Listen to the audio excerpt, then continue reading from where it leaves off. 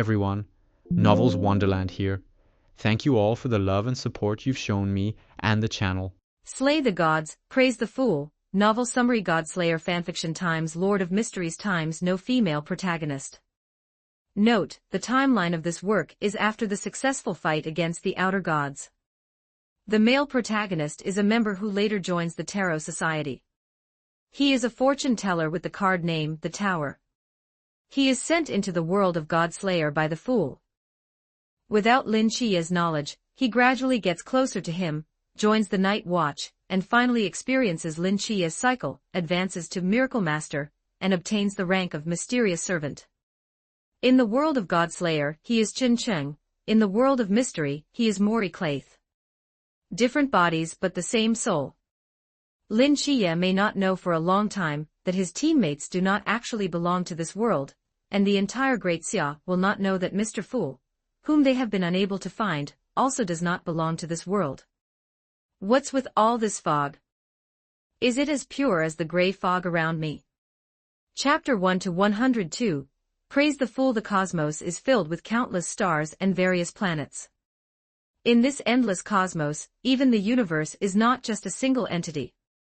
For instance, right now, the Fool Klein has a universe adjacent to the realm of mystery before his eyes. Amidst the gray fog, Klein frowned, feeling that something was unusual about this universe. He had been wandering the astral world as usual when he suddenly discovered traces related to outer deity in this place. One must know that after that great war, most outer deities had already departed, and the mother goddess of depravity had even been persuaded by him. However, in a universe so close to Earth, he felt auras somewhat similar to the Circle of Inevitability and the Lord of the Superstars. Even though the Circle of Inevitability is currently dividing a part of itself to fix the world within Lumien's body, cycling before the birth of the fourth pillar, these possibilities cannot be ruled out. Klein scrutinized that universe carefully, forming some ideas in his mind. He left this place and returned to the spirit world of Earth. Business hasn't been good lately. Moricles complained while tossing and catching a gold pound. As the gold pound fell, a gray fog suddenly appeared before his eyes. Then, a tall voice came, "Prepare yourself, I need you to do something." In his astonishment, Mori caught the falling gold pound. Without hesitation, his thoughts turned, and he found an empty alley. As he walked into the alley, a man standing a few meters away from him also walked over, though his movements were somewhat stiff, as if being controlled. The man stopped outside the alley, did not enter, and then lost all movement, standing motionless. Inside the alley, Mori closed his eyes and silently recited, "Praise the Fool." When he opened them again, the scene before him had changed. Beneath his feet was a gray fog that seemed eternal, and the surrounding buildings were massive, like a giant's palace. In front of him stood a huge stone table. On both sides of the stone table were 20 chairs, with one at each end. Mori sat in one of the chairs.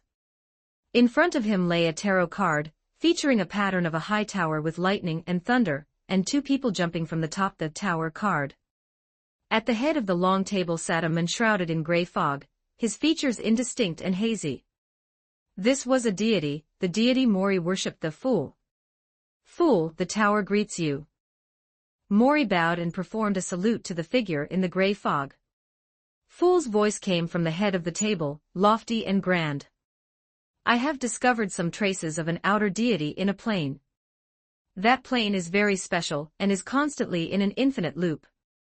I suspect it is the work of the Circle of Inevitability. Help me explore that world." Involving an outer deity. That's dangerous. Mori's first thought was the danger of this matter. He was only a sequence for Bizarro Sorcerer. If he weren't inside Sapphira Castle, just knowing the name of an outer deity would cause him to be corrupted, let alone exploring a plane related to the handiwork of an outer deity. But if it were Mr. Fool's mission, he would accept it no matter how dangerous it was, because he knew Mr. Fool would not harm him. Praise the Fool.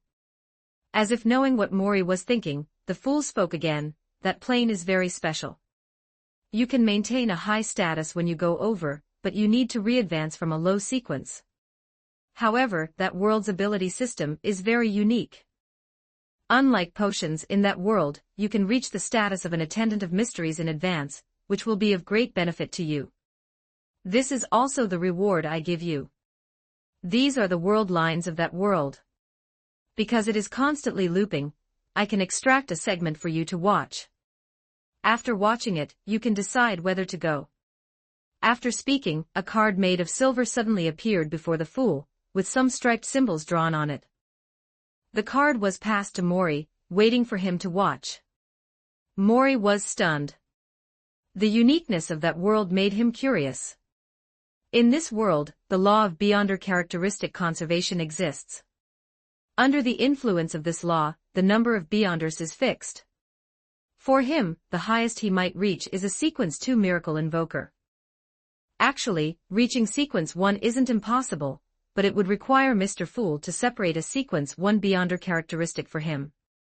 He didn't want that, feeling it would be blasphemous to Mr., so he was very curious about what kind of world could allow him to reach the status of an attendant of mysteries. This simply didn't follow the law of Beyonder characteristic conservation. Mori touched the card, and the world lines of that world flooded into his mind. Forbidden Ruins. Cthulhu. No wonder Mr. Fool said he felt traces of an outer deity. That pile of Cthulhu are clearly weakened versions of outer deities. It's really hard not to be suspicious. After understanding the general world lines, Mori agreed to this exploration without hesitation. Even without any reward, he was very willing to do more for Mr. The Fool nodded and said, I seem to be able to imitate the forbidden ruins of that world. When the time comes, you can gradually advance along that world's promotion pathway, and at each stage, you can use the abilities of the Fool, Door, and Error pathways. So how far you can reach depends on yourself. After speaking, Mori felt a sense of vertigo. Before he could react, he was forcibly sent by the Fool into one of the timelines of that world. Outside, the man who had been standing outside the alley suddenly collapsed, devoid of any life. Mori's body gradually dissipated, as if it had been concealed. In the Zhanshan world, the peaceful Tsangnan city suddenly shook, but it ended extremely quickly, causing most people to feel nothing. Only Team 136 noticed it due to their mental power. At the same time, the disaster crow suddenly cried out loudly, but it also ended quickly. This scene left everyone in Team 136 puzzled, but they did not underestimate it, mobilizing fully to search every corner of the city for potential hidden dangers. Meanwhile, Mori, who had already transmigrated into the Zhanshan world, stood in front of the floor-to-ceiling window, looking at the face and body that obviously didn't belong to him. He pinched his muscles, and beside him lay a full set of information and property ownership certificates for this body. Name, Chen Cheng, family situation, parents both deceased, school, Songnan City No. 2 middle school. It was obvious that this was an identity forcibly added by the Fool in this timeline, even preparing a full set of identification documents for him to avoid Mori being suspected in future travels. One can only say, as expected of Mr. Praise the Fool. Mori walked around casually and found that this house's style was completely different from what he was familiar with. However, he wasn't too surprised. From that card, he knew that this world seemed to be different in both culture and language from the previous world. He just needed a little time to adapt. According to the information, there were still 3 days until the start of school, so he had plenty of time to adapt to the style of this world.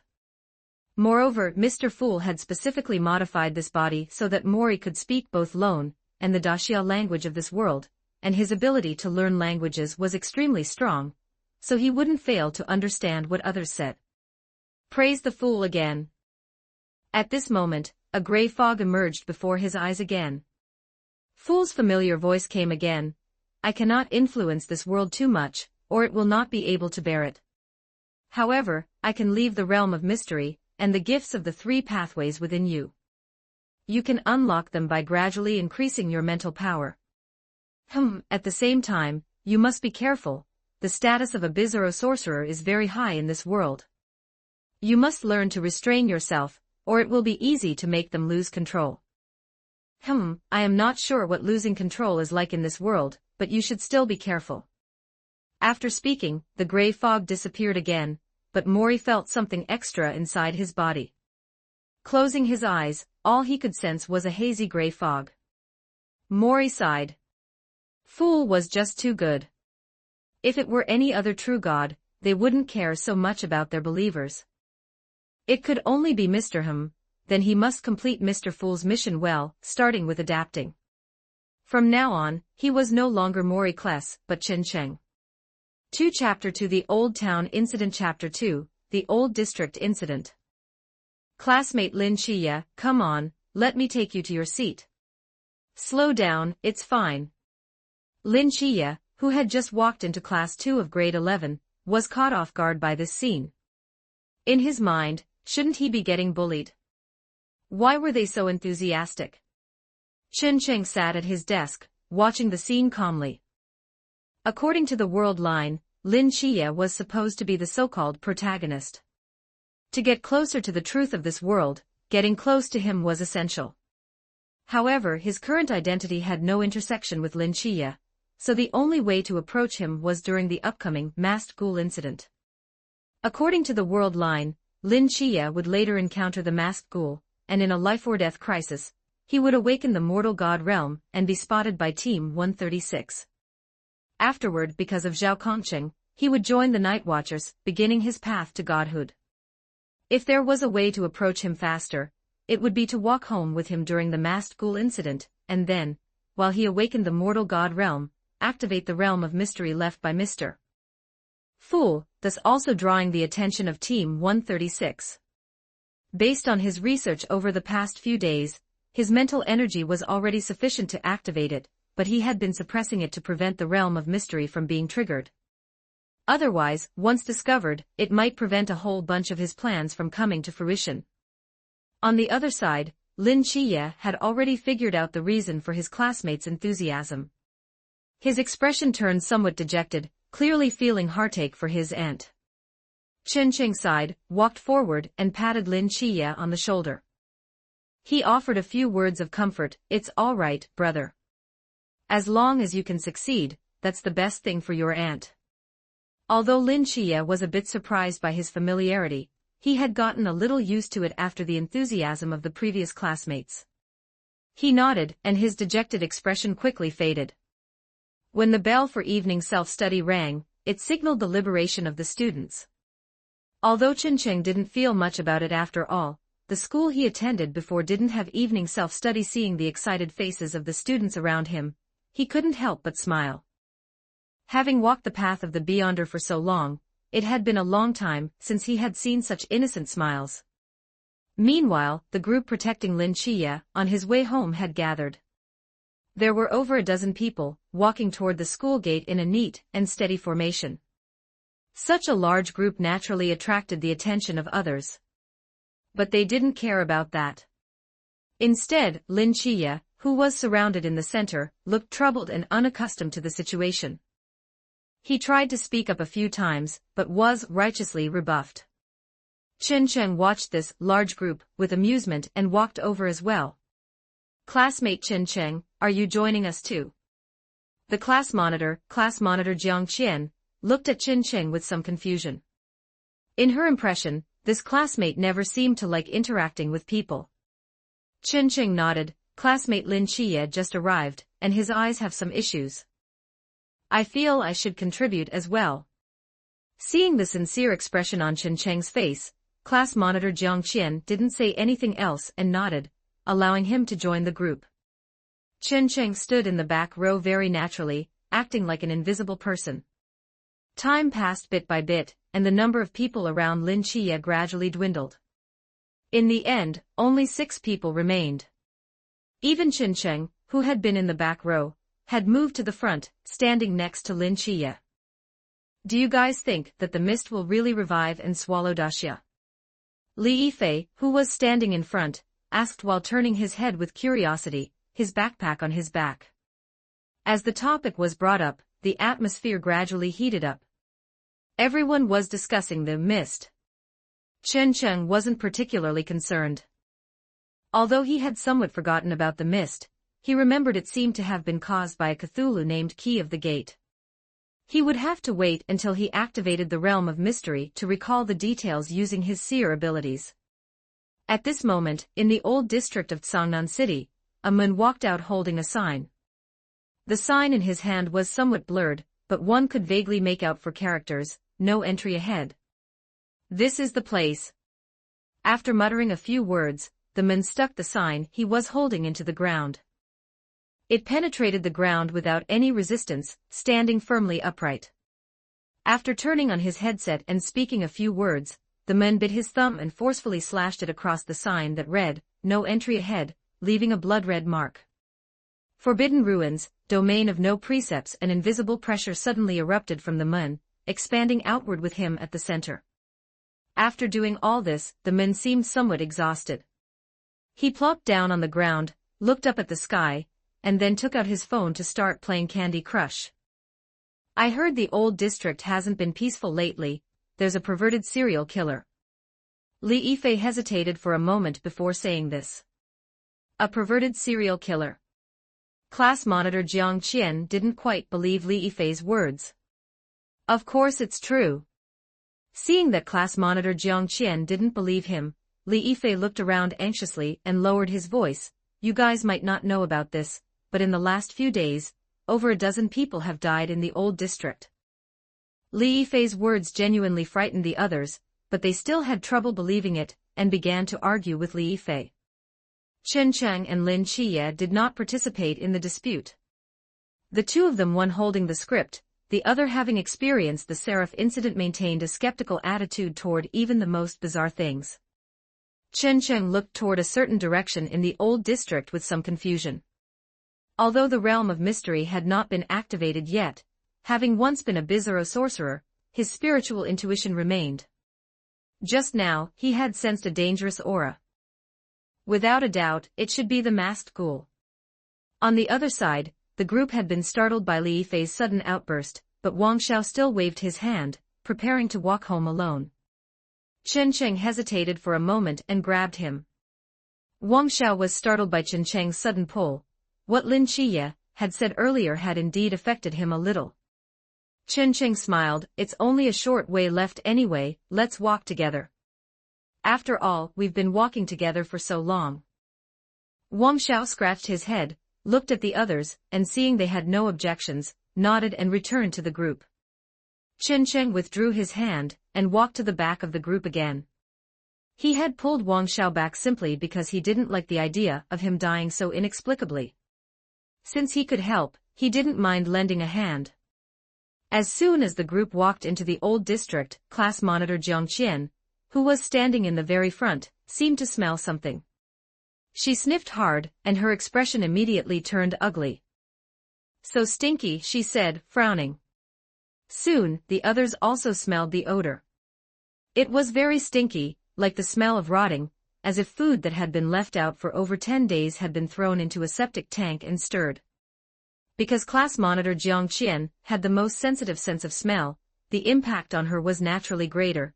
She even crouched down and began to retch. The others weren't much better off. Each of them covered their noses and mouths, their expressions grim. The only one whose expression remained normal was Chen Cheng. He had known this would happen, and had naturally prepared for it. He took a bottle of liquid from his pocket, and handed it to Lin Qiye beside him. "Apply it in front of your nose, it will be better," Chen Cheng explained. Lin Qiye took the liquid, applied a little to his hand, and sniffed it first. It was pungent but not very unpleasant. He applied a little under his nose, and after breathing a few times, he could basically no longer smell the stench. Chen Cheng signaled him to pass it to the others and then explained, "Actually, it's just peppermint mixed with a few other things. I have a bunch of this at home, and I happen to have some on me. It came in handy." This was inspired by the corpse collectors from the Nightless Church. Because some materials in this world were different, it took a while to find substitutes, but the effect was quite good. Lin Qiye and the others remained non-committal. Although they were a bit suspicious, it wasn't appropriate to doubt their classmate, especially since he had just helped them. "What on earth is this smell?" Class monitor Jiang Qian frowned, covering her nose and mouth with one hand, and unconsciously took a few steps back. Li Yifei then brought up his earlier point again. Do you think, could it be that we've stumbled upon a perverted serial killer in the middle of a murder? When he said this, he lacked his previous casualness. He was clearly not joking, because he was genuinely considering this possibility. If that were really the case, the few high school students who had stumbled upon a murder scene would undoubtedly become targets to be silenced. The others also thought of this possibility. Wang Xiao, who had originally intended to go home, turned pale, secretly feeling lucky that he hadn't gone home alone, otherwise, he might have become the source of the stench. Chapter 3, Realm of Mystery. Wang Xiao, are you still going home? Li Yifei asked at this moment. Wang Xiao shook his head violently. Not going back, not going back. I'll go to your place and stay for a while. What a joke, going home now was just asking for death. Even if there wasn't a murderer, that stench alone was enough to make him not want to go home. All right then, come home with me. I'll come back with you later, but what about your parents? Li Yifei nodded, agreeing with Wang Xiao's idea, but then asked about Wang Xiao's parents. Wang Xiao waved his hand. It's fine. My parents should be home right now, they won't have any issues. When I go back later, I'll tell them I was hanging out with classmates until late. Li Yifei nodded. Since Wang Xiao had already thought it through, he had no objections. If it were him, he wouldn't want to go back right now either. Then we should first take classmate Lin Qiye home, and then go back home. Thanks to Chen Cheng's little bottle, class monitor Jiang Qian felt a bit better, and made this suggestion at this moment. The others nodded as well. It would be too dangerous to let Lin Qiye go back alone right now. What if he ran into a murderer on the way? It was safer to stick together with more people. Thus the group set off again, but they changed direction and headed towards Lin Qiye's home. Thump, thump, thump. Suddenly, the group heard a few muffled thuds, like something was forcefully striking the ground, or like the footsteps of some giant creature. The moment they heard the sound, they all stopped. Chen Cheng turned his head to look in the direction the stench had originally come from. The sound was coming from there too.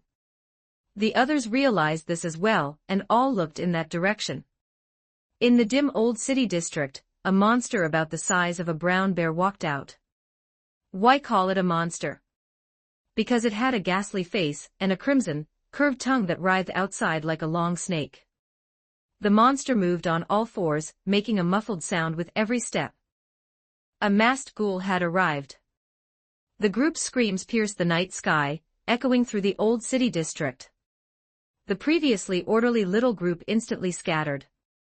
Without a moment's hesitation, they turned and ran, leaving only Lin Qiye and Chen Cheng behind. Chen Cheng also turned to leave, but before doing so, he grabbed Lin Qiye, taking the still bewildered boy with him as he ran. Lin Qiye hadn't reacted yet. In his field of vision, he could only see pitch darkness. The masked ghoul hadn't yet entered the 10-meter range he could sense, but he could feel the stench becoming more and more intense. Combined with the panicked flight of the others, he could guess what it was. The speed of the masked ghoul did not match its size at all. Despite its massive body, it was more agile than Lin Qiye and the others. Not long after, it ran into Lin Qiye's sensing range. Lin Qiye instantly understood why everyone was so terrified. Who could keep their cool after seeing this thing? Consequently, he ran even harder, almost overtaking Chen Cheng, who was pulling him from the start. The group's screams came again. The few who had already run some distance had turned back and collided head-on with Lin Qiye and the other. Looking past them, one could see another masked ghoul following behind them. Now they had masked ghouls in front and behind. In this narrow terrain, there was absolutely no way to escape. Realizing this, the group gathered together and stopped running. Li Yifei picked up a nearby stick and said viciously, "Damn it, let's fight them. We can't run anyway. I don't believe that with so many of us, we can't beat two beasts." Lin Qiye gripped the blind cane in his hand. It was the only thing he could rely on. The masked ghouls were getting closer and closer, and the thick stench was almost enough to suffocate them. If not for the item Chen Cheng had given them, two of them might have already fainted. Class monitor Jiang Qian was having the hardest time, but she also picked up a rock, watching the two masked ghouls. One of the masked ghouls lunged at the group, and the other one charged up as well. Lin Chiye struck one of them precisely with his cane. Chen Cheng followed up with a kick, knocking the mid-air masked ghoul back a meter or two. On the other side, class monitor Jiang Qian threw the rock in her hand, hitting it right in the eye. Li Yifei followed up and lashed out with several strikes, the last one even breaking the stick, but the masked ghoul seemed completely unharmed, only roaring in anger because of class monitor Jiang Qian's rock. It's over. Lu Yuan looked at the two masked ghouls in despair. They couldn't fight them, and they couldn't run. Were they going to die here today? As these thoughts swirled, an evil idea surged into his mind. He stepped back a few paces, letting himself be surrounded by the others. The masked ghouls lunged forward again, this time both together. The one on the left had learned to be smart, it didn't jump anymore but ran straight over. Just as the masked ghoul was about to pounce on them, Lu Yuan suddenly pushed with both hands, shoving Lin Chiye and class monitor Jiang Qian, who were standing on either side of him, towards the masked ghoul, while he turned and ran, selling the others out. Lu Yuan, you. Class monitor Jiang Qian hadn't even reacted before the masked ghoul's horrific face was about to bite her. If not for Li Yifei reacting in time, and pulling class monitor Jiang Qian back, her fate would have been no better than a smashed watermelon. On the other side, because Lin Chiye had blocked in front of himself with his blind cane in time, the masked ghoul ended up biting the cane. Although the cane broke, he was able to step back, thus avoiding being bitten. There was no time to blame Lu Yuan for his actions, the masked ghouls charged up again. This time, it seemed there would be no more surprises. Weapons were useless and they couldn't dodge anymore, it seemed they could only wait for death. I refuse to accept this. Lin Chiye roared at this moment. Endless light burst forth from within his body, and the surrounding darkness was instantly replaced by daylight. A searing pillar of light shot into the sky, illuminating half the heavens. Beneath the black ribbon, Lin Chiye's eyes opened as dazzling as the sun. That was the seraph divine power within him, searing, holy, and powerful. Meanwhile, on the other side, Sister Hong Ying and the others stared fixedly at that pillar of light. The man standing in front said word by word, his tone grave, God codename 003, Seraph Michael. The two masked ghouls were instantly pressed down by this majestic aura, not daring to rise. Their previous madness and bloodlust seemed like a joke in front of this youth. They were now like the most devout believers worshipping their Lord. Chen Cheng was the only one unaffected. He raised his head and looked beyond the sky, seemingly gazing across the distance at Michael on the moon. He released the realm of mystery within his body, and gray mist instantly swept across the old city district. Under this gray mist was Chen Cheng, radiating an aura of madness. If the previous mortal god realm represented holiness and searing heat, then this realm of mystery represented madness and chaos. Within the realm of mystery, the two masked ghouls began to howl. They frantically bit each other, and festering marks began to appear on their bodies. Lin Chiye, standing to the side, had just experienced the joy of seeing the light again, but he was scared by this scene. How was Chen Cheng even more like a monster than the masked ghouls? He was special because he saw Michael at night, so what was the reason for Chen Cheng? Meanwhile, the members of Team 136 were so shocked they couldn't speak. Sister Hong Ying had her mouth wide open, stuttering, Captain, this, could it be that a god behind one of the gods of the ancient god church has arrived? Captain Chen Mai shook his head, no. If a god entered the Great Xia, we would certainly have been notified. Those at the border are not blind. It's likely that another god's proxy has emerged. Sigh, these are troubled times. Captain Chen Mai looked grave as he watched the previously daylight sky being replaced by gray mist, and felt that terrifying aura that made one feel chaotic and mad just by looking at it. He couldn't help but suspect that it was another god who had come because of Shiva's resentment. To be able to suppress Michael's mortal god realm, even if it were weak, it would definitely not be much weaker than Michael. If the Great Xia were to have another such powerful god as an opponent now, it would definitely not be a good thing. They must figure out its purpose. This is my first time writing fanfiction. If you all have any suggestions, please feel free to offer them. If there is anything I missed, please let me know, and I will improve. For the Fool Chapter 4, the Fool. Not long after, the anomaly in the old city vanished, and the area returned to darkness. Near the old city, Chen Cheng looked at the two masked ghouls that had killed each other, then looked at the bewildered Lin Chiye. After some thought, he spoke up to remind him, "Why don't you wake them up first?" After saying this, he pointed to the few people who had been knocked unconscious by the pressure from the mortal god realm, and the realm of mystery. They were lying on the ground, although they looked quite peaceful, it wasn't good for them to keep lying there. Lin Chiye realized what he meant and nodded. He walked over to Li Yifei and patted his face. Once Li Yifei showed signs of waking up, Lin Chiye suddenly felt a bit mischievous. "Classmate, sleeping isn't allowed here." Li Yifei. Afterwards, they woke up the others. As for why they had suddenly fainted, they said they didn't know. When asked, they claimed they had fainted too. As for why the masked ghouls had suddenly killed each other, they remained tight-lipped. Thus, after communicating for a while, the group felt that the previous idea of a perverted serial killer being too dangerous to return was moot now that the perverted serial killer, the masked ghoul, was dead. Wang Xiao decided to go home. As for the others, they planned to send Lin Chiye back, and then go their separate ways, as it wasn't far from Lin Chiye's home anyway. After reaching a consensus, the group set off again. Wang Xiao went home alone, though he still had to be careful. After all, the people killed by the masked ghoul were still inside, and if he accidentally stepped on one, he wouldn't even know where to cry. After everyone had left, Zhao Kongqing arrived late. He looked at the two bloody, unrecognizable masked ghouls on the ground with some surprise, but he quickly reacted and reported the situation to Captain Chen Mai over his headset.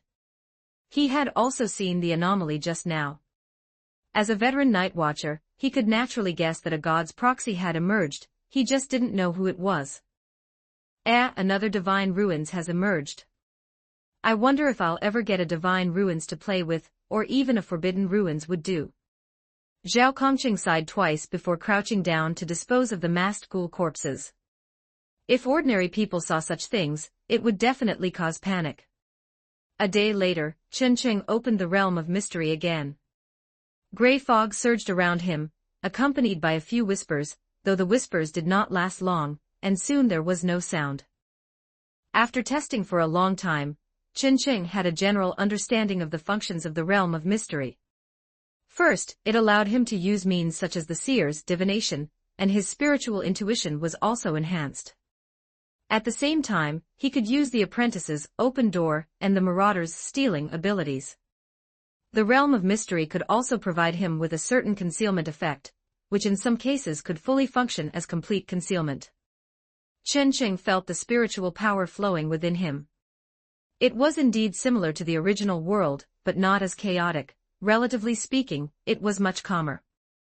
This was undoubtedly a good thing for someone used to chaos, as it could better prevent him from being affected by beyonder characteristics and losing control. The scene where the masked ghouls killed each other previously had also given him inspiration. Although this world would not lose control like the previous world, the influence on the creatures of this world under the influence of his status was still significant. This included but was not limited to the previous festering, madness, etc. Perhaps it would even affect the spiritual power within them, but these would require subsequent experiments to prove. Knock, knock, knock. Just then, there was a knock at the door. After withdrawing the realm of mystery, Chen Cheng walked to the door. Before opening it, he casually took a coin, tossed it up, caught it with one hand, glanced at it, and then placed his other hand on the doorknob to open the door. Opening the door, a man and a woman stood outside. The man was smoking a cigarette, wearing a black trench coat, and holding a black box in his hand. The woman was wearing an identical trench coat, with a long case strapped to her back. "Hello, classmate. Regarding the murder case you encountered yesterday, I would like to ask you about the situation." The woman spoke first. Chen Cheng sized them up for a few moments, then stepped aside to let them in.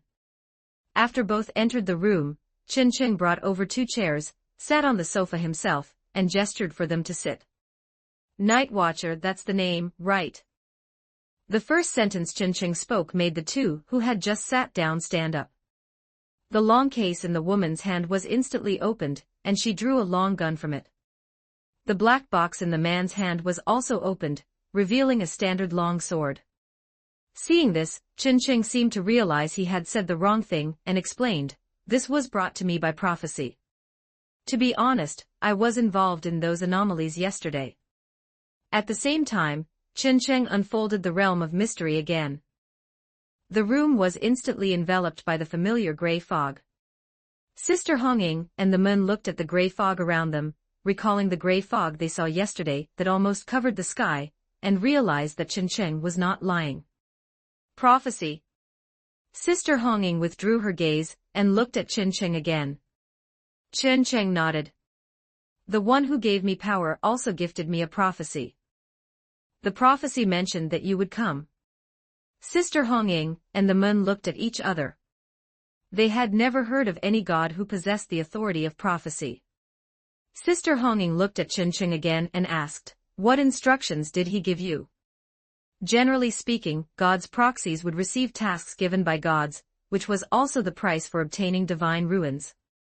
These tasks varied in size. Some were to destroy the world, some might be to find a certain item. Chen Cheng withdrew the realm of mystery and thought seriously. Other than letting him come to see the connection between this world and the outer deity, Mr. Fool really didn't seem to give any instructions. He couldn't tell them that Mr. Fool asked him to investigate the truth of this world, but soon, Chen Cheng thought of what everyone in the Tarot Club would do. "He asked me to help spread his faith, and it is not limited to spreading it in the Great Xia." That's right, it was missionary work.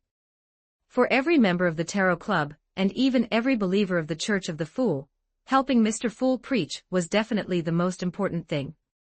Since he had come here, he felt it was necessary to let Mr. Fool's faith spread across this world and let them praise the Fool together. Sister Honging listened to this strange request and looked at Zhao Kongcheng. Each saw the confusion in the other's eyes. Logically speaking, shouldn't such gods have their own divine kingdoms? Why did he need to come to Great Xia to preach, and also say it wasn't limited to Great Xia? Could it be that his territory was snatched, leading to unstable faith, forcing him to find a proxy to help him preach? Well, although it was outrageous, it could be understood. This could also explain why he came to find a proxy at this time. Spreading faith, it wasn't shameful. Sister Honging and the men could only convince themselves of this. However, understanding was one thing, but as night watchers, if that god was an evil god, or was spreading some bad faith that harmed Great Xia, they would definitely not allow it. They would even have to execute the proxy, Chen Cheng, on the spot. However, looking at the sense of chaos and madness of the divine ruins, it was really hard not to think it was an evil god. "Then do you have any doctrines or anything? Like what you need to do?" Sister Honging thought for a long time and finally came up with a question that could test whether it was an evil god, the doctrine. If the doctrine was good, Great Xia wouldn't mind letting him preach. As for whether he could succeed, that was his own business. Hearing this, Chen Cheng's mouth curled up. Finally asked. He had been in this world for so long, just for this moment. "If you have any suggestions, please feel free to mention them. For example, if you want the author to update 3 chapters a day or 2, because I am a bit lazy, so I will update less. If you have any suggestions, feel free to mention them." Chapter 3, Realm of Mystery. "Wang Xiao, are you still going home?" Li Yifei asked at this moment. Wang Xiao shook his head violently, "Not going back, not going back. I'll go to your place and stay for a while." What a joke, going home now was just asking for death. Even if there wasn't a murderer, that stench alone was enough to make him not want to go home. All right then, come home with me. I'll come back with you later, but what about your parents? Li Yifei nodded, agreeing with Wang Xiao's idea, but then asked about Wang Xiao's parents. Wang Xiao waved his hand, it's fine. My parents should be home right now, they won't have any issues. When I go back later, I'll tell them I was hanging out with classmates until late. Li Yifei nodded. Since Wang Xiao had already thought it through, he had no objections. If it were him, he wouldn't want to go back right now either. Then we should first take classmate Lin Qiye home, and then go back home. Thanks to Chen Cheng's little bottle, class monitor Jiang Qian felt a bit better, and made this suggestion at this moment. The others nodded as well. It would be too dangerous to let Lin Qiye go back alone right now. What if he ran into a murderer on the way? It was safer to stick together with more people. Thus, the group set off again, but they changed direction and headed towards Lin Qiye's home. Thump, thump, thump. Suddenly, the group heard a few muffled thuds, like something was forcefully striking the ground, or like the footsteps of some giant creature. The moment they heard the sound, they all stopped. Chen Cheng turned his head to look in the direction the stench had originally come from. The sound was coming from there too. The others realized this as well, and all looked in that direction. In the dim old city district, a monster about the size of a brown bear walked out. Why call it a monster? Because it had a ghastly face and a crimson, curved tongue that writhed outside like a long snake. The monster moved on all fours, making a muffled sound with every step. A masked ghoul had arrived. The group's screams pierced the night sky, echoing through the old city district. The previously orderly little group instantly scattered. Without a moment's hesitation, they turned and ran, leaving only Lin Qiye and Chen Cheng behind. Chen Cheng also turned to leave, but before doing so, he grabbed Lin Qiye, taking the still bewildered boy with him as he ran. Lin Qiye hadn't reacted yet. In his field of vision, he could only see pitch darkness. The masked ghoul hadn't yet entered the 10-meter range he could sense, but he could feel the stench becoming more and more intense. Combined with the panicked flight of the others, he could guess what it was. The speed of the masked ghoul did not match its size at all. Despite its massive body, it was more agile than Lin Qiye and the others. Not long after, it ran into Lin Qiye's sensing range. Lin Qiye instantly understood why everyone was so terrified. Who could keep their cool after seeing this thing? Consequently, he ran even harder, almost overtaking Chen Cheng, who was pulling him from the start. The group's screams came again. The few who had already run some distance had turned back and collided head-on with Lin Qiye and the other. Looking past them, one could see another masked ghoul following behind them. Now they had masked ghouls in front and behind. In this narrow terrain, there was absolutely no way to escape. Realizing this, the group gathered together and stopped running. Li Yifei picked up a nearby stick and said viciously, "Damn it, let's fight them. We can't run anyway. I don't believe that with so many of us, we can't beat two beasts." Lin Qiye gripped the blind cane in his hand. It was the only thing he could rely on. The masked ghouls were getting closer and closer, and the thick stench was almost enough to suffocate them. If not for the item Chen Cheng had given them, two of them might have already fainted. Class monitor Jiang Qian was having the hardest time, but she also picked up a rock, watching the two masked ghouls. One of the masked ghouls lunged at the group, and the other one charged up as well. Lin Qiye struck one of them precisely with his cane. Chen Cheng followed up with a kick, knocking the mid-air masked ghoul back a meter or two. On the other side, class monitor Jiang Qian threw the rock in her hand, hitting it right in the eye. Li Yifei followed up and lashed out with several strikes, the last one even breaking the stick, but the masked ghoul seemed completely unharmed, only roaring in anger because of class monitor Jiang Qian's rock. "It's over." Lu Yuan looked at the two masked ghouls in despair. They couldn't fight them, and they couldn't run. Were they going to die here today? As these thoughts swirled, an evil idea surged into his mind. He stepped back a few paces, letting himself be surrounded by the others. The masked ghouls lunged forward again, this time both together.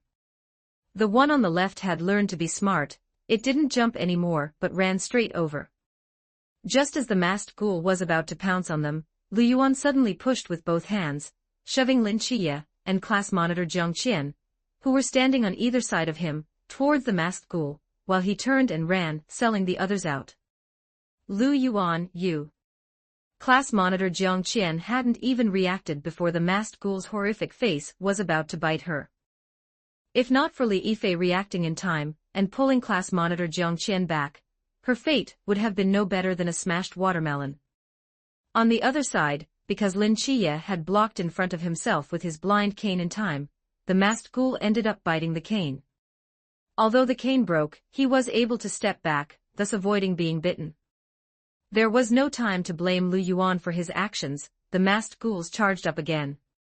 This time, it seemed there would be no more surprises.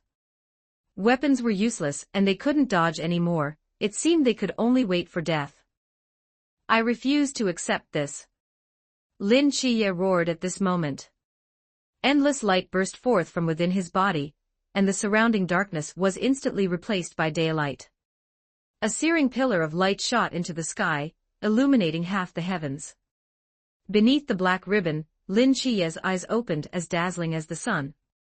That was the seraph divine power within him, searing, holy, and powerful. Meanwhile, on the other side, Sister Hong Ying and the others stared fixedly at that pillar of light. The man standing in front said word by word, his tone grave, God codename 003, Seraph Michael. The two masked ghouls were instantly pressed down by this majestic aura, not daring to rise. Their previous madness and bloodlust seemed like a joke in front of this youth. They were now like the most devout believers worshipping their Lord. Chen Cheng was the only one unaffected. He raised his head and looked beyond the sky, seemingly gazing across the distance at Michael on the moon. He released the realm of mystery within his body, and gray mist instantly swept across the old city district. Under this gray mist was Chen Cheng, radiating an aura of madness. If the previous mortal god realm represented holiness and searing heat, then this realm of mystery represented madness and chaos. Within the realm of mystery, the two masked ghouls began to howl. They frantically bit each other, and festering marks began to appear on their bodies. Lin Chiye, standing to the side, had just experienced the joy of seeing the light again, but he was scared by this scene. How was Chen Cheng even more like a monster than the masked ghouls? He was special because he saw Michael at night, so what was the reason for Chen Cheng? Meanwhile, the members of Team 136 were so shocked they couldn't speak. Sister Hong Ying had her mouth wide open, stuttering, Captain, this. Could it be that a god behind one of the gods of the ancient god church has arrived? Captain Chen Mai shook his head, no. If a god entered the Great Xia, we would certainly have been notified. Those at the border are not blind. It's likely that another god's proxy has emerged. Sigh, these are troubled times. Captain Chen Mai looked grave as he watched the previously daylight sky being replaced by gray mist, and felt that terrifying aura that made one feel chaotic and mad just by looking at it. He couldn't help but suspect that it was another god who had come because of Shiva's resentment. To be able to suppress Michael's mortal god realm, even if it were weak, it would definitely not be much weaker than Michael. If the Great Xia were to have another such powerful god as an opponent now, it would definitely not be a good thing. They must figure out its purpose. This is my first time writing fanfiction. If you all have any suggestions, please feel free to offer them. If there is anything I missed, please let me know, and I will improve. For the Fool Chapter 4, the Fool. Not long after, the anomaly in the old city vanished, and the area returned to darkness. Near the old city, Chen Cheng looked at the two masked ghouls that had killed each other, then looked at the bewildered Lin Chiye. After some thought, he spoke up to remind him, why don't you wake them up first? After saying this, he pointed to the few people who had been knocked unconscious by the pressure from the mortal god realm, and the realm of mystery. They were lying on the ground, although they looked quite peaceful, it wasn't good for them to keep lying there. Lin Chia realized what he meant and nodded. He walked over to Li Yifei and patted his face. Once Li Yifei showed signs of waking up, Lin Chia suddenly felt a bit mischievous. Classmate, sleeping isn't allowed here. Li Yifei. Afterwards, they woke up the others. As for why they had suddenly fainted, they said they didn't know. When asked, they claimed they had fainted too. As for why the masked ghouls had suddenly killed each other, they remained tight-lipped. Thus, after communicating for a while, the group felt that the previous idea of a perverted serial killer being too dangerous to return was moot now that the perverted serial killer, the masked ghoul, was dead. Wang Xiao decided to go home. As for the others, they planned to send Lin Chia back, and then go their separate ways, as it wasn't far from Lin Chia's home anyway. After reaching a consensus, the group set off again. Wang Xiao went home alone, though he still had to be careful.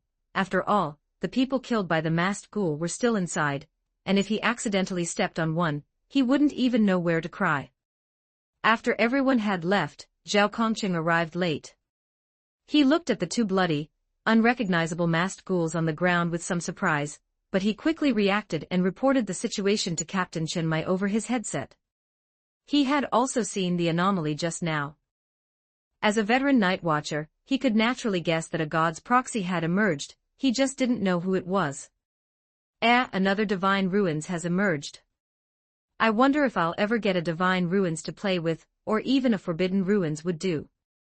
Zhao Kongqing sighed twice before crouching down to dispose of the masked ghoul corpses. If ordinary people saw such things, it would definitely cause panic. A day later, Chen Qing opened the realm of mystery again. Gray fog surged around him, accompanied by a few whispers, though the whispers did not last long, and soon there was no sound. After testing for a long time, Chen Qing had a general understanding of the functions of the realm of mystery. First, it allowed him to use means such as the seer's divination, and his spiritual intuition was also enhanced. At the same time, he could use the apprentice's open door and the marauder's stealing abilities. The realm of mystery could also provide him with a certain concealment effect, which in some cases could fully function as complete concealment. Chen Qing felt the spiritual power flowing within him. It was indeed similar to the original world, but not as chaotic. Relatively speaking, it was much calmer. This was undoubtedly a good thing for someone used to chaos, as it could better prevent him from being affected by beyonder characteristics and losing control. The scene where the masked ghouls killed each other previously had also given him inspiration. Although this world would not lose control like the previous world, the influence on the creatures of this world under the influence of his status was still significant. This included but was not limited to the previous festering, madness, etc. Perhaps it would even affect the spiritual power within them, but these would require subsequent experiments to prove. Knock, knock, knock. Just then, there was a knock at the door. After withdrawing the realm of mystery, Chen Qing walked to the door. Before opening it, he casually took a coin, tossed it up, caught it with one hand, glanced at it, and then placed his other hand on the doorknob to open the door. Opening the door, a man and a woman stood outside. The man was smoking a cigarette, wearing a black trench coat, and holding a black box in his hand. The woman was wearing an identical trench coat, with a long case strapped to her back. Hello, classmate. Regarding the murder case you encountered yesterday, I would like to ask you about the situation. The woman spoke first. Chen Qing sized them up for a few moments, then stepped aside to let them in. After both entered the room, Chen Qing brought over 2 chairs, sat on the sofa himself, and gestured for them to sit. Night Watcher, that's the name, right? The first sentence Chen Qing spoke made the two who had just sat down stand up. The long case in the woman's hand was instantly opened, and she drew a long gun from it. The black box in the man's hand was also opened, revealing a standard long sword. Seeing this, Chen Qing seemed to realize he had said the wrong thing and explained, "This was brought to me by prophecy. To be honest, I was involved in those anomalies yesterday." At the same time, Chen Qing unfolded the realm of mystery again. The room was instantly enveloped by the familiar gray fog. Sister Hongying and the moon looked at the gray fog around them, recalling the gray fog they saw yesterday that almost covered the sky, and realized that Chen Cheng was not lying. Prophecy. Sister Honging withdrew her gaze and looked at Chen Cheng again. Chen Cheng nodded. The one who gave me power also gifted me a prophecy. The prophecy mentioned that you would come. Sister Honging and the Mun looked at each other. They had never heard of any god who possessed the authority of prophecy. Sister Honging looked at Chen Cheng again and asked, "What instructions did he give you?" Generally speaking, gods' proxies would receive tasks given by gods, which was also the price for obtaining divine ruins. These tasks varied in size. Some were to destroy the world, some might be to find a certain item. Chen Cheng withdrew the realm of mystery and thought seriously. Other than letting him come to see the connection between this world and the outer deity, Mr. Fool really didn't seem to give any instructions. He couldn't tell them that Mr. Fool asked him to investigate the truth of this world, but soon, Chen Cheng thought of what everyone in the Tarot Club would do. He asked me to help spread his faith, and it is not limited to spreading it in the Great Xia. That's right, it was missionary work. For every member of the Tarot Club, and even every believer of the Church of the Fool, helping Mr. Fool preach was definitely the most important thing.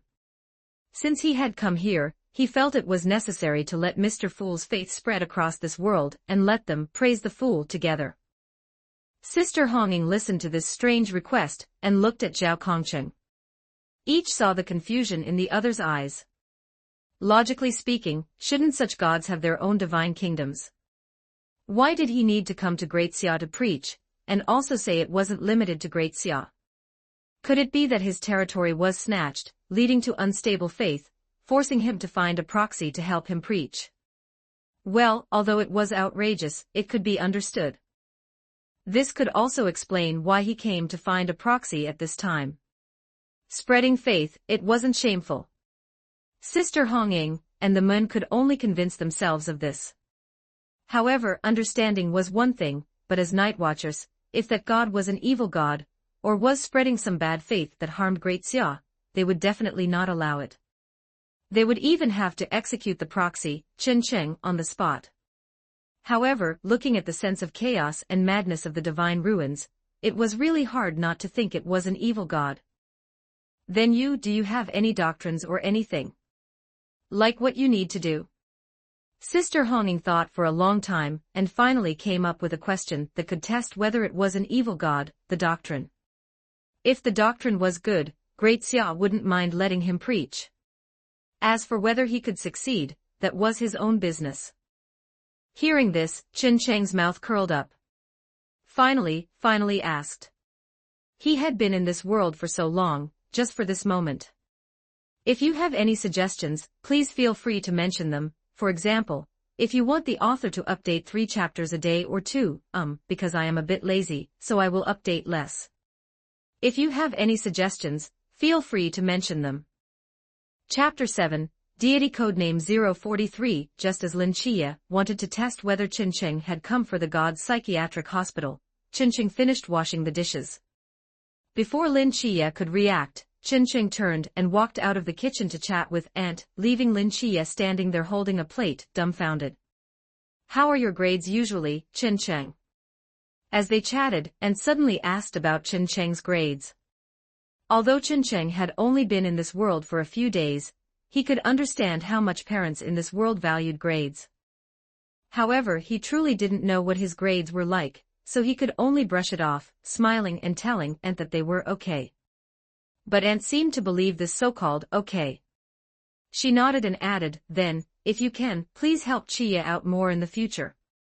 He stayed in the mental hospital for too long, so he might be falling behind in his studies.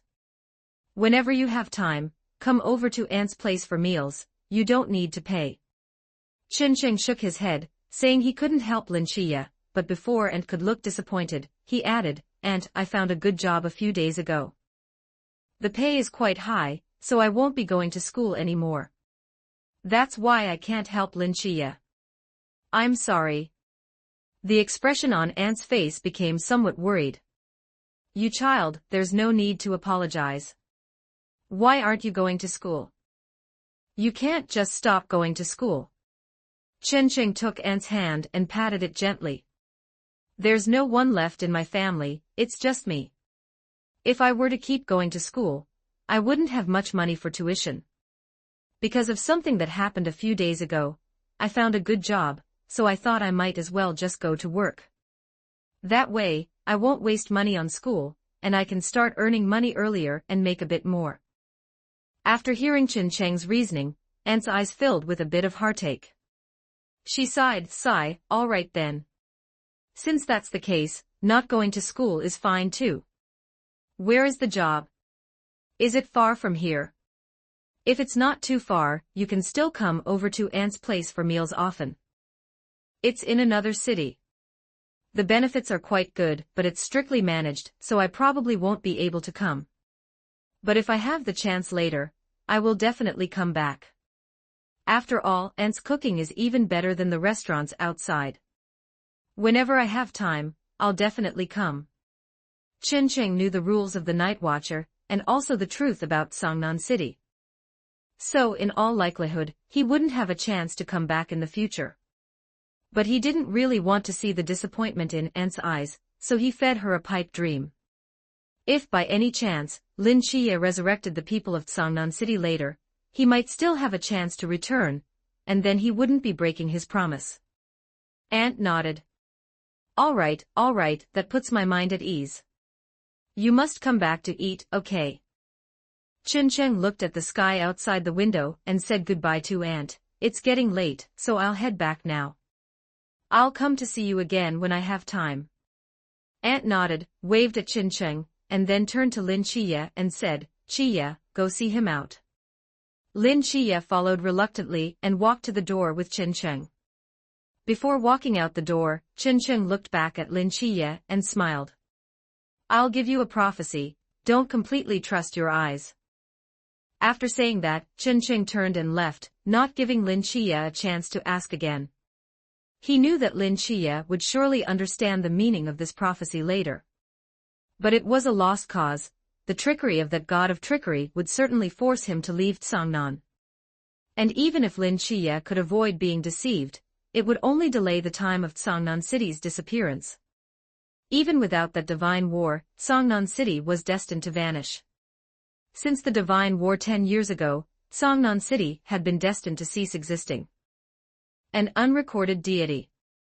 Perhaps this is an ancient god who has been hiding until now. Record him in the archives. As for the preaching mentioned by that agent, don't worry about it. As long as it doesn't threaten the safety of the Great Xia, it's fine. Understood. And the sequence number to record. Deity codename 043, Fool. This is our team's base. As soon as Chen Cheng returned home, Zhao Kongqing found him, and said he wanted to take him to see the team's base. Thus the two traversed streets and alleys, finally stopping at the entrance of the agency. Chen Cheng looked at the agency before him. The expression on his face was somewhat surprised, but not overly so. He hadn't paid much attention to such details back then, so he didn't know what the base of Team 136 looked like. But in his previous world, he knew that special organizations in the past would have a real-world identity for the sake of concealment, so he wasn't too surprised after seeing the agency. Zhao Kongqing stood to the side with his hands on his hips and introduced it to Chen Cheng. Because we have to consider concealment, the office of the team in every city tries to blend into the mundane, and has a public-facing identity. That's the only way to avoid being discovered. And what our team chose is the agency. Just as Zhao Kongqing was introducing it, an old man walked out of the agency. He had a smile on his face, holding a cat, talking to the cat as he walked. Xiaomi, it's a good thing they were there, otherwise I really wouldn't have been able to find you. When Zhao Kongqing saw the old man, his expression became somewhat awkward, but he quickly adjusted and continued introducing it to Chen Cheng. If someone comes to us with a request while we're on duty, we won't refuse, we just treat it as earning some extra pocket money. Chen Cheng was non-committal about this. Although such things were rare in his world, he had learned a bit about it from the stories of a certain Mr. Zhao Kongqing opened the door, and amidst the tinkling of the doorbell, they walked into the agency together. Hello there, little orange, we meet again. As soon as he walked into the agency, Chen Cheng saw Sister Hongying, whom he had met before. Although he knew Sister Hongying had a rather cheerful personality, he didn't expect her to give him the nickname, Orange, as soon as he arrived, even though his name did indeed contain the character for orange. Hello, I am Captain Chen Mai, captain of Team 136. On the other side, a man dressed in black, leaning against a pillar, also greeted him. Zhao Kongqing then introduced the rest of the people to Chen Cheng. Our team's Deputy Captain Wu Xiangnan. Zhao Kongqing pointed to the man sitting on the sofa to the side. Deputy Captain Wu Xiangnan nodded and greeted Chen Cheng. Our team's combat support and part-time military doctor, Sister Xiaonan. Sister Xiaonan was a young girl who looked not much older than Chen Cheng, with a sweet smile on her face. Hello, Chen Cheng. Chen Cheng returned the smile and greeted her politely. Zhao Kongqing then pointed to the man holding a sniper rifle to the side and said, long-range fire support, Ling Xian. The man looked somewhat cold and aloof, expressionless, but he still greeted Chen Cheng. And finally, there's me, the most handsome and capable man in the whole team, who, although currently lacking a forbidden ruins, will definitely have one sooner or later. Zhao Kongqing. Zhao Kongqing walked up to Chen Cheng, and said this quite chinnibuishly. Chen Cheng smiled politely and, with the spirit of a good straight man, clapped his hands. 8 Chapter 8 Conspiracy Chapter 8 Conspiracy. Seeing Chen Cheng being so supportive, Zhao Kongqing laughed heartily. Look at you all. I told you he's my kind of guy, unlike you lot who just mock me. Sister Hongying rolled her eyes at Zhao Kongqing. Yes, yes, yes, then he's all yours. Remember to teach him to punch the human ceiling and kick the gods, okay? There isn't much time left before the training camp, so good luck. Zhao Kongqing wasn't embarrassed by Sister Hongying's words, but instead explained to Chen Cheng, because your divine ruins are more supportive and lack offensive capabilities, we intend to give you special training. Furthermore, although you have already submitted your application, you are not yet an official night watcher. You will only become an official one after the training camp. The special training we are giving you will last until the training camp, allowing you to better adapt to it. Chen Cheng nodded upon hearing this. It was undeniable that he currently had no means of fighting enemies. Even in the past, before Sequence 4, a seer had no offensive means unless they obtained beyonder items. He had originally thought about exercising, so since Team 136 decided to give him special training, he would respectfully accept the offer. By the way, Captain, what about Lin Chiya? That kid doesn't seem very willing to join us, and it's true that he's in a difficult situation. At this moment, Zhao Kongqing brought up Lin Chiya to Captain Chen Mai again. After going to corner Lin Chiya with Sister Hongying last time, and getting silenced by him instead, he really didn't want to look for Lin Chiya anymore, seeing that child's family situation made his heart ache. Captain Chen Mai sighed, but his status as an agent dictates that he cannot be ordinary. He must either join the Night Watchers or the Ancient God Church. The people in the Ancient God Church won't reason with him. Try to talk to him as much as possible. We must not let him be forced by the Ancient God Church first, otherwise, it will be too late. Zhao Kongqing nodded. He knew how crazy the people in the Ancient God Church were. If they were rejected by Lin Chiya during the invitation process, those lunatics would likely capture Lin Chiya's aunt and cousin to threaten him into joining. As a night watcher, he would absolutely not allow such a thing to happen. Captain Chen Mai picked up the black box placed to the side. Sister Hongying, come with me to catch the Ghost Face King. We cannot let it remain active in the city anymore. Wen Qima, take Xiaonan and Ling Xian and stay at the agency. Old Zhao, you and Qin Qin go find Lin Chiya, and see if you can get him to join the Night Watchers. Qin Cheng and Lin Chiya are the same age, so maybe it will be easier if he speaks up. That's it, move out. Sister Hongying also picked up the long black box placed by her feet, which contained her long spear. If it hadn't been for Qin Cheng's quick explanation last time, she might have been stabbed by it. Zhao Kongqing slapped Qin Cheng on the back, making Qin Cheng almost trip. Let's go find Lin Chiya together. After steadying himself, Qin Cheng nodded and followed Zhao Kongqing's pace. According to the timeline he had previously seen, it seemed that Zhao Kongqing died tonight, after using the Ghost God Guide and awakening his forbidden ruins. It was also because of Zhao Kongqing's death that Lin Xie would join the Night Watchers, leading to that 10-year promise. If possible, he didn't really want Zhao Kongqing to die, but he had to come up with a reason to trick Lin Xie, so that Lin Xie could willingly join the Night Watchers. On the way, looking at Zhao Kongqing walking in front, a plan suddenly formed in Chen Cheng's mind. It would just require Zhao Kongqing to suffer a bit, but as long as he controlled the degree, Zhao Kongqing would definitely not die. Wait, why are you here again? And why are you here too? Lin Xie looked speechless at the two people, one big and one small, in front of him. One had gained his aunt's trust by posing as AP, teacher, and the other, needless to say, was warmly greeted by his aunt the moment he walked in. The smile on her face hadn't stopped. Well, student Xie. Zhao Kongqing looked at the teenager in front of him, but the words he wanted to say just wouldn't come out. Although he was recognized as the most eloquent in the team, Lin Xie had already made the reasons for not joining crystal clear. If he couldn't dispel his concerns, then anything he said would be useless. Don't say any more, I won't join you. I've already said it, I still need to take care of my aunt and Ajin and the others. I don't have time to save the world.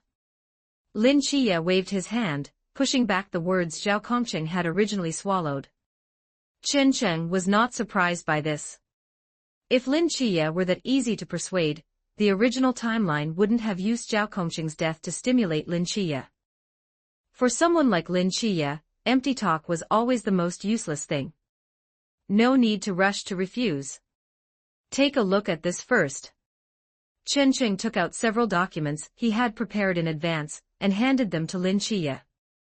They contained the welfare and benefits of the Night Watchers that he had learned by asking Zhao Kongqing on the way. Since Lin Xie was worried that his aunt would be overwhelmed after he left, he would let the Night Watchers' benefits take his place.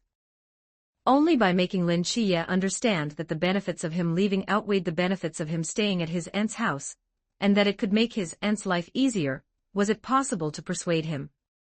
Lin Xie took the documents with a puzzled look and flipped through them carefully. After roughly understanding, he also understood Chen Cheng's idea, to persuade him directly with benefits. Just as Chen Cheng thought, it was absolutely impossible to make him join by relying on empty words and the Night Watch's concept of defending the home and country. But if it were replaced with tangible welfare and benefits, the possibility of him joining would definitely be much higher. He was such a realistic person, he never denied this, and he really needed to make his aunt's life better. Looking at Lin Xie's expression, Chen Cheng knew he was already tempted, so the next step was the second round. Ring, ring, ring. Zhao Kongqing's phone rang at just the right time. Through the sensory enhancement brought by the realm of mystery, Chen Cheng heard the news he wanted to hear. The Ghost Face King has broken through the Chuan realm and escaped from Captain Chen Mai, and the direction of its escape is this way. Sure enough, Zhao Kongqing's expression changed instantly. He glanced at Lin Xie, then at Chen Cheng sitting beside him, gritted his teeth, and instructed Chen Cheng, "You stay here and keep talking to Lin Xie. I'm going to handle some business, and we'll be back soon." After speaking, Zhao Kongqing turned and left. In Lin Xie's room, the sound of his aunt trying to persuade Zhao Kongqing to stay for dinner drifted in. Chen Cheng also stood up at this moment and patted Lin Xie on the shoulder. "Whether you join or not, as an agent of the Seraph, you are destined not to be an ordinary person. You can think about it yourself. Whether to join so that your aunt can live a better life, or to live this life as an ordinary person, taking the college entrance exam, finding a job, and following the rules to be a small clerk. You can choose these for yourself. Everyone's life has a door. Now your door has opened, but you only have one chance. If you refuse, this door will close forever." Chen Cheng also walked out of the room, smiling and telling his aunt that he had something to do, and wouldn't be staying for dinner. Teacher Zhao also had something to do at school, so he was in a hurry. He would definitely bring him over for a meal when he had time later. Chen Cheng saw several umbrellas standing by the door and asked his aunt, "Aunt, would you mind lending me an umbrella?" It's raining quite hard outside, and Teacher Zhao seems to have forgotten to take an umbrella just now. Hearing Chen Cheng's request, his aunt agreed without hesitation, take it, take it. The rain outside is really heavy, and it's not good to catch a cold. Remember to take one for Teacher Zhao too. Although he looks strong, he shouldn't be out in the rain like that. Definitely. Chen Cheng smiled, picked up an umbrella, and walked out of the house. Behind him, Lin Chia was still in his room, staring blankly at the figures of the two leaving. Chapter 9, Ghost-Face King. After Chen Cheng walked out of the house, he stood under the eaves for a while. He wasn't in a hurry to open the umbrella in his hand, instead, he stood it on the ground, holding it with one hand while muttering something. The location of Zhao Kongcheng. The location of Zhao Kongcheng. The location of Zhao Kongcheng. After silently chanting it 7 times, Chen Cheng let go. The umbrella, as if possessing a spirit, turned and fell in a specific direction. Chen Cheng picked up the umbrella, looked up in the direction it was pointing, opened it, and stepped into the curtain of rain. Zhao Kongcheng, you are not a combatant. Just hold it off, and wait for me to arrive. Captain Chen Mai's anxious voice came through the phone. He knew that for an ordinary person like Zhao Kongcheng, who possessed no forbidden ruins, encountering a ghost-face king meant certain death. He only hoped that Zhao Kongcheng could buy as much time as possible while ensuring his own survival, holding out until he arrived. Zhao Kongcheng looked at the ghost-face king before him, and wanted to light a cigarette, but remembered it was still raining.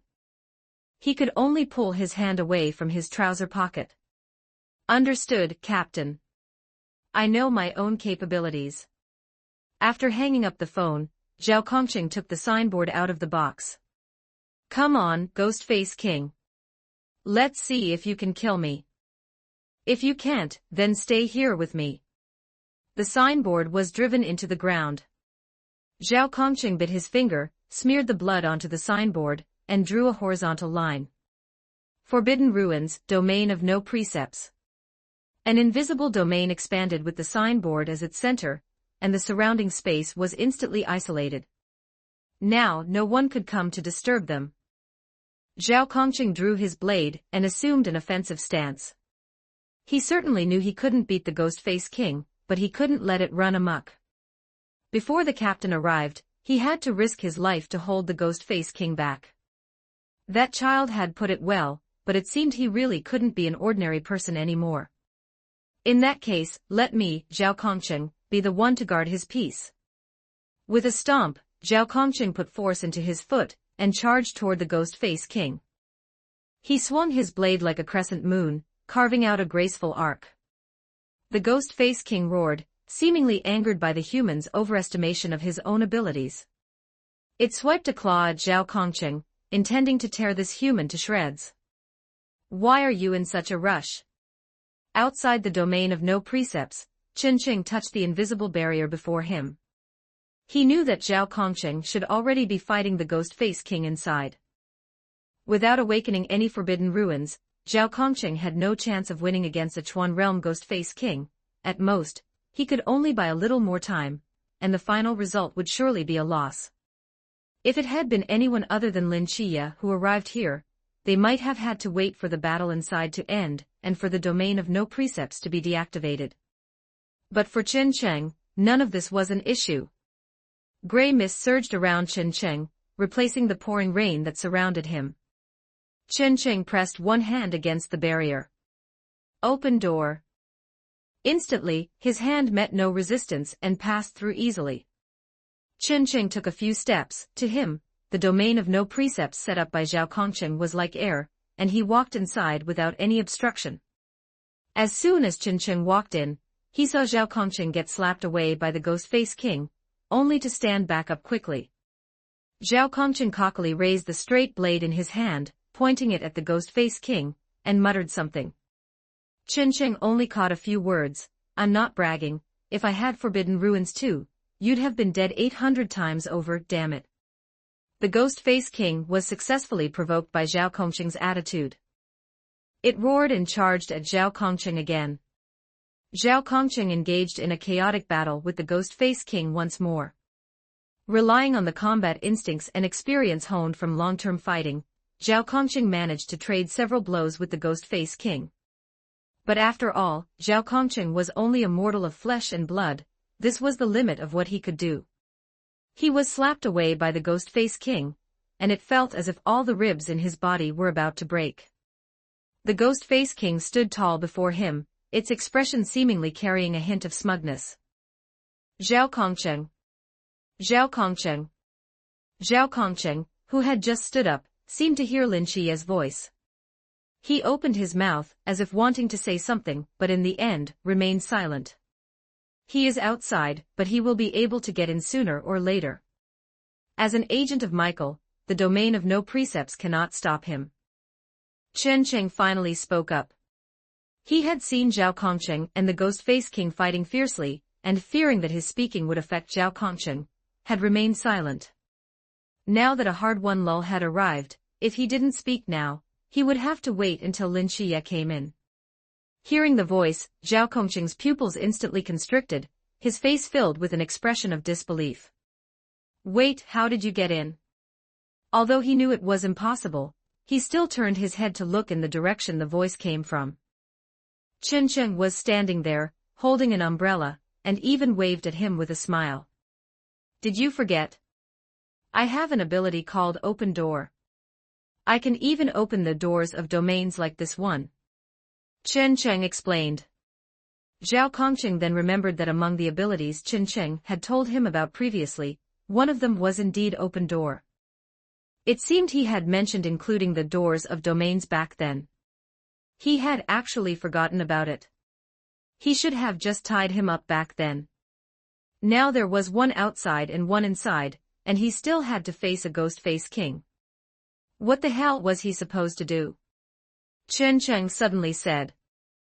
Zhao Kongqing was a bit confused, but still took a step back. Unexpectedly, this step helped him dodge the Ghost-Face King's sneak attack. While Zhao Kongqing was dazed, the Ghost-Face King had stealthily crept up to him, and was just about to finish him off with one strike, but was stopped by Chen Cheng. Zhao Kongqing reacted quickly, swinging the straight blade in his hand upward, slicing a wound that was not deep, but long enough across the Ghost-Face King, which had been unable to dodge in time. The Ghost-Face King leaped backward with great force, quickly distancing itself from Zhao Kongqing. The wound on its body made it somewhat angry, and Chen Cheng's interference made it even more furious. It wanted to find an opportunity to kill and devour both humans before it to alleviate its rage. Get out of here quickly. This place is no place for you to stay. And don't let Lin Qiye come in either. You two rookies in the Zhan realm are no match for this Ghost-Face King. Zhao Kongqing shouted anxiously. These two were both the hope of Great Xia. He absolutely could not let them die here. But you're just an ordinary person yourself, even worse off than us. At least we have divine ruins. Chen Cheng mercilessly pierced through Zhao Kongqing's words. For an ordinary person like Zhao Kongqing to hold out for this long relying on his own combat experience was already very impressive. But if he were to keep holding on, the final outcome could only be death. However, since he had arrived here, he would not let such a thing happen. The gray mist around Chen Cheng surged instantly. With him as the center, the area within a 10-meter radius was instantly filled with gray mist. The Ghost-Face King was startled by this scene, and retreated a few steps, but soon discovered that this gray mist seemed to pose no threat to it. It roared, wanting to launch another attack to tear those two humans who were toying with it to shreds. But at this moment, the Ghost-Face King discovered that it seemed to have lost its sight. Within its field of vision, only that eternal, unchanging gray mist remained. The figures of those two humans seemed to have vanished, leaving not a single trace. 10 Chapter 10 The Death of the Ghost-Faced King Chapter 10 Death of the Ghost-Faced King. Old Zhao, that thing can't see us for now, but the area is so small that it's bound to find us sooner or later. You go, I'll help you stay hidden. Chen Cheng walked over to Zhao Kongqing, and helped him up. Zhao Kongqing coughed twice. All right, hold on, I need to get something. Zhao Kongqing held his straight blade in one hand and fumbled around his body with the other, but after searching for a long time, he felt nothing. Wait, where's my ghost god guide? Zhao Kongqing's movements became faster. He clearly remembered bringing the ghost god guide with him. Chen Cheng pulled Zhao Kongqing's ghost god guide from his own person. Don't even think about using this, it hasn't reached that point yet. Zhao Kongqing looked at the ghost god guide in Chen Cheng's hand in shock. When did you? Don't forget, my ability also includes theft. Chen Cheng cut off Zhao Kongqing's question. In the hidden state, it can't see us, but once you attack it, the hidden state will automatically break. You don't need to hold it off for long. One strike, just one strike. Slash at its wound, then retreat immediately. I'll get you out of there. Lin Chiye will be coming in soon, he can turn the tide. Chen Cheng looked coldly at the Ghost Face King, which was still searching around, and explained his plan to Zhao Kongqing. Zhao Kongqing shook his head. No, what can Lin Chiye do? He's only in the Zhan realm. Chen Cheng didn't answer, but instead produced a coin in his hand. He tossed it into the air, and the coin spun up into the mist before landing steadily in Chen Cheng's palm, heads up, the side with the number. We can go, don't forget I can also divine. Zhao Kongqing saw the coin too. He didn't know anything about divination, nor did he know the result of the divination, but in his limited knowledge, heads meant correct. Fine, I'll trust you this once. Zhao Kongqing took a deep breath and summoned all his strength.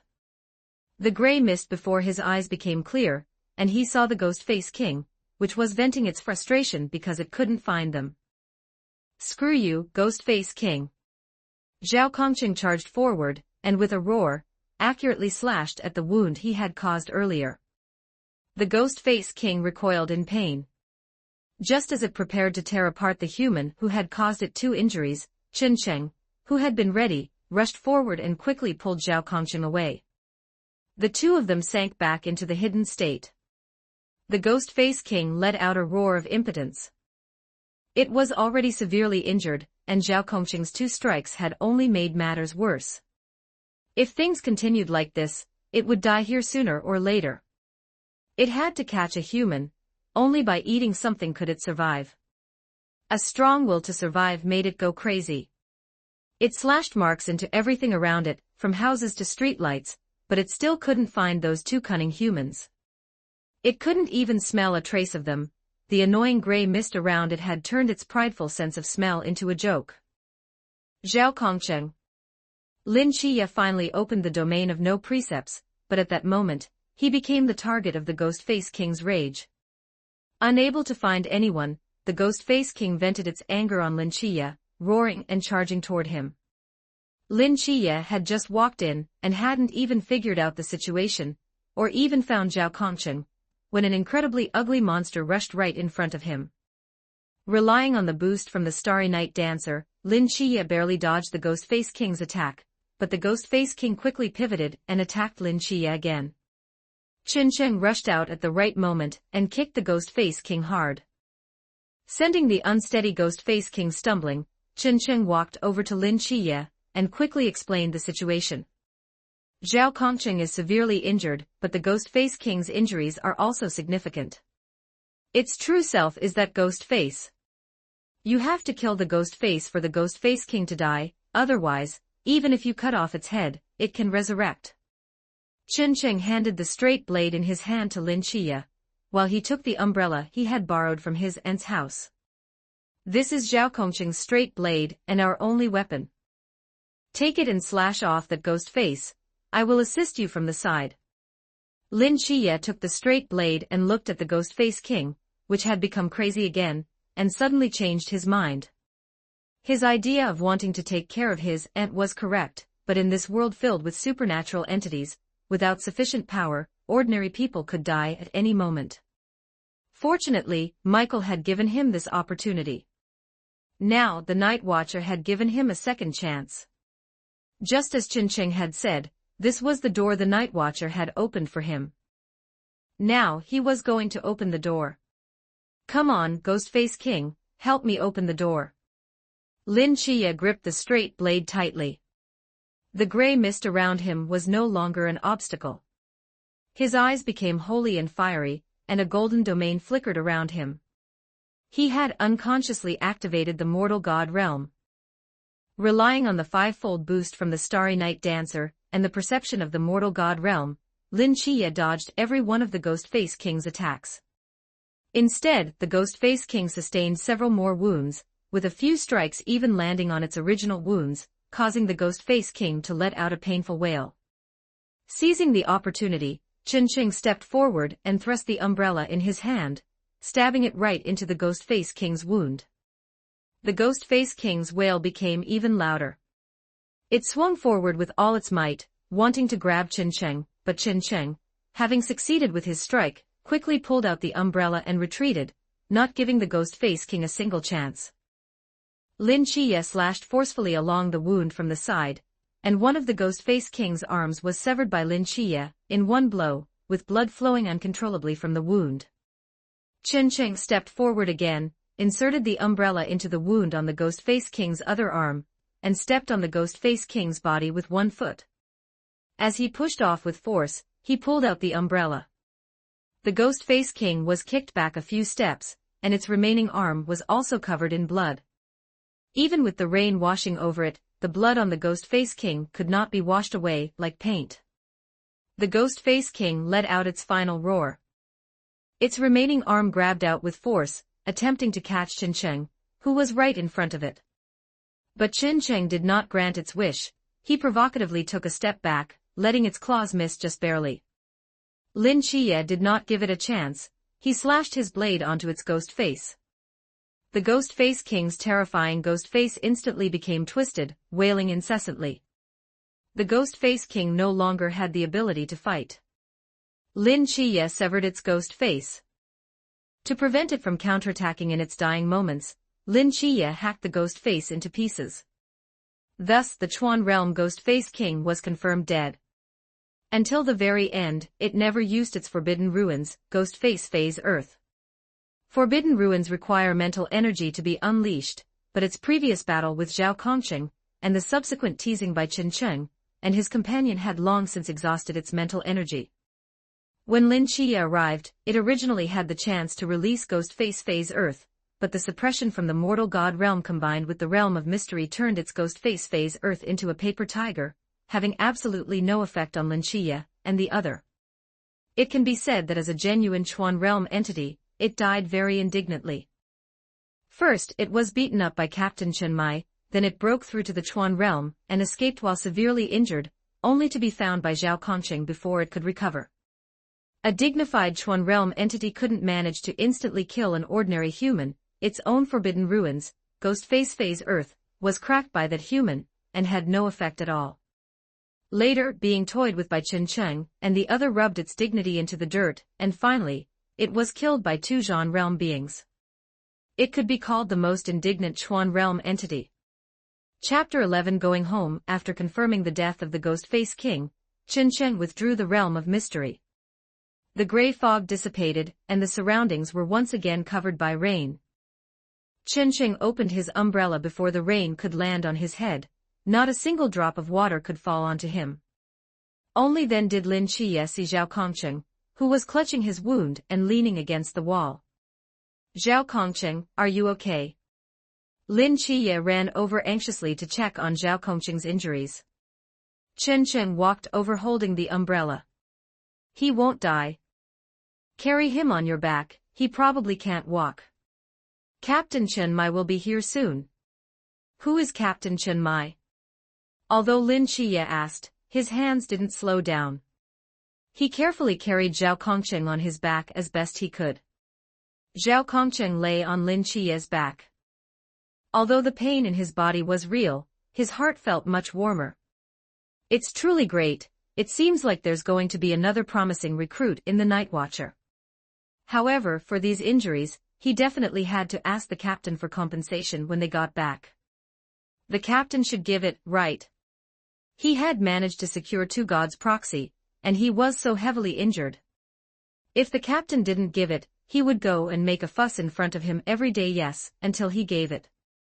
Captain Chen Mai is the captain of this Night Watcher squad. You'll know when the time comes. Carry him on your back first, let's go, let's head outside. Chen Cheng held the umbrella, shielding Lin Chiye and the other from the rain. Although his umbrella wasn't large, it was enough to cover two people, especially since Zhao Kongsheng was on Lin Chiye's back. As for the little bit that wasn't under the umbrella, it was of no consequence. When the three of them reached the outside, they saw a man running over, wearing the same night watcher trench coat as Zhao Kongsheng. Upon seeing the three of them, he slowed his pace, his body tensing up instantly, fearing he might see a situation he didn't want to see. Zhao Kongsheng made a peace sign to the man from behind Lin Chiye, and only then did the man relax. Captain, it wouldn't be right if you didn't give me some compensation.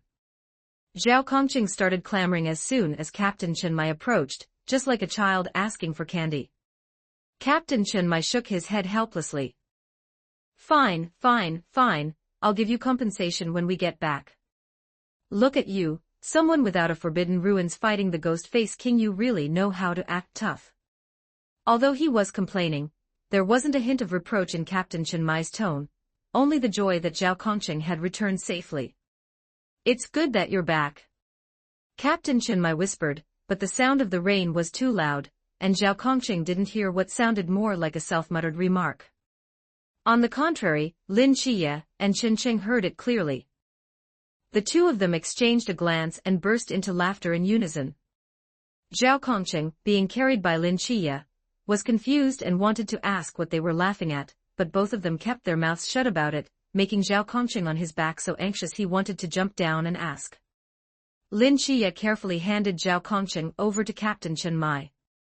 Chen Cheng stood to the side, watching this scene. Over these years, he had been tortured by the Beyonder characteristic and the cruelty of the Beyonder world to the point where he barely felt human anymore, but these few days since arriving in this world had reminded him of the beauty of being an ordinary person. Perhaps, this could also be considered the reward from the fool. What do you mean you collaborated to kill the enraged Ghost-Face King, while Zhao Kongsheng was severely injured, and even prevented him from using his forbidden ruins? In the agency, Captain Chen Mai felt terrible after hearing the account from Lin Chiye and Chen Cheng. He had originally thought it was Zhao Kongsheng who had killed the severely injured Ghost-Face King with the assistance of the other two, but he hadn't expected the two of them to have collaborated to kill him. After returning yesterday, Zhao Kongsheng had been sleeping due to his severe injuries, and had no time to report the situation, so it was only now that Captain Chen Mai learned the truth. The earlier assistance and Zhao Kongsheng's expenditure were important. If not for those, the Ghost-Face King would have been able to unleash the Ghost-Face Faceless. We might have been able to win, but it definitely wouldn't have been as easy. Therefore, all in all, Zhao Kongsheng deserves 30% of the credit. Captain Chen Mai, you deserve 50% for severely injuring the Ghost-Face King beforehand, and Lin Chiye, and I share 20%. Chen Cheng spoke up to explain. Because Captain Chen Mai was not at the scene, he had some misunderstandings about the outcome of the battle, but Chen Cheng had participated, and as a former Bizarre sorcerer, his judgment of the situation was superior to that of Captain Chen Mai. In this battle, it seemed that his and Lin Chiye's final finishing blow was the main thing, but if Captain Chen Mai hadn't severely injured the Ghost-Face King, and if Zhao Kongsheng hadn't exhausted the Ghost-Face King's stamina and mental energy, along with the wounds caused by those two slashes, Lin Chiye and Chen Cheng combined wouldn't have been able to beat the Ghost-Face King. Though perhaps if Chen Cheng had been pushed to the edge, he might have directly used the status suppression of a Bizarre sorcerer. Therefore, overall, the contribution of him and Lin Chiye in this battle wasn't actually that great. It was just the final killing of the Ghost-Face King that earned them extra points. After listening to Chen Cheng's clear and logical analysis, Captain Chen Mai realized that his previous statement had indeed been a bit abrupt. Captain Chen Mai carefully noted down the situation described by Chen Cheng to determine the credit for Chen Cheng, Lin Chiye, and Zhao Kongsheng later. After noting it down, Captain Chen Mai pressed the cap of his retractable pen, retracting the refill. So have you decided to join the Night Watcher now? This question was directed at Lin Chiye. After all, since Lin Chiye had come to the agency, he must have already made up his mind. Lin Chiye nodded. Yes, I've made up my mind. Captain Chen Mai also saw the determination in Lin Chiye's eyes and nodded. Then you must understand one thing. The Night Watcher is not a place you can join just because you want to. If you want to leave the Night Watcher through official channels in the future, there is absolutely no way. Lin Chiye didn't speak, but this also indicated his attitude. Alright then, I will submit the application to my superiors now, but you must remember, even if the application is approved, before the subsequent training, you are not yet a formal member. Captain Chen Mai arranged the documents in his hand neatly and added a reminder. Training. The Night Watcher is a semi-militarized organization whose duty is to fight against evil and protect the motherland. Since that is the case, we certainly cannot let you join directly. Therefore, there is a training session every September to let you become a true Night Watcher, rather than a greenhorn who gets weak in the knees upon seeing a supernatural entity. How long will the training last? It usually lasts for 1 year. There are no holidays during this period, and you can only leave after 1 year. From the moment you leave, you can be considered a true Night Watcher. By the way, let me remind you, temporary members do not have room and board covered. Lin Chiye. Upon hearing the last sentence, Lin Chiye felt terrible. No, what Chen Cheng said wasn't like this. This wasn't how the Night Watcher worked. Wasn't it said that the benefits were very good? How could they not even cover room and board? Lin Chiye was suddenly a bit anxious. He had agreed to Chen Cheng's invitation on a whim, and after coming out today, he had no intention of going back. If he were to go back and see his aunt and Ajin, he definitely wouldn't want to come out again. But if he didn't go back, where would he live? Where do I live? Where do you live? Lin Chiye was out of options. He asked the culprit, Chen Cheng, who was standing to the side.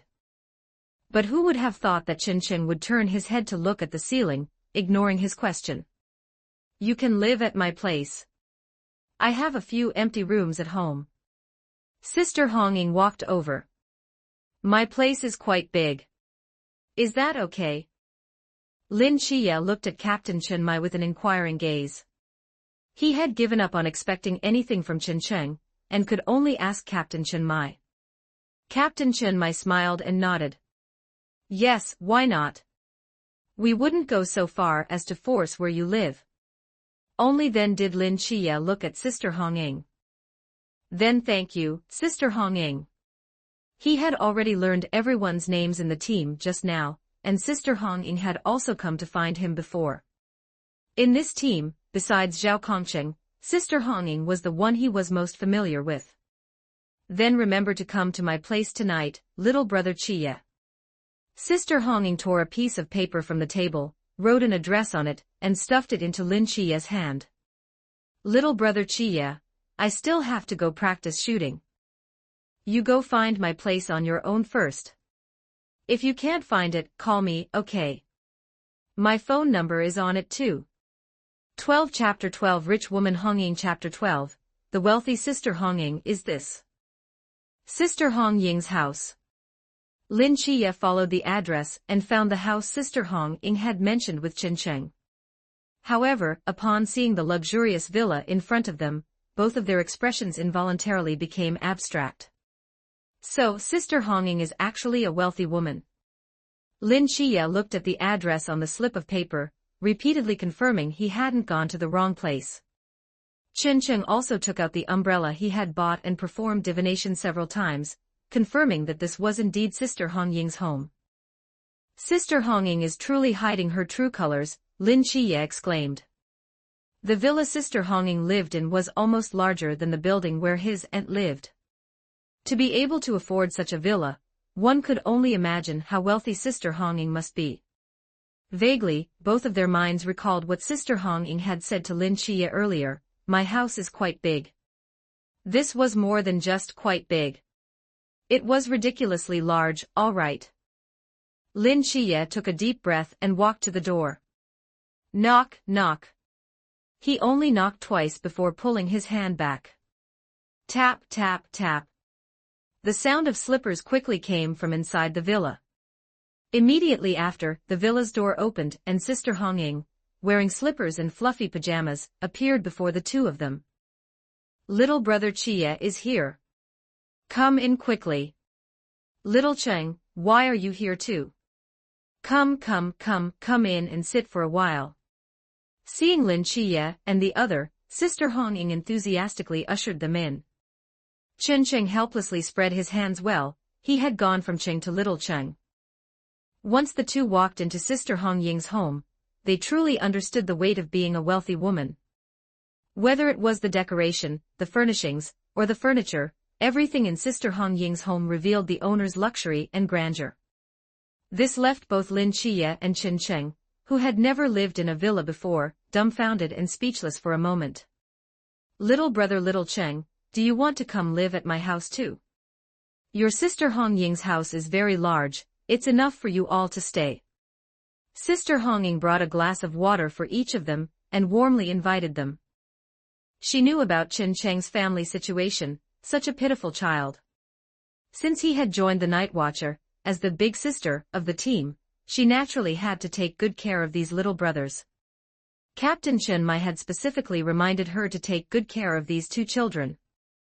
One had been unable to see since childhood, and the other had lost his parents, yet both children had such good personalities. Since they had joined Team 136, they were family, and family had to help each other. My home actually isn't too bad.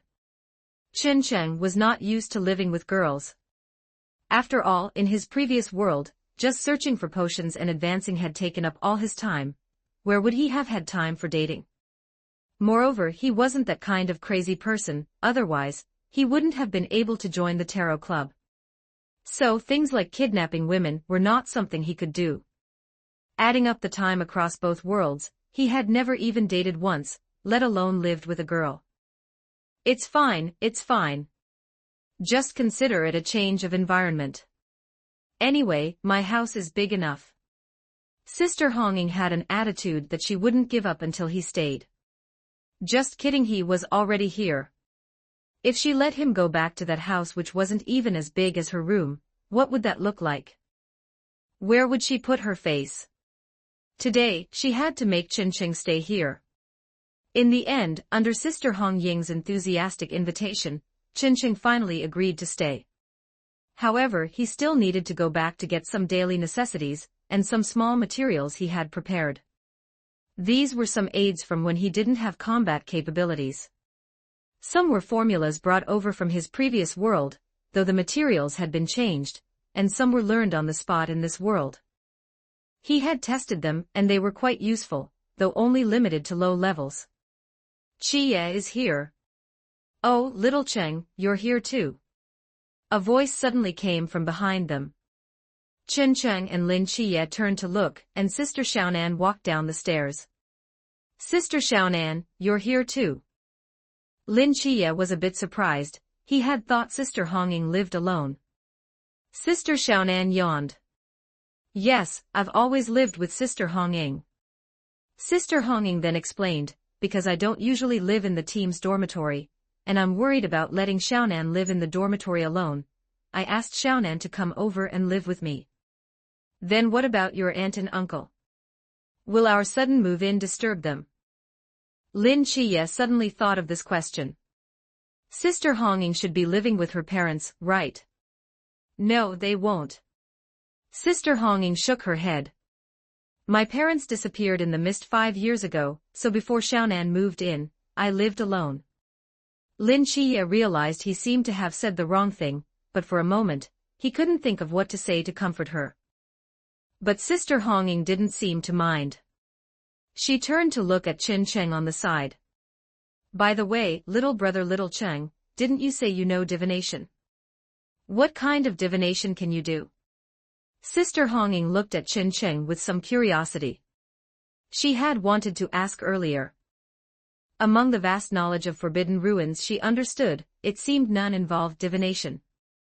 The fool behind Chen Cheng was also very mysterious. Until now, there hadn't been any news, as if it had appeared out of thin air. Chen Cheng thought for a moment and explained the divination methods he knew as simply and understandably as possible, including but not limited to the pendulum method, divination staff technique, dream divination, and tarot cards, among other common divination methods. Sister Hong-ying and the others roughly understood the principles of Chen Cheng's divination, but they were also quite curious whether these methods needed to be learned by himself, or if he possessed them directly. The divination staff technique and others were already in my mind when I obtained the realm of mystery, but things like tarot cards require me to learn them myself. Chen Cheng explained. Because he had already learned the divination staff technique and others, he naturally knew them. But some divination methods unique to this world, such as 6 lines, required him to learn them himself. After all, they didn't exist in the previous world, and even the potions from the previous world only gave him the ability to learn, not direct knowledge. Then can you perform divination for me to see when I'll find a partner? Sister Hong-ying suddenly became interested and clamored for Chen Cheng to calculate a result for her. Chen Cheng couldn't refuse, and could only say he would calculate it after he bought a deck of tarot cards. The divination methods he could currently use directly, including dream divination, couldn't calculate such things. Sister Hong-ying wasn't unreasonable. She just called Lin Chiye and Sister Xiaonan to go help Chen Cheng move his things, and then buy a deck of tarot cards on the way back for Chen Cheng to use. Don't you guys want to calculate it too? Sister Hong-ying's soul-searching question made it impossible for Sister Xiaonan to refuse. However, Lin Chiye was still reluctantly forced to join. After all, he had nothing to calculate, and he didn't want to find a partner for the time being. Can you really calculate? Catching a gap when Sister Hong-ying wasn't paying attention, Lin Chiye snuck over to Chen Cheng's side and asked in a low voice. Chen Cheng nodded. Otherwise, did you think I was lying? But Lin Chiye really nodded. I heard that comparing the intelligence of a tarot reader and a border collie is like a border collie smurfing. Chen Cheng rolled his eyes at him. Although these things on the market are all fake, it doesn't matter to me. What I need is just a medium. The important part of divination is in myself, not that deck of tarot cards. The nature of divination is my spirituality communicating to obtain a result. Things like tarot cards are just to manifest what I have divined. Just because those ordinary people can't do it doesn't mean I can't. Chapter 13. Special training. However, since Chen Cheng arrived in this world, he had always had a doubt, and this doubt had only deepened since the realm of mystery was released. In his previous world, divination relied on communication with the spirit world, where time and space were chaotic, which is why glimpses of the future appeared. Divination was essentially seeing these images through the spirit world. If divination was possible in this world as well, did that mean the spirit world still existed here, just unknown to the people? And whether his ability to perform divination relied on the realm of mystery, or if there truly was a spirit world in this world, did the realm of mystery communicate with the spirit world, or was this world different, and divination relied on something else entirely? He felt it was necessary to explore this matter. After all, it involved the reality of this world, and surely Mr. Fool would be happy to see such a result. On the way back home with Sister Hong-ying and the others, Chen Cheng seriously considered how to explore the principles of divination in this world. First, in his original world, only a traveler could go to the spirit world. Although he could use the abilities of the apprentice pathway, he was currently only at the apprentice level. To explore the spirit world, one would need to be at least sequence 5, which was the Wuliang realm in this world, but he had no idea how long that would take. Relying on his own strength definitely wouldn't work. He needed to seek help. The first thing that came to Chen Cheng's mind was to pray to Mr. Fool for assistance. However, if he were to pray to Mr. Fool, he didn't know if Mr. Fool would receive it, or if Mr. Fool's help would have any impact on this world. These were all factors that needed to be considered. What if he didn't pray to Mr. What else could he utilize? At this moment, Chen Cheng thought of the realm of mystery he carried. Fundamentally, regardless of whether this world had a spirit world, his ability to perform divination relied on the communication of the realm of mystery. After all, he possessed no beyonder characteristic himself. Since that was the case, could he reverse the communication, find the basis for divination within the realm of mystery, and thus explore the truth of this world? But he needed to provide himself with some safeguards. After all, this method touched upon the truth of the world and could easily lead to a backlash. One careless move, and he could die. Before conducting the experiment, he had to make full preparations and be able to release the status of biz or a sorcerer at any time to resist the backlash. Why do you have so little stuff? Sister Honging looked at the daily necessities that couldn't even fill a trunk, looking at Qin Cheng with both surprise and heartache. Qin Cheng turned his head. He really couldn't bear to look into Sister Hong Ying's eyes. After all, he had only been in this world for a few days, so how could he have anything? The look in Sister Hong Ying's eyes clearly showed she had imagined his miserable life again. What are these bottles and jars for? Sister Xiaonan, who was helping move things, took out a box filled with a pile of mysterious bottles and jars, arranged neatly. Those are some materials. Some are for self-defense, others have different uses, there are many types. Qin Cheng took the box and carefully placed it down. If the things inside broke, he would be heartbroken. They were all things he had managed to find with great difficulty. Sister Xiaonan had no intention of digging deeper, and continued to help move things. There hadn't been much left to begin with, and even after moving it all, it still didn't fill the trunk. Sister Honging sighed in a place where Qin Cheng didn't notice. Poor kid. Qin Cheng, standing to the side, sneezed inexplicably. What's going on? Qin Cheng took out a coin, wanting to perform divination. After roughly divining that there was no danger, he finally felt relieved. Let's go, let's go. The captain told us to take you back to the agency. It's time for your special training. After moving all of Qin Cheng's things into the villa, and putting them away, Sister Honging drove the three of them to the agency again. They had already talked about giving them special training, but it had been delayed by other matters, though it was still inevitable.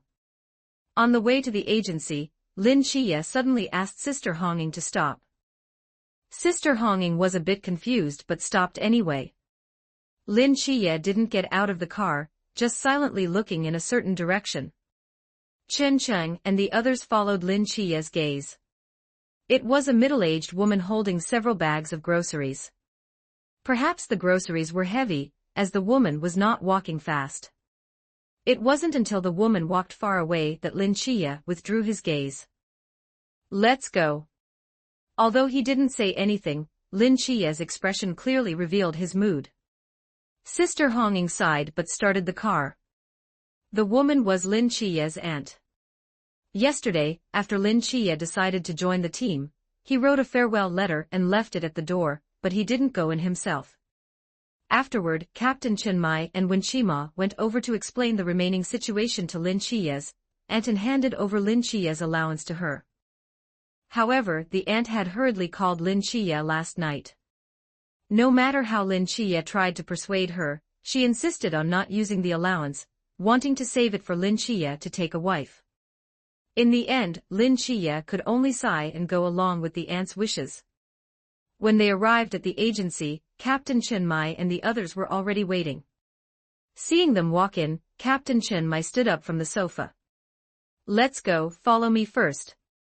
Lin Chiye and Qin Cheng immediately followed, walking behind Captain Chen Mai all the way, finally arriving at the training ground in the basement of the agency. Did they dig through the entire underground canal? Lin Chiye muttered to himself. Walking all the way here, the underground cavity of the agency was ridiculously large. A rough estimate would be that it was definitely as long as 2 streets. The training ground was no less impressive. As soon as the door to the training ground opened, the two of them saw a vast, bright space, at least the size of 3 football fields. It didn't look like a training ground at all, but rather more like a sports field. In the time to come, you will practice swordsmanship with me in the morning, learn how to use forbidden ruins with Wen Qima in the afternoon, and learn marksmanship with Leng Xian in the evening. Captain Chen Mai picked up 2 wooden swords from a weapon rack nearby and tossed them to the two. Any problems? Both Lin Chiye and Qin Cheng nodded. Captain Chen Mai also took out a wooden sword. You are not official team members yet. Your own straight swords, cloaks, and emblems will be issued after the intensive training is finished. For this period, you will use wooden swords first. Alright, from now on, you two will attack me. 1. Captain Chen Mai said nonchalantly.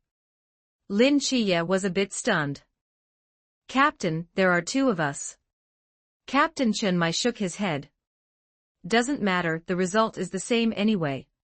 Come on, let me see your coordination. After all, being able to kill the Ghostface King, your coordination should be pretty good. Alright then, we're coming for you, Captain. A burst of grey mist suddenly surged around, and the 2 people in Captain Chen Mai's field of vision suddenly disappeared, replaced by endless grey mist. What the I forgot about this kid's divine ruins. Captain Chen Mai realized this was Chen Cheng's divine ruins. Chen Cheng had mentioned that it had some secretive effects. Captain, be careful. Chen Cheng's voice echoed around Captain Chen Mai, making it impossible for him to tell where it was coming from. However, Captain Chen Mai quickly calmed down, and began to observe the surroundings carefully. Don't underestimate me. Captain Chen Mai said in a low voice. 14 Chapter 14 Forbidden Ruins Sequence Chapter 14 Forbidden Ruins Sequence. Captain Chen Mai focused. He didn't know much about Chen Cheng's hidden state, but it should be a state similar to invisibility. Since it was invisibility, there must be a moment where he reveals his figure before attacking. He wanted to catch that exact moment. It was incredibly quiet in the grey mist, not even a sound could be heard. Captain Chen Mai held his wooden sword in a defensive stance, but his wrist was secretly tensing, seeking to switch to offense the moment after defending. It's coming.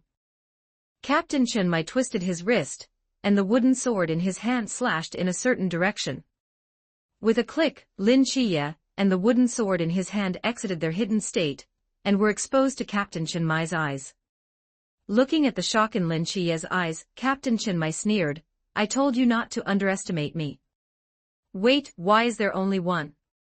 Captain Chen Mai reacted quickly. He blocked in another direction with his wooden sword, just in time to stop Chen Cheng's sneak attack. You brat, only knowing how to play dirty, Captain Chen Mai mocked. Chen Cheng smiled, Captain, underestimating people isn't a good thing. Captain Chen Mai exerted force, knocked Chen Cheng away, and then turned to block Lin Chiye, who was rushing forward again. But strangely, Lin Chiye jumped up, wanting to strike Captain Chen Mai from above. Captain Chen Mai was unconcerned, as long as there wasn't absolute strength behind such an unstable center of gravity, it was easy to block, or even unnecessary to block, just dodging would suffice. To end the battle quickly, Captain Chen Mai chose to thrust forward, intending to knock the sword out of Lin Chiye's hand before he could hit him. But when Captain Chen Mai swung his sword, his clenched hand suddenly grasped at empty air, the sword in his hand had vanished into thin air. Oh no, it's stealing. The battle-hardened Captain Chen Mai reacted instantly, remembering Chen Cheng's other ability. But it was too late for him to dodge, because due to inertia, Lin Chiye's strike was destined to land on him. Without a doubt, Lin Chiye's ruthless strike landed on Captain Chen Mai. If Captain Chen Mai's physique hadn't been so good, he might not have been able to lift his arm after just that one blow. Captain, you lost. Lin Chiye retracted his wooden sword, and looked at Captain Chen Mai with a smile. On the other side, Chen Cheng also walked out, holding his own wooden sword, and the one he had stolen from Captain Chen Mai. Captain Chen Mai sighed, fine, you win. I got played by you. However, there was no frustration of defeat on Captain Chen Mai's face, instead, there was some joy. The coordination between the two was undoubtedly excellent, a feint to create an opportunity, followed by stealing the wooden sword from Captain Chen Mai's hand at the critical moment, leaving him unable to block and without time to even dodge. Regardless of whether they had communicated beforehand, this kind of coordination was extremely tacit. With a little more special training, if they teamed up in the future, fighting above their level would definitely not be a difficult task. Plus, since they were already God's proxy, their potential was immense. Thinking of this, Captain Chen Mai could barely suppress the doting smile on his face. However, as if thinking of something else, he gave a wicked smile, then let's continue training, but no forbidden ruins this time.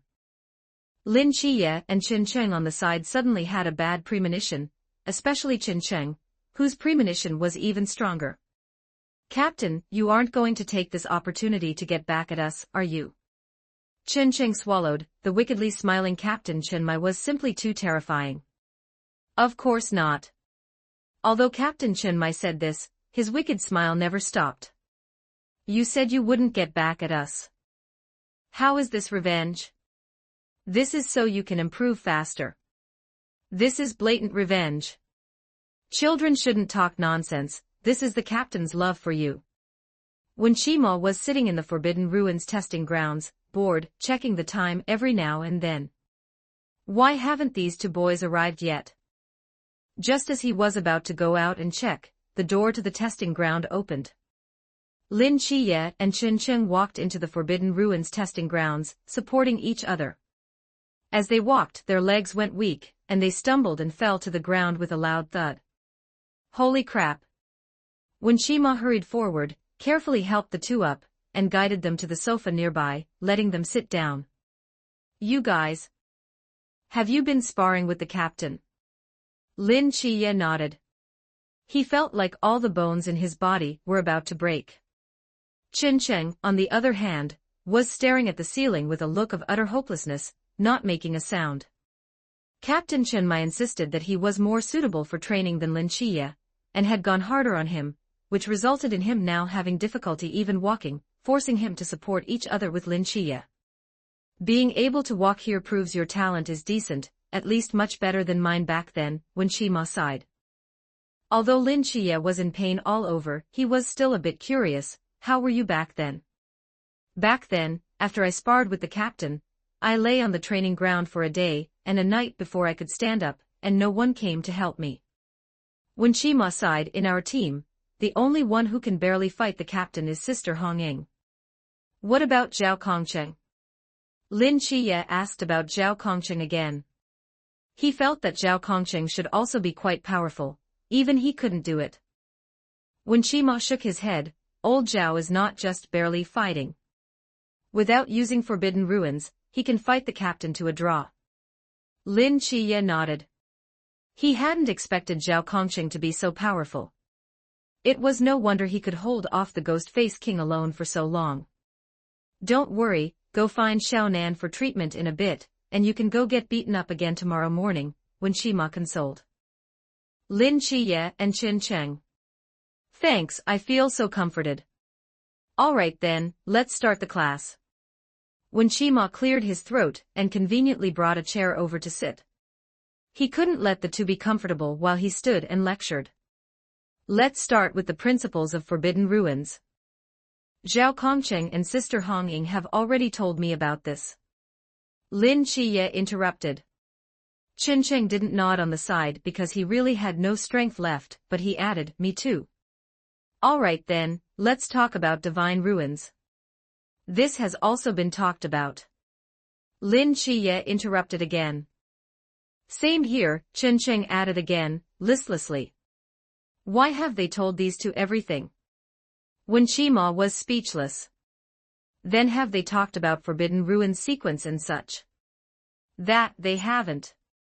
Lin Chiye shook his head, and Qin Cheng also shook his head, but because his center of gravity was unstable, he almost fell off, and it was only because Lin Chiye grabbed him in time that he didn't roll off the sofa. Alright, let's talk about the Forbidden Ruins sequence. The so-called Forbidden Ruins sequence is a ranking of Forbidden Ruins based on their danger level, corresponding to the periodic table of elements. Humans have also made a Forbidden Ruins sequence list, starting from 001. The lower the number in the sequence, the more dangerous the Forbidden Ruins are. What about those God code names? Are they the same? God code names are different. God code names represent the order in which humans discovered the gods. For example, Michael behind you, code name 003, indicates that Michael is the third god discovered by Daxia. Or like the fool behind you. When Shima looked at Qin Cheng, the one behind you is currently code name 043 on file, which means he is the 43rd god discovered by Daxia. But the god sequence does not represent strength. Those ranked later are not necessarily weaker. For example, the Fool, although sequence 043, because he is quite mysterious, none of us know where he ranks in strength among the gods. Therefore, the god sequence does not represent strength like the Forbidden Ruins sequence, but only represents the order of discovery. I understand. Lin Chiye nodded thoughtfully. Chapter 15, Forbidden Ruins Training.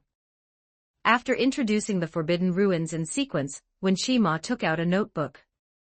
In order to help you better utilize your Forbidden Ruins, I need to record your abilities and arrange the most suitable training plans for you. Chen Cheng and Lin Chiye both nodded. No problem. Wen Qima took out a pen and rested it on the notebook. Chen Cheng, you go first. I'm a bit more interested in that Fool's Divine Ruins. Currently there are 4 abilities: divination, open door, stealing, and the concealment effect that comes with the Divine Ruins to a certain extent. I understand divination, but I'm curious, how do you perform it?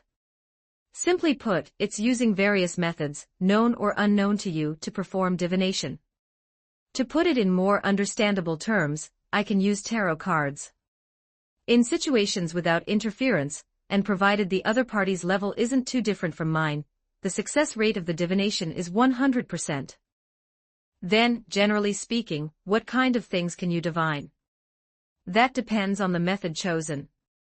If it's just a simple coin divination, I can determine whether something will succeed or fail, or whether it's correct or incorrect, but I won't know more details. However, if I use tarot cards, I can divine much more, such as the fortune of a certain matter, where a lost item is, or whether I can still retrieve it. In other words, as long as you are given time, theoretically you can divine anything, provided there is no interference. That's about the gist of it. Oh, then quickly divine for me when I'll be able to find a partner. Wen Qima's pen stopped in his hand, and he looked at Chen Cheng with a mischievous smile. Chen Cheng sighed. He knew this would happen. He hadn't given the reading he promised Sister Honging yet because it was delayed by the intensive training, and now there was another one for Wen Qima. Oh well, it didn't matter, divining for 1 or 2 made no difference. After such a long recovery, Chen Cheng could barely move a little. The realm of mystery did provide a slight boost to his physique. Chen Cheng took out the tarot cards from his person. He had bought them on the way to move things, originally intending to test them for Sister Honging, but it turned out Wen Qima got to enjoy them first. Chen Cheng took out the tarot cards, shuffled them once, and placed them in front of him. He spread the cards out, thought for a moment, drew 3 cards, and placed them down one by one. Then, Chen Cheng flipped all the cards open in sequence. From left to right, they were 7 of Pentacles, Death, and 10 of Swords, and all were upright. After looking at the cards and thinking for a while, Chen Cheng spoke. According to the cards, your love life will only welcome a new beginning after everything has completely ended. And by everything has ended, I mean after the pain in both reality and your heart has completely ceased, only then can you find love. Also, this requires you to wait patiently, you cannot be in a rush. This was what Chen Cheng interpreted based on the cards. According to the world line, Wen Qima indeed found love only after everything ended, but as for who it was, the original world line didn't say, it seemed to have been cut off somewhere. However, looking at the end of the world line, perhaps it would be Sister Honging, but it wasn't certain. He would have to give Sister Honging a reading later to see. Wen Qima rubbed his chin. Everything has ended, does that mean there won't be any more supernatural entities appearing? Chen Cheng spread his hands. Don't ask me, I don't know. Tarot cards can't divine such detailed things, but according to the current situation, it should be. Wen Qima nodded thoughtfully. All right, next. What kind of open door is it? It shouldn't just be opening a normal door, right? I remember you even opened the domain of no precepts last time. Open door refers to opening a door in the conceptual sense. As long as something is locked away, whether it's a wall or a domain, I can open it. So there is nothing in this world that can trap me, and nothing can stop me. However, there is a drawback. The doors I open can only be used by me.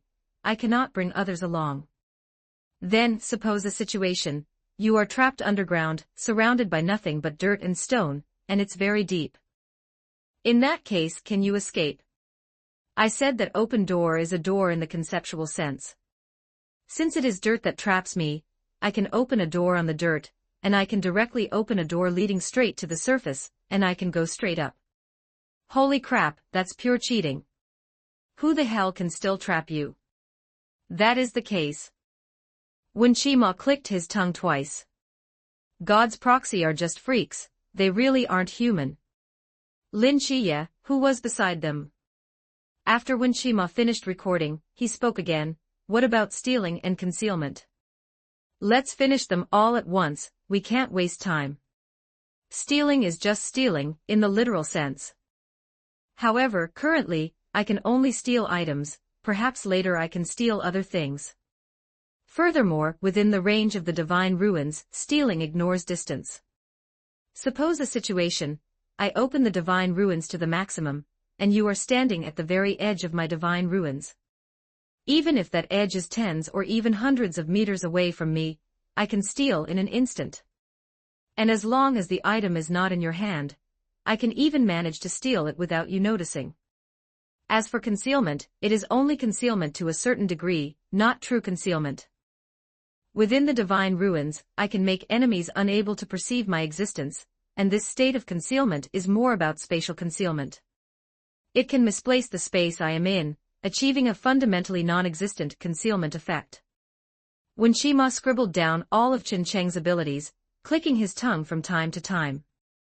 One had to know that Qin Cheng was only in the Zhan realm, and could already do such freakish things, ignoring distance, ignoring space, and having concealment.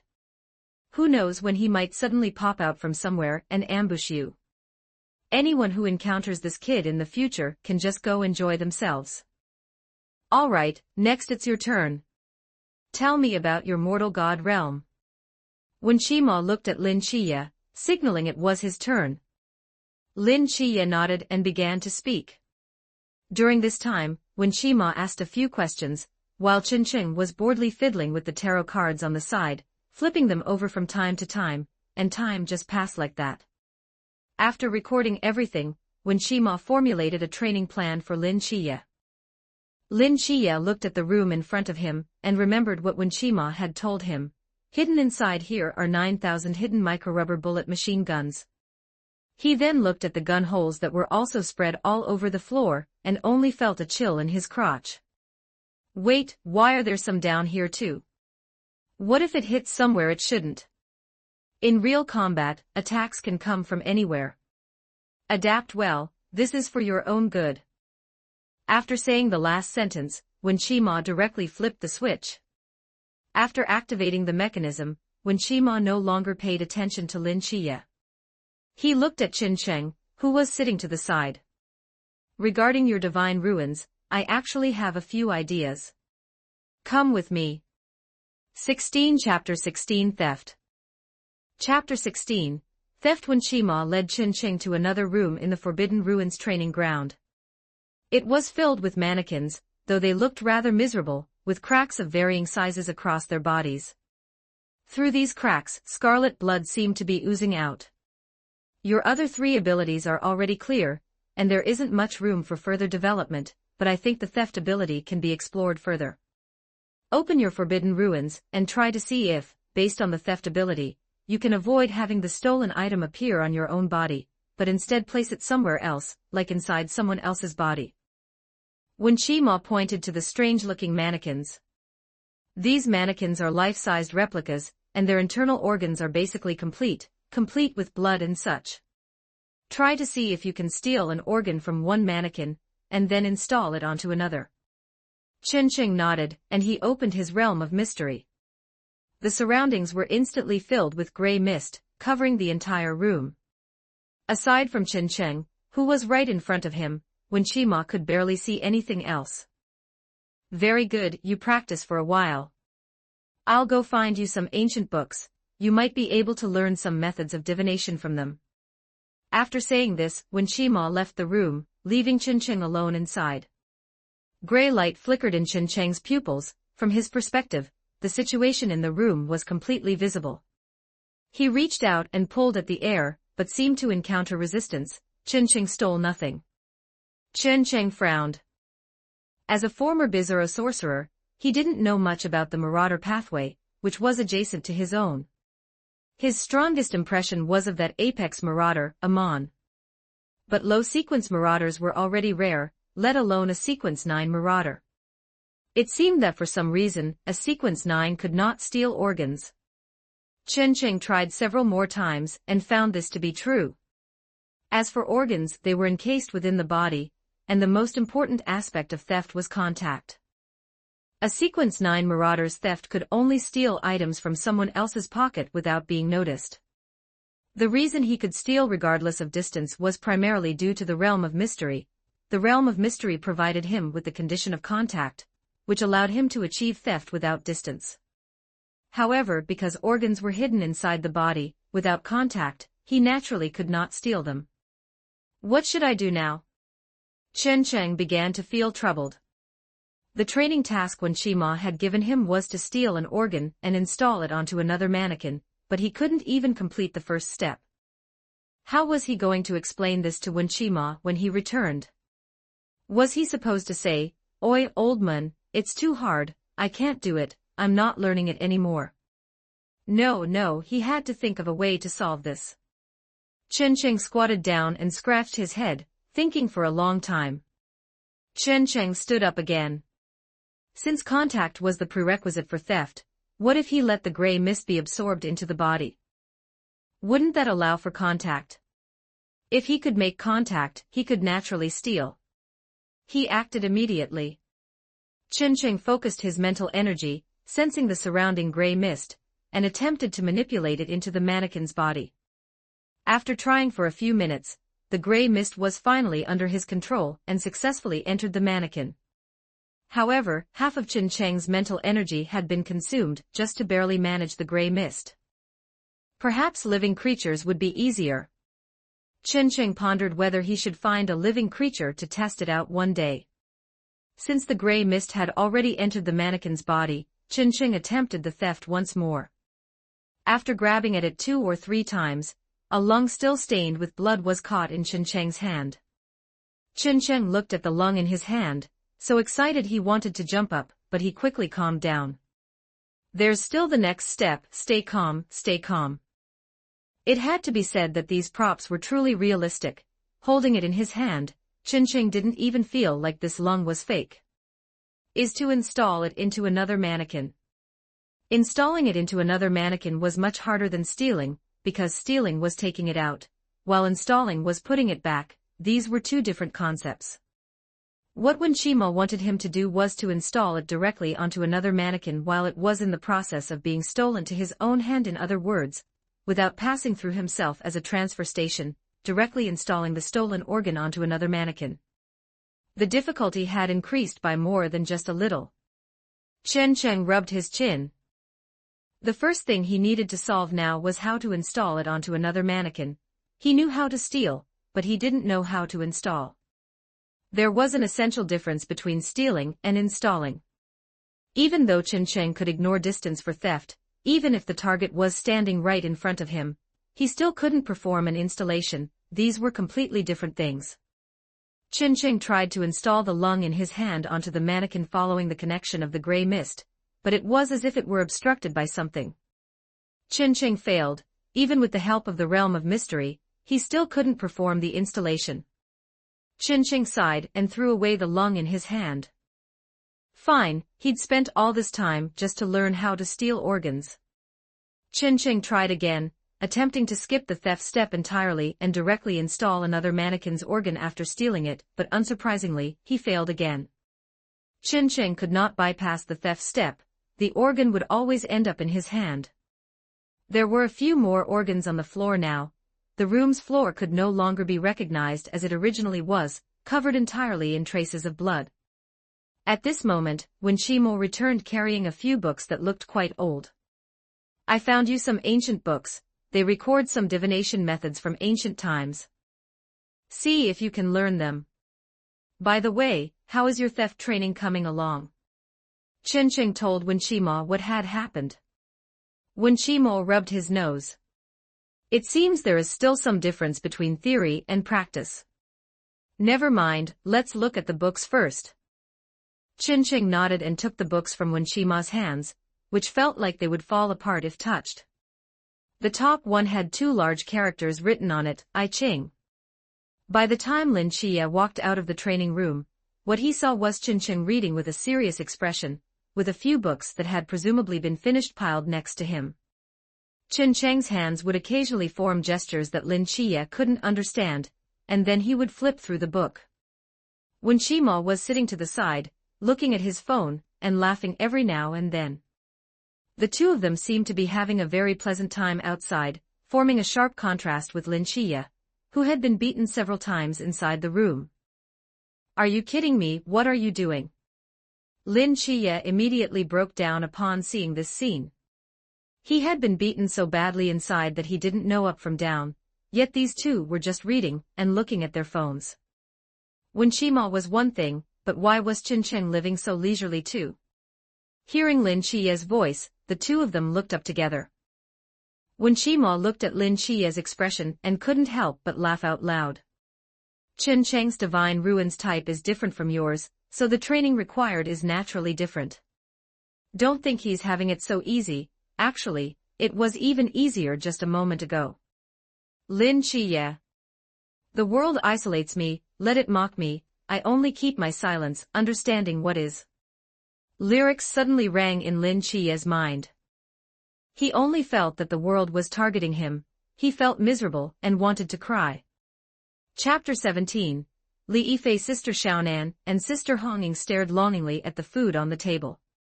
The aroma wafted into their noses, making them want to dig in immediately and devour everything on the table. However, Captain Chenmai kept a close watch on them from the side. The moment they made a move, he would knock their chopsticks away. Captain, how much longer until Lin Xie and the others are done? Sister Hongying couldn't hold back any longer and asked. Captain Chenmai checked the time. It should be soon. Why are you in such a rush? Just hold on a little longer. Deputy Captain Wu Xiangnan, standing to the side, chuckled. Sister Hongying, this is blatant favoritism from the captain. This was made specifically for those two. Sister Hongying shot a fierce glare at Deputy Captain Wu Xiangnan, then looked at Captain Chenmai, and huffed in a fit of pique. Not long after, Chin-Cheng helped Lin Xie walk up, accompanied by Wen Shima. It smells so good. Lin Xie sniffed deeply. The rich aroma of food wafted from above, and even the pain throughout his body eased a little because of it. Wen Shima sniffed as well, the corners of his mouth curling up slightly. It seems the beating you took this morning wasn't for nothing. After the three of them reached the activity room, Wen Shima, who was the only one free, pushed open the door. As soon as he stepped inside, he felt 2 resentful gazes. Behind him, Chin-Cheng and Lin Xie had just walked in, and the gazes immediately shifted onto them. Lin Xie and Chin-Cheng were a bit confused. Following the gazes, they saw Sister Xiaonan and Sister Hongying staring straight at them, as if they wanted to eat them alive. What's wrong? Lin Xie asked cautiously. Sister Hongying forced a smile, retracted her gaze, and continued to stare at the food. Lin Xie looked at Sister Xiaonan, then at Sister Hongying, and finally at Chin-Cheng. Should we go in? Chin-Cheng freed one hand and flipped a coin. It was heads. Chin-Cheng nodded. Let's go in. Chin-Cheng, what are you doing? At this moment, Captain Chenmai walked over, looking at the coin in Chin-Cheng's hand with amusement. Sister Hongying won't eat you. Captain Chenmai waved them over. Come in, the food is almost cold. Wen Shima had already walked in and sat down. Besides, Sister Hongying and Sister Xiaonan weren't looking at him, so he wasn't afraid. Chin-Cheng helped Lin Xie walk inside. There were 3 seats left in the activity room, and with Captain Chenmai still standing, it was just enough for everyone. After Chin-Cheng settled Lin Xie, he sat down himself. Since everyone is here, let's begin. Captain Chenmai sat in the remaining seat and gestured. Sister Hongying was the fastest, her chopsticks moving so quickly they were a blur. The others were just as fast, only Lin Chiye and Qin Qing hadn't reacted yet. Sister Hongying, is the food quality for you night watchers always this good? Lin Chiye asked, watching the food being fought over by everyone. Sister Hongying turned her head. I don't want to talk to you right now. She then continued to snatch food, afraid it would all be taken by others. Qin Qing also picked up a few pieces, and nudged the bewildered Lin Chiye. Just eat first, if you don't, there won't be anything left. Lin Chiye finally realized that the table full of food was already mostly gone, snatched up by the others. Consequently, Lin Chiye and Qin Qing joined the queue to grab food. A short while later, the food on the table was completely wiped out, and everyone lay back in their chairs, satisfied.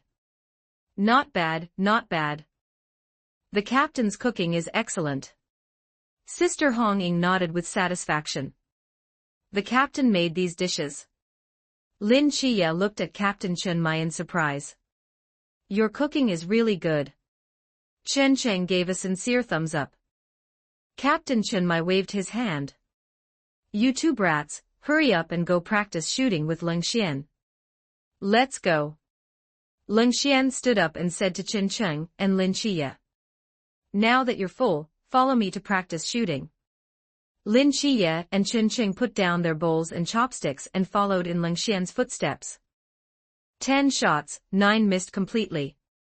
Leng Xian's face was dark as he looked at Qin Cheng, who was smiling apologetically. Aren't you good at divination? How is your marksmanship so terrible? Qin Cheng felt guilty and didn't dare look at Leng Xian, replying in a very soft voice, that's not the same thing. Leng Xian took a deep breath. Forget it, Lin Chiye, you try. Lin Chiye nodded, took the gun from Qin Cheng's hand, aimed at the bullseye, and mimicked what he had seen before. Raise the gun. The gun fired once. Leng Xian's face turned even darker. Go sit at the same table as Qin Cheng. Lin Chiye secretly looked at Leng Xian's face, then at the pitch-black gun barrel. Whoa, they were exactly the same. Could you check if we have any talents? Leng Xian glared at them fiercely. You don't have a shred of talent. Lin Chiye, Qin Cheng. The next day, when Qin Cheng and Lin Chiye arrived at the agency again, they saw Sister Hongying sitting stiffly on the sofa. Seeing them, Sister Hongying stood up abruptly and walked quickly to them. You're finally here. Has a supernatural entity appeared? Yes, and it's very tricky. Follow me and you'll find out. Lin Chiye and Qin Cheng followed Sister Hongying's pace all the way to the activity room. Inside the activity room at this moment, the members of Team 136 were asking someone questions. Upon seeing that person, Lin Chiye was instantly stunned. Li Yifei. Why are you here? Lin Chiye asked in surprise. Hearing Lin Chiye's voice, Li Yifei turned his head. Lin Chiye. And Qin Cheng. Did you also encounter that monster? They are our team members. Deputy Captain Wu Xiangnan corrected. Temporary team members. He was corrected by Captain Chen Mai again. Holy sh*t, rumors in class said you joined the army, so you came here instead. Li Yifei looked at the two in surprise. Lin Chiye ignored his expression and walked up to Captain Chen Mai. Captain, what's this about the monster he mentioned? Captain Chen Mai pointed at Li Yifei. Go ask that kid. As soon as Lin Chiye turned his head, Li Yifei started speaking and recounted the whole story. So that's how it is. After listening to Li Yifei's account, Lin Chiye was also somewhat surprised by what Li Yifei had encountered, especially since it happened at his old school. Based on this kid's account, this incident is 9 times out of 10 a supernatural entity incident, unless this kid is lying. Deputy Captain Wu Xiangnan looked at Li Yifei. Kid, you know the consequences of lying, right? I know, I'm definitely not lying. Li Yifei replied, nodding like a mortar and pestle. Then, next we need to discuss how to handle this incident. Deputy Captain Wu Xiangnan tapped the table. Based on the description, this supernatural entity is very cunning, can disguise itself, should have high intelligence, and can also propagate by devouring. It's very difficult to deal with. And the source might not necessarily be Lu Xiaoyan. Lin Qiye spoke up at this moment. Deputy Captain Wu Xiangnan nodded. Lin Qiye is right. Since this monster can propagate by devouring, its offspring might be able to as well. In that case, it's very hard to identify the source. Plus, we don't know how long it has existed, or how many people have already been replaced or infected. Wen Qima added from the side. Deputy Captain Wu Xiangnan nodded. That's the difficult part. It's hard for us to find where its source is.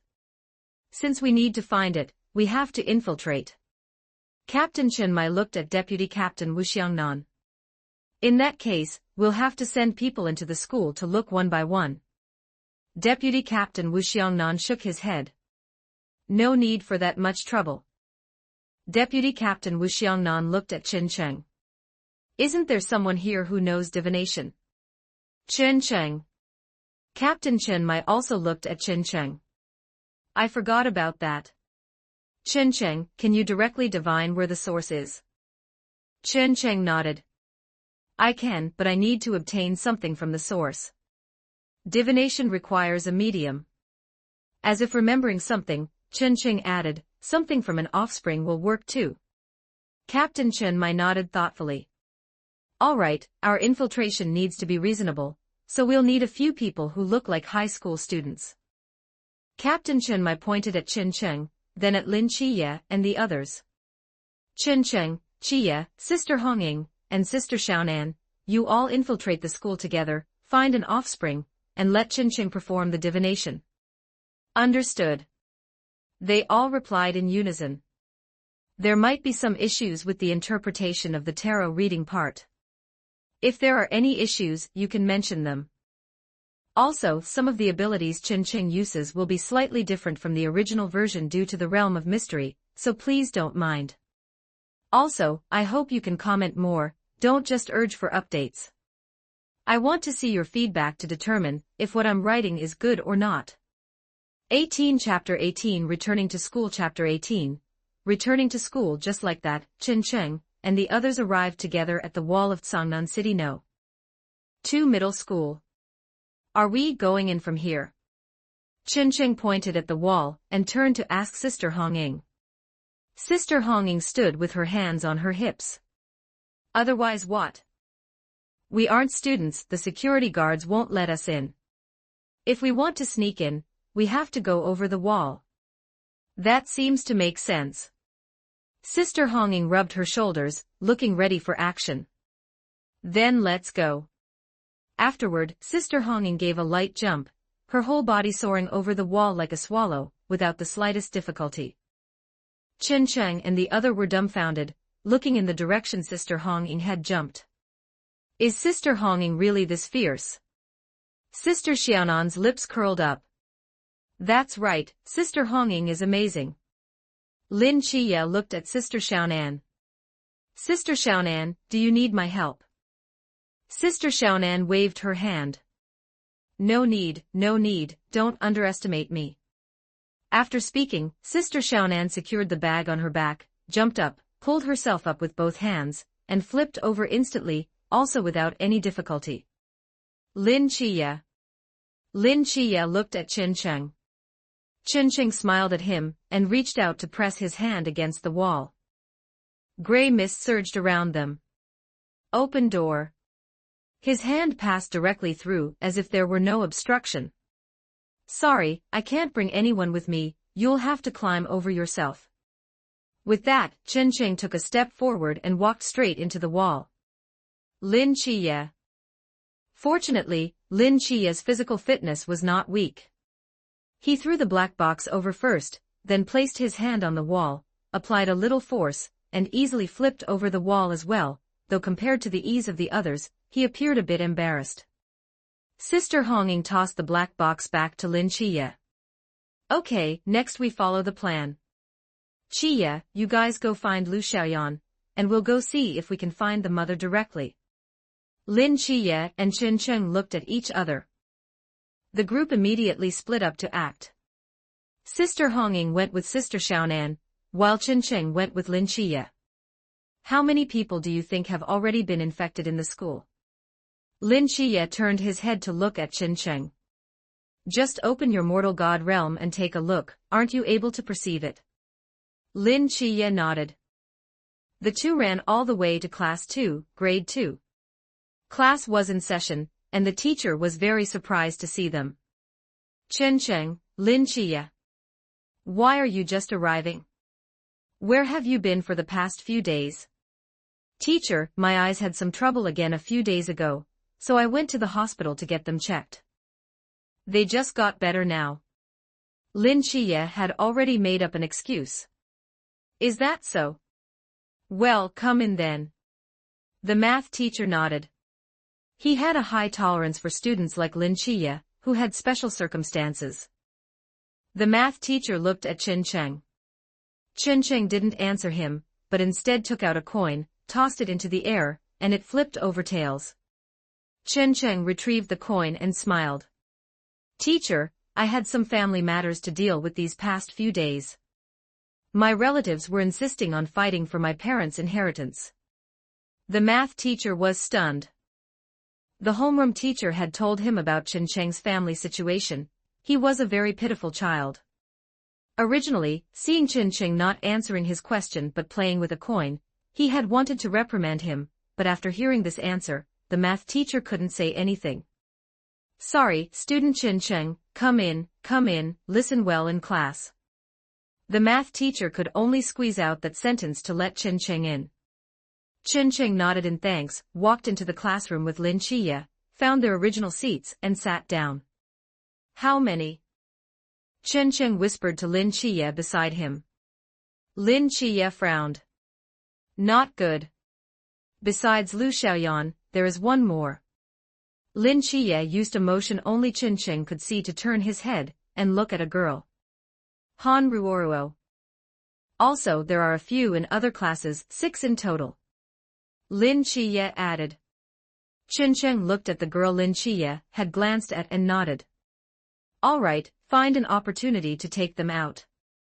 Lin Chiye. Aren't you a support class? Why is your murderous intent so heavy? Otherwise, what other solution do you have? It seems there really isn't. Then there you go. While speaking, the two returned to their seats, and the math teacher continued the lesson, no longer paying attention to them.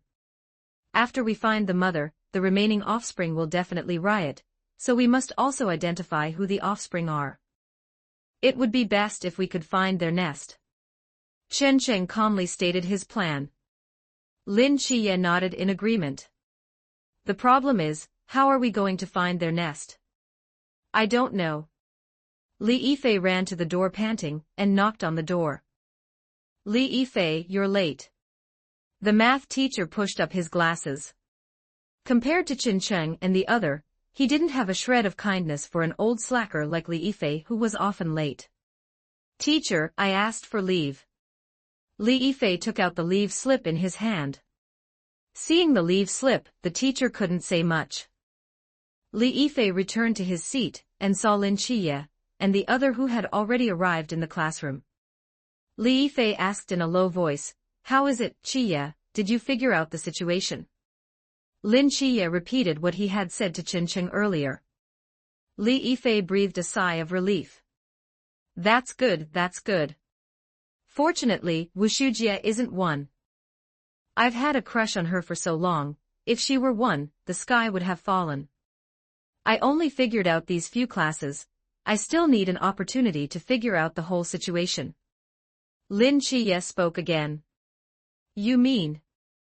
Li Yifei seemed to understand Lin Chiye's meaning. Lin Chiye looked downstairs. After this class ends, there's the flag-raising ceremony. At that time, I'll be able to figure out exactly how many there are in the whole school. The three of them followed the noisy students downstairs. The hallways were crowded, but they all maintained an orderly formation. At this moment, Li Yifei leaned into the ears of Lin Qiye and the other, whispering, Qiye, Qincheng, the fact that you can join them, does it mean that you also have that special ability? Qincheng and Lin Qiye both nodded. Li Yifei's eyes lit up immediately. Then what are your abilities? Lin Qiye thought for a moment. Something similar to perception, I guess. So those people just now were actually perceived by you. Damn, I really envy people like you. And what about yours, Qincheng? Divination. That powerful. It's all right. TSK.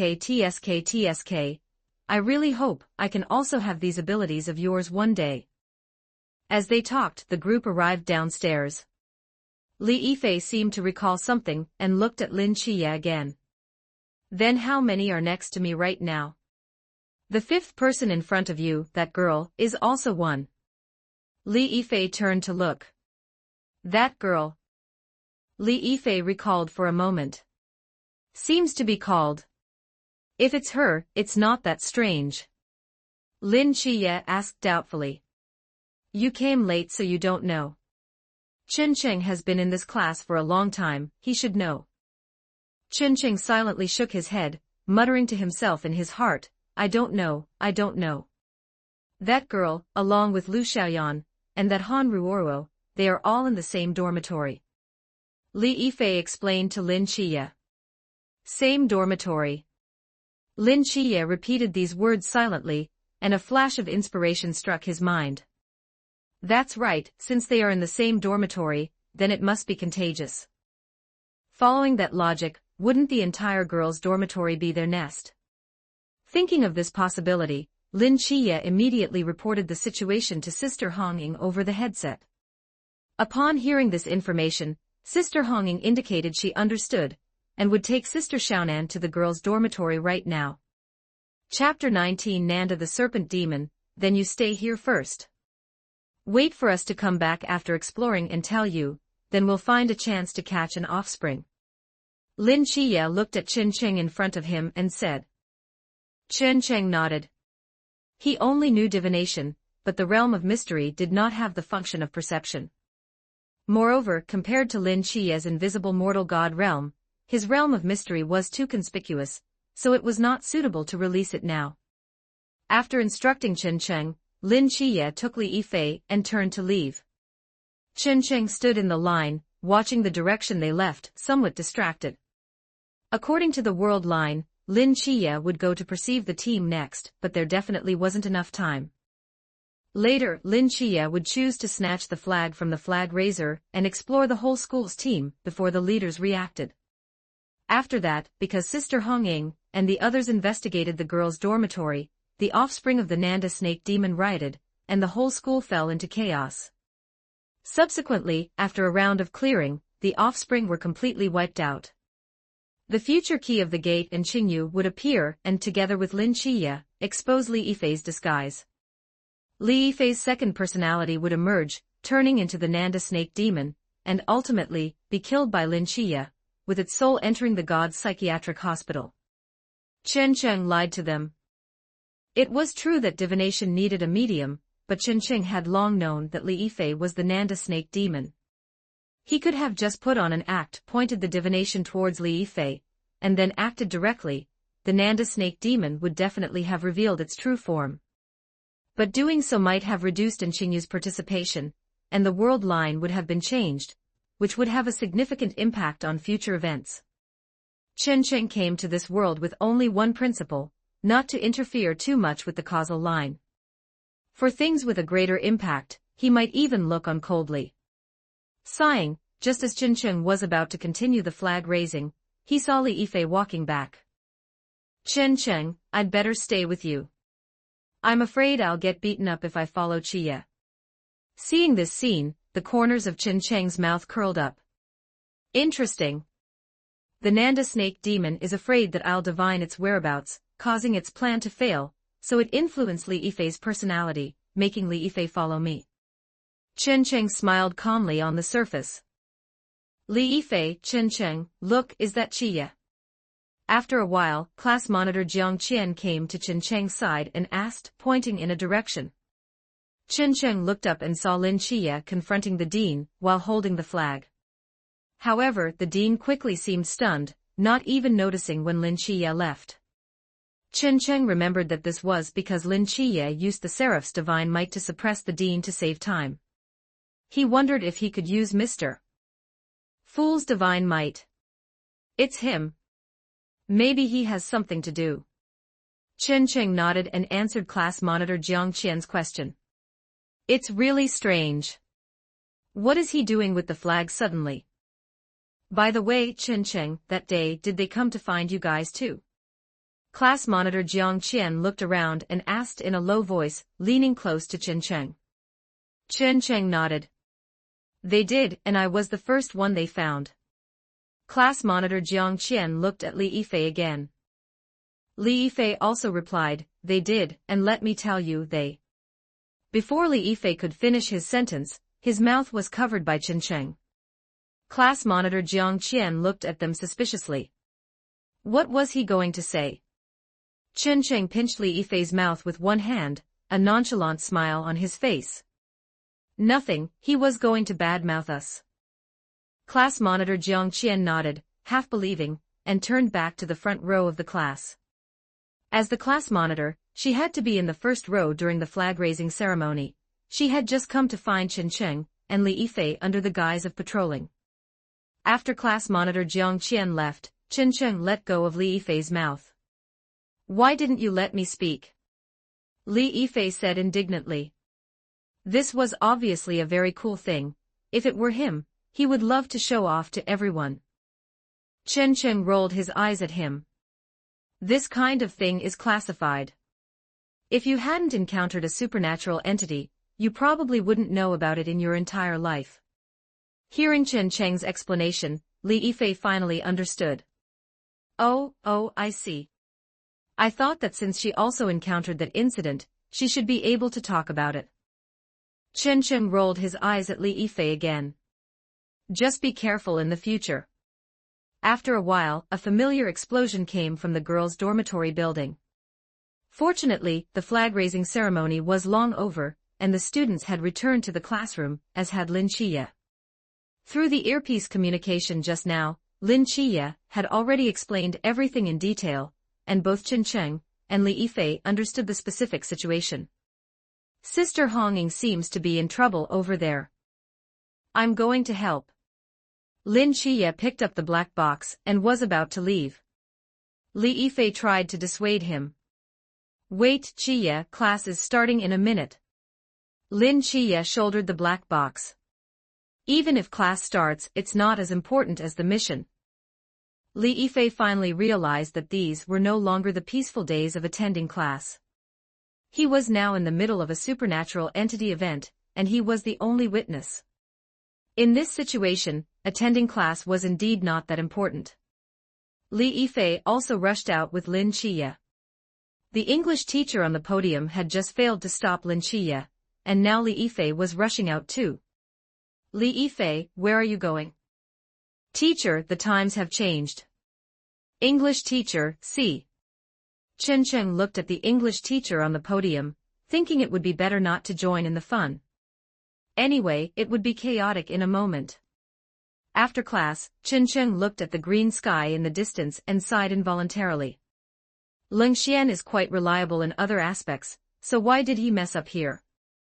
In the front row, Lu Yuan was holding an AD calcium milk in his hand, talking to Lu Xiaoyan with a smile on his face. He was probably taking credit with Lu Xiaoyan. After a while, Lu Xiaoyan said something to Lu Yuan, and Lu Yuan was suddenly full of excitement. Subsequently, the two walked out of the classroom together. Chen Cheng shook his head. Love makes people stupid. 1 minute after Lu Yuan and Lu Xiaoyan walked out of the classroom, the offspring in the school began to riot on a large scale. Han Ruoruo, who was chatting with a classmate, suddenly opened her mouth wide, and then her whole body changed. In less than a moment, she turned into a snake demon. Her friend, who was chatting with her, was immediately frightened and screamed. But before Han Ruoruo could start hunting, a standard straight knife was inserted into her chest. Chen Cheng pressed down, and Han Ruoro was instantly split in two by him, though not completely intact, the upper body was still connected. Chen Cheng shook the blood off the knife. "I've been waiting for you." He knew that Lu Xiaoyan wouldn't eat that fast, and the Nanda snake demon would keep Lu Xiaoyan to use her to confuse Lin Qiye and the others, in order to achieve the goal of letting Li Yifei join the Night Watcher. Therefore, Lu Yuan was safe until Lin Qiye, or Qin Cheng, and others met him. But the class was different. There was still Han Ruoro in the class, so Qin Cheng stayed behind specifically to wait for her to mutate, and by the way, to soothe the emotions of the classmates. 20 Chapter 20 Secrets. Chapter 20, Concealment. Classmate Qin Cheng, you. The girl saved by Qin Cheng stared blankly at him, still unable to process the situation, immersed in the shock of her friend suddenly turning into a monster, only for the monster to be slashed down by Qin Cheng in one stroke. Qin Cheng raised his hand and struck the blade hard, creating a sound that echoed throughout the classroom. For a moment, the restless crowd was startled by his action. After all, everyone had just witnessed him kill that monster with a single slash. "All right, now be quiet, there's no need to panic." Qin Cheng calmed them down a bit, then walked up to class monitor Jiang Qian. "Please organize them, class monitor, and evacuate in an orderly fashion. Just head straight out of the school, there will be people waiting for you outside." Class monitor Jiang Qian had initially been startled by Qin Cheng's actions, but after hearing what he said, her sense of responsibility made her nod. Qin Cheng smiled at her. "Don't be afraid, I will clear the path for you. If you can, take fire axes along the way for self-defense. Also, please explain the situation to the other classes and evacuate together, don't let them get too chaotic." Having said that, Qin Cheng shouldered his black case and walked out of the classroom. According to what Lin Qiye had said earlier, there were 6 of them on this floor. Lu Xiaoyan had left and Han Ruoro had been killed by him, so there were 4 left on this floor for Zhan realm entities, though they likely didn't possess much intelligence. Qin Cheng estimated his current strength and felt he should be able to handle them. "Sister Hongying, did you get the sample?" Over here, Lin Qiye had already rendezvoused with Sister Hongying. He had originally intended to come and support her, but upon seeing the corpses all over the ground, he couldn't help but marvel at her combat prowess. "This thing is truly disgusting. I don't even know if it can be used." As Sister Hongying spoke, she picked up a bloody chunk of flesh, which was embedded with scales, as if it had been hacked off forcibly. Lin Qiye nodded. "All right, let's go back and rendezvous with Qin Cheng now. Let him perform the seer duties, and the mission will be over." Sister Hongying put away her long spear, and casually found a piece of cloth to wrap the flesh in. "Let's go." Heart-rending screams suddenly erupted from the teaching building. The group looked sharply toward the building. Although it was hard to see clearly, they could vaguely make out a crowd of people running around in panic, even though it was currently class time. "Not good, the offspring are rioting. This mother is truly cunning. Having guessed that we were about to find it, it triggered the offspring to riot to distract us," Lin Qiye said with a frown. Sister Hongying nodded in agreement, but then she suddenly remembered something. "Is Qin Cheng still over there?" Lin Qiye's pupils constricted, then turned cold. Damn it, the Nanda snake demon is trying to kill Qin Cheng, this potential threat. Move fast, Qin Cheng might not be able to hold out for long. With that, Lin Qiye turned and sprinted toward the teaching building. Sister Hongying and Sister Xiaonan both understood the gravity of the situation, and rushed out as well. Li Yifei, following behind them, was panting. Having just run over, he now had to run back, and his stamina was failing. Falling behind the group, he could only shout while running, "Wait for me, you guys." However, unnoticed even by Li Yifei himself, a cold glint flashed in his pupils, shifting from human pupils to slit pupils, then quickly returning to normal. Hard to kill, really. Qin Cheng stepped on the corpse of an offspring, his right hand pulling the straight blade out of its body with force. The offspring twitched once but soon went still. This was the last offspring on this floor. There had been 4. Originally, Qin Cheng had planned to kill them one by one, but somehow, they seemed to have conspired to gather together and charge at him. Fortunately, relying on his physical coordination and his pistol, Chen managed to battle them and eventually slew them all. Tisk, it's targeted me. Chen turned his head to look upstairs. As a seer, he made a living off his spiritual intuition. How could he not feel that sudden surge of malice? So impatient already. You want me dead that badly? Chen knew he wasn't a combatant. He hadn't even had a few days of special training, so it was impossible for him to fight so many offspring alone. Now, his only option was to rendezvous with Lin Qiye and the others. That was the only way to terminate the offspring's riot. Finally, Chen needed to witness the appearance of Qingyu, ensure Qingyu and Lin Qiye met, and then provide the seer's prediction. Only then could he ensure the future timeline wouldn't be disrupted. But the Nanda snake demon seemed unwilling to give Chen and Lin Qiye the chance to rendezvous. Chen soon heard the roars of offspring coming from both upstairs and downstairs, moving from far to near. They would soon reach his floor. Chen shook the straight blade in his hand, and confirmed his gun still had bullets. At this moment, Lin Qiye's voice came through the earpiece. Chen, how is it on your end? We're almost there. That thing has targeted me. A bunch of offspring are heading my way now. You should encounter a few on your way here. Try to be as fast as possible. I feel like there are quite a few in the floors above.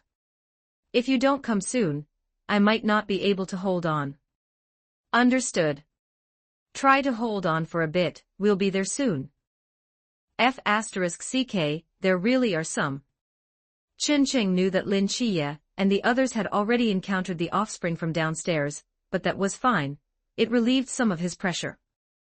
Moreover, he had already seen the offspring from upstairs showing their heads. Chen shouted to the crowd behind him, "Don't come out. Go back into the classroom and stay there. Close the door and windows." Someone in the crowd asked, "Then what about you?" Chen racked his pistol and shot away an offspring rushing toward him. "Wait until I finish killing them. There really are a lot of these damn things." Sister Honging waved her hand, killing an offspring that pounced on her, and complained. Lin Qiye slashed his straight blade downwards, splitting an offspring in two. "We need to finish them off quickly. Based on my previous perception, there can't be only this many offspring, there must be more upstairs. Chen can't handle them alone." Sister Honging nodded and also sped up her movements. By the time they finished killing all the offspring downstairs, what they saw was a vast expanse of gray fog shrouding the floor Chen was on. The gray fog churned, and Lin Qiye and the others could hear the roars of the offspring within it. Almost forgot, he still has this. Seeing the gray fog, Lin Qiye knew that Chen had concealed himself. He certainly couldn't win in a direct fight, but he could simply use concealment and avoid fighting them. However, doing so might affect the other students on this floor, and Chen likely wouldn't do that. The gray fog in front of Lin Qiye and the others suddenly moved forward, enveloping them as well. Before their eyes, Chen walked out of the gray fog, without a single wound on his body. "I thought you would fight them to the death. I'm not a fool. Why would I fight them head-on when I can hide? What about those students? I told them to go back to the classroom and close the door and windows. I happened to conceal them as well. As long as no fool rushes out on their own, they'll be fine." Lin Qiye nodded. "All right, should we perform the seer duties now, or finish killing them first?" Chen looked at the Nanda snake demon offspring still searching for him in the gray fog. "Let's finish them off first. I'm afraid that delaying might cause some unfavorable changes. I haven't concealed the students upstairs yet. I'm worried something might happen to them." "All right, then let's take them out first." Chapter 21, and Qingyu with Chen Cheng's help, Sister Honging, and the others could see the offspring roaring within the gray mist.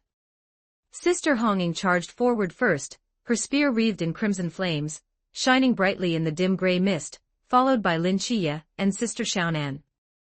The light of the seraph flickered in Lin Qiye's eyes, and Sister Xiaonan brandished the star blade in her hand. Even setting aside her forbidden ruins, she was still a battle-hardened night watcher. Qin Cheng and Li Yifei stood at the back, but just as Li Yifei was about to strike up a conversation with Qin Cheng entered a state of concealment again and vanished. The vertical pupils in Li Yifei's eyes reappeared, only to quickly return to normal. Li Yifei shook his head, puzzled as to why Qin Cheng had disappeared, but after seeing Lin Qiye and the others, he gritted his teeth, grabbed a fire axe from a nearby fire safety station, and charged in with a shout. There were truly quite a few offspring coming for Qin Cheng. Lin Qiye counted over a dozen at a glance, and the offspring almost occupied the entire floor. However, this did not make things difficult for them. Even without the concealment, Qin Cheng's realm of mystery and the surrounding gray mist could cause some interference, but this had no effect on Lin Qiye and the others. Qin Cheng had provided them with full vision, and from their perspective, the movements of those offspring were completely exposed. Qin Cheng stood to the side, watching the group tangle with the offspring. Even Li Yifei had charged in brandishing a fire axe, yet Qin Cheng had no intention of intervening. He had quickly switched to a state of concealment earlier because he feared Li Yifei might risk exposure just to kill him. Although he had spiritual warnings, the Nanda snake demon was extremely fast. If he couldn't dodge, his current physical condition would definitely not allow him to escape, so he went directly into a state of concealment to leave the Nanda snake demon no opportunity. Furthermore, he needed to find an important figure. Once he found Qingyu, he wouldn't need to act anymore. Otherwise, if he waited until Lin Qiye and the others finished off the offspring, it would be very troublesome to find another excuse. Thus he had to hurry, let Qingyu make an appearance, remember Lin Qiye, and then he could use the offspring that Lin Qiye and the others brought back for divination to point out Li Yifei's identity as the host, and finally, the mission would be over. Qin Cheng extended his realm of mystery upward until it reached its maximum range, then walked up without being detected, searching for Qingyu class by class. However, perhaps it was fate, or the choice of destiny, but as soon as Qin Cheng stepped onto the floor where Qingyu was, he saw Qingyu walking out. Even though Qin Cheng was in a state of concealment, Qingyu glanced toward Qin Cheng's position, though he quickly withdrew his gaze with a confused expression. Qin Cheng recalled that at this point in time, Qingyu should not have awakened the only correct answer yet, so that glance must have been his intuition, but because he truly couldn't see anything, he was a bit confused. However, this also served as a reminder to Qin Cheng that his current state of concealment was only partial. It couldn't compare to true concealment, and it definitely couldn't compare to that of the Evernight Goddess pathway. Even if he encountered someone of the same level whose forbidden ruins happened to be good at this, he might be discovered, let alone someone like Qingyu. If it weren't for the fact that he hadn't yet awakened the only correct answer, Qin Cheng might have been discovered. But it didn't matter, as long as he found the person. Qin Cheng lifted his concealment and walked over to Qingyu. "Classmate, what are you still doing out here? There are monsters outside right now." Qingyu turned his head, and the moment he saw Qin Cheng, he realized something. He looked Qin Cheng up and down. "Aren't you outside too?" Qin Cheng raised the star blade in his hand. "I'm different from you." Qingyu looked at the star blade in Qin Cheng's hand and reached out to touch it, but Qin Cheng retracted his hand and glared at Qingyu with an expression that said, "You can't touch this." Qingyu withdrew his hand. "Those monsters from just now, have they always been there? Why have we been able to have the peaceful life we have now? Because some people are silently guarding us in the darkness, and they are guardians." "Guardians, huh?" Qingyu pondered these words, feeling a bit dazed. Qin Cheng was in no rush to have him meet Lin Qiye. After all, Lin Qiye and the others were still below fighting the offspring, and bringing someone down now would only affect them. Qin Cheng scanned the area. It seemed there were no more offspring on this floor. They had likely all gone looking for Qin Cheng. Since Qingyu was still dazed, Qin Cheng simply carried the star blade and continued walking upward to see if there were any stragglers. After Qin Cheng had finished inspecting the entire floor, calmed the students, and told them to be quiet, he walked back downstairs. Qingyu was no longer dazed and was standing on the stairs, looking in the direction Chen Cheng had left. Beside him, Lin Chiye and the others were staring at each other, but upon hearing the sound of Chen Cheng walking down, they all looked up. "Why are you all here?" Chen Cheng asked, puzzled, upon seeing Lin Chiye and the others. Lin Chiye pointed at Qingyu. "We only saw him after we came up. I recognized that he was the top student in the city, so I asked him if he had seen you. He pointed to the stairs and told us you had gone up, so we waited here." Chen Cheng looked at Lin Chiye and then at Qingyu. Well, they had met, and they had even chatted a bit, so they should have an impression of each other now. "Then let's go deal with the last one." Chen Cheng walked up to Lin Chiye and the others and calmly glanced at Li Yifei. He still looked the same, with no discernible changes. "The last one?" Lin Chiye asked, puzzled. "Lu Xiaoyan took Lu Yuan away earlier. Because I didn't know the riot would happen so quickly, I didn't pay it any mind at the time, since there was still Han Ruoro in the class. I just didn't expect the riot to start so soon after they left. I don't know if you happened to kill her while you were clearing the way, but it's better to go check." Hearing this, Lin Chiye and the others nodded as well. It was indeed necessary to confirm. If they hadn't killed her along the way, then perhaps Lu Xiaoyan was the host, though it was unknown if Lu Yuan was still safe. "Then how are you going to find Lu Xiaoyan and the others?" Li Yifei, who had been standing at the back, asked at this moment. Chen Cheng withdrew his realm of mystery and took a pen from his person. "I grabbed this from Lu Yuan's desk when I came out. This will be enough." Chen Cheng held the pen in one hand and stood the star blade upright on the ground with the other.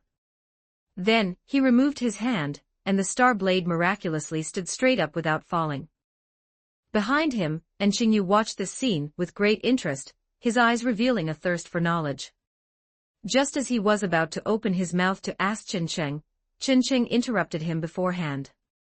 "Don't ask, even if you do, I won't tell you." And Qingyu could only swallow his question and silently walked back to the rear. Li Yifei patted him on the shoulder and shook his head, his expression clearly saying, "Buddy, that's not going to work." A moment later, the star blade tipped over in a certain direction and fell to the ground. Chen Cheng picked up the star blade. "Let's go in that direction. Lu Yuan should still be alive." Lin Chiye nodded and followed Chen Cheng. Sister Hong Ying and the others also followed along. And Qingyu thought for a moment, then followed behind them as well. 22 Chapter 22 Goodbye Chapter 22, Bye-bye. Lu Yuan was, of course, still alive. He was currently hiding in the school auditorium, with Lu Xiaoyan in her human form. He had originally been brought to the auditorium by Lu Xiaoyan, but not long after, he heard screams from outside. When Lu Yuan went out to check, he saw those monsters outside. The memory of encountering the masked ghoul flooded his mind again, and fear instantly filled his head. Fortunately, he remained relatively calm.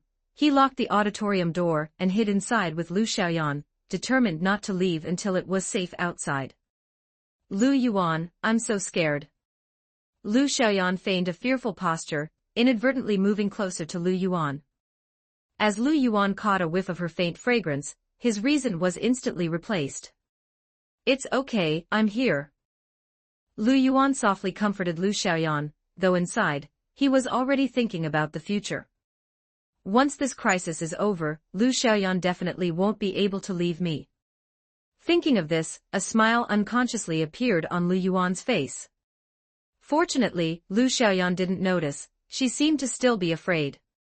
Lu Yuan seemed to hear her sobbing, which caused the last bit of reason in his heart to collapse. His mind was filled entirely with thoughts of protecting Lu Xiaoyan. Even if a monster were to break in now, he might still rush forward to protect her. "Lu Yuan, I'm so hungry."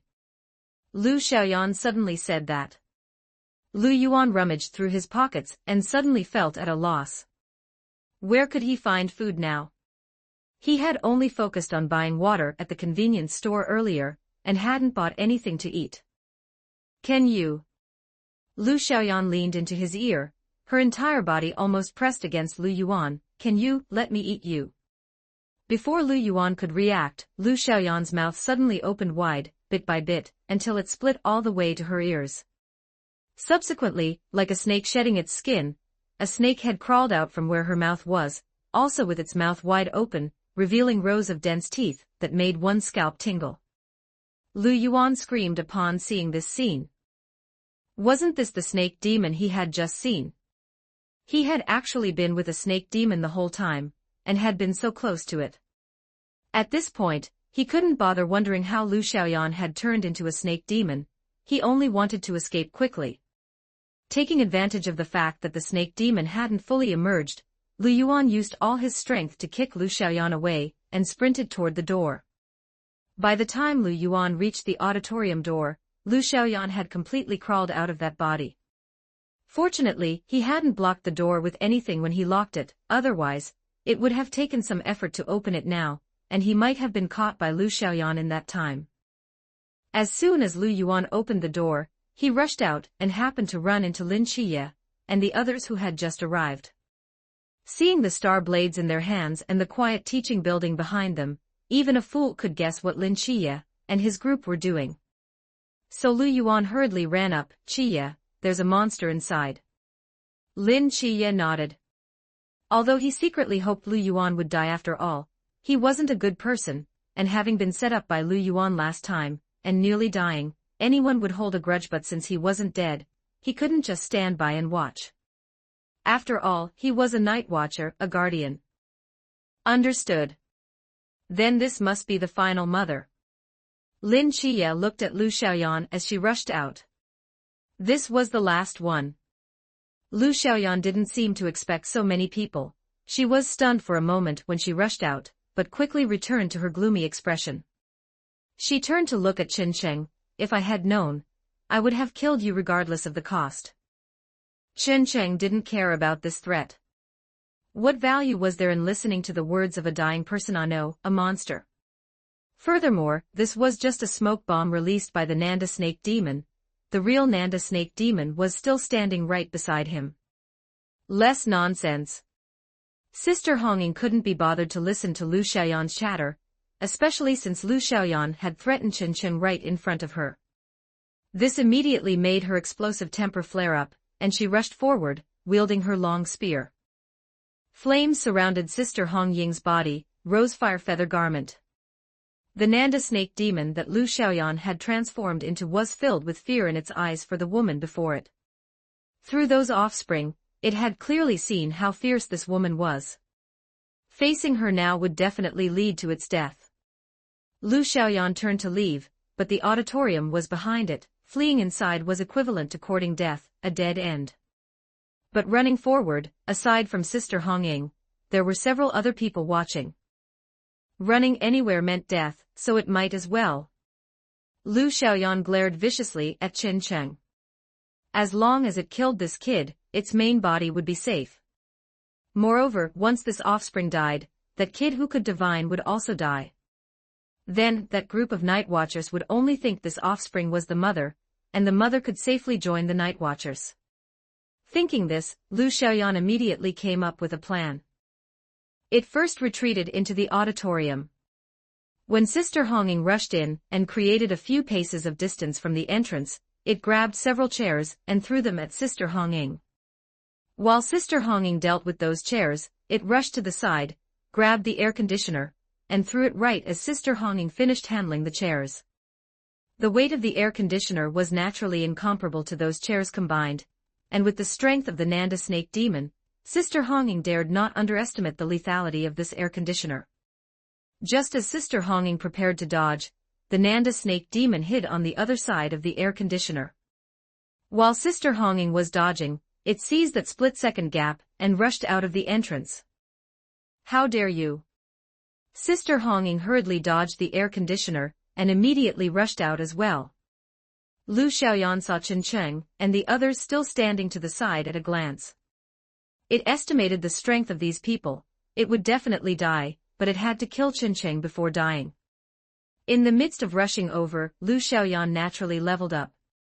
It was already at the peak of the Zhan realm, In the original timeline, it could have leveled up as well, but this time it used it to ensure it could kill Qincheng more reliably, and it would be even better if it could kill that Lin Qiye too. Just as Lu Xiaoyan got closer and closer to the group and was about to succeed, Qincheng showed it a smile. Realm of Mystery. Gray mist instantly enveloped everyone around Qincheng. Qincheng waved at it, taking everyone into a hidden state, leaving only Lu Xiaoyan standing there in confusion. Just then, Sister Hongying happened to rush out. When she saw Lu Xiaoyan standing there blankly and the gray mist in front of it, she instantly realized that it had tried to take advantage of the situation to attack them, only to be tricked by Qincheng. Yo, you're quite smart, knowing how to make a feint to the east and attack in the west, and you even reached the pool realm. Pretty impressive. Let's play, little sister. Sister Hongying walked toward Lu Xiaoyan step by step, her long spear dragging on the floor, emitting a piercing sound. Every sound felt like it was scraping against Lu Xiaoyan's heart. It knew it could no longer kill that kid who could divine, and could only pray that after this offspring died, they would think it was the mother, and thus stop divining. Sister Hongying's long spear was once again wrapped in rose-red flames, as she walked toward Lu Xiaoyan. Chapter 23 Li Yifei's Identity. Alright, it's settled, come out. Sister Hongying pulled her long spear from Lu Xiaoyan's body, and shouted toward the gray mist. Qincheng, who was inside, could actually see, but he still waited until Sister Hongying finished calling out before dispersing the gray mist and deactivating the realm of mystery. Damn, so this is your special ability. Li Yifei looked at the gray mist that hadn't completely dissipated yet, his eyes filled with uncontrollable envy as he looked at Qincheng. Qincheng patted his shoulder. Don't worry, you'll have one too. Li Yifei seemed to truly believe this and nodded seriously. I must have a special ability even more awesome than yours. When that time comes, I'll look after you. Qincheng clapped enthusiastically. Then I look forward to it. So do we still need to perform divination now? Lin Qiye looked at Lu Xiaoyan's corpse and asked Qincheng. It seemed Lu Xiaoyan should be the main body. She even had a burst of power and leveled up at the last moment. If this wasn't the main body, then where exactly was it? Qincheng shook his head. However, Lu Xiaoyan is not the main body either. When Lin Qiye and the others heard Qincheng's words, confusion immediately welled up in their minds. If it's not Lu Xiaoyan, then who is it? But there are no Nanda snake demons left, right? Lin Qiye was the first to ask. It's right before your eyes. After saying this, without waiting for the Nanda snake demon inside Li Yifei to react, Qincheng raised the star blade and stabbed it fiercely into Li Yifei. The bewildered Li Yifei was instantly pierced through by the star blade. Qincheng! Qincheng, what are you doing? Sister Hongying didn't react in time when she saw Qincheng strike, but she knew Qincheng was definitely not the type to backstab a teammate. Combined with what Qincheng had just said, she quickly realized why. You mean? Li Yifei is a Nanda snake demon? Lin Qiye asked, sounding somewhat uncertain. Qincheng nodded. I had already performed a divination myself before you all arrived. That was the result. Although it's highly unlikely, that is indeed the truth. Lin Qiye looked back at Li Yifei. Li Yifei was still staring blankly at the star blade in his chest. Qiye, I'm not, tell them I'm not. Li Yifei suddenly began to scream, his voice laced with tears. Clearly, even he didn't believe he was a Nanda snake demon, but the fact was the fact. Qincheng pulled out the star blade. The wound on Li Yifei's chest did not ooze any blood, as if there was no blood in Li Yifei's body at all. Seeing this scene, even those who didn't believe it initially had to believe it. This was an indisputable fact. I'm not. Li Yifei squatted down. He had originally been fantasizing that after this incident ended, he could join the Night Watcher, and later unlock a cool special ability to slay supernatural entities and protect the country. But in just a few short seconds, everything changed. He couldn't feel any pain in his chest. He was clearly no longer a normal human. Now, even he knew that Qin Sheng hadn't lied to him. How could this be? Li Yifei kept muttering, but no one was in the mood to listen anymore, not even the Nanda snake demon inside him. I should have killed you first. Li Yifei's voice suddenly changed, becoming gloomy and cold. His eyes also turned into vertical slits. Qin Sheng clicked his tongue. As expected of the main body, exactly the same as your offspring. If it weren't for you, I could have become. Li Yifei looked at the star blade in his chest in disbelief. Qin Sheng stabbed him again, right in the same wound. Li Yifei looked up at Qin Sheng, but Qin Sheng pinched his ear, not wanting to pay any attention to him. Too much nonsense. Qin Sheng pulled out the star blade and pushed Li Yifei toward Lin Qiye. Here, a merit for you. Although Lin Qiye didn't react in time, he subconsciously slashed with his blade. The Nanda snake demon, who hadn't even said a few words, thus ended its life so carelessly. Wait, what?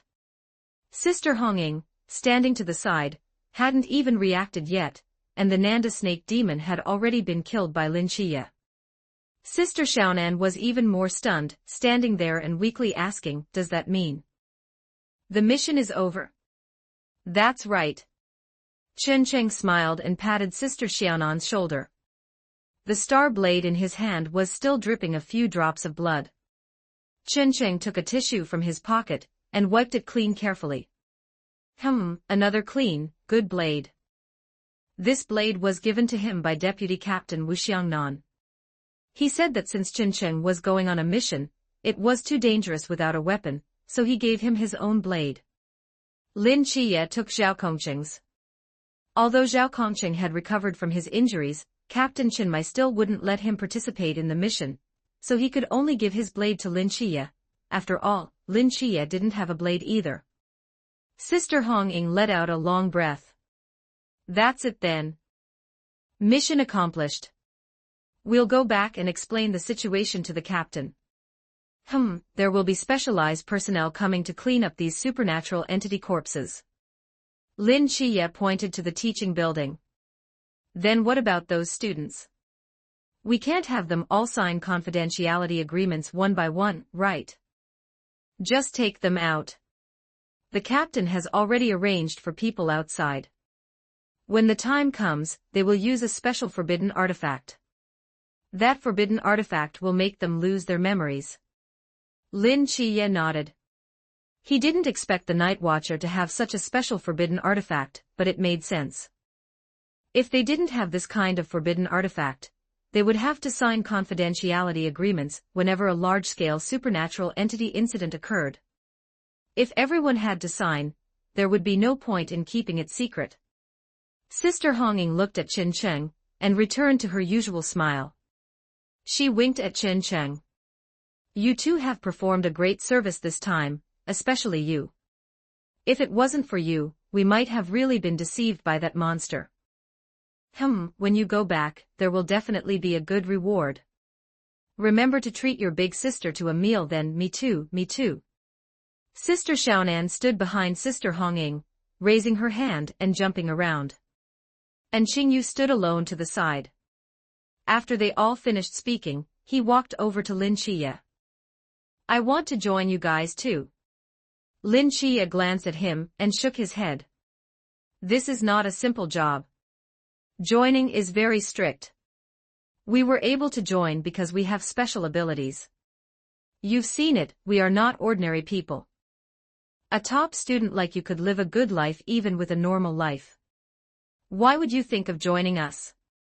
And Qingyu pushed up his glasses. Those things are all too boring.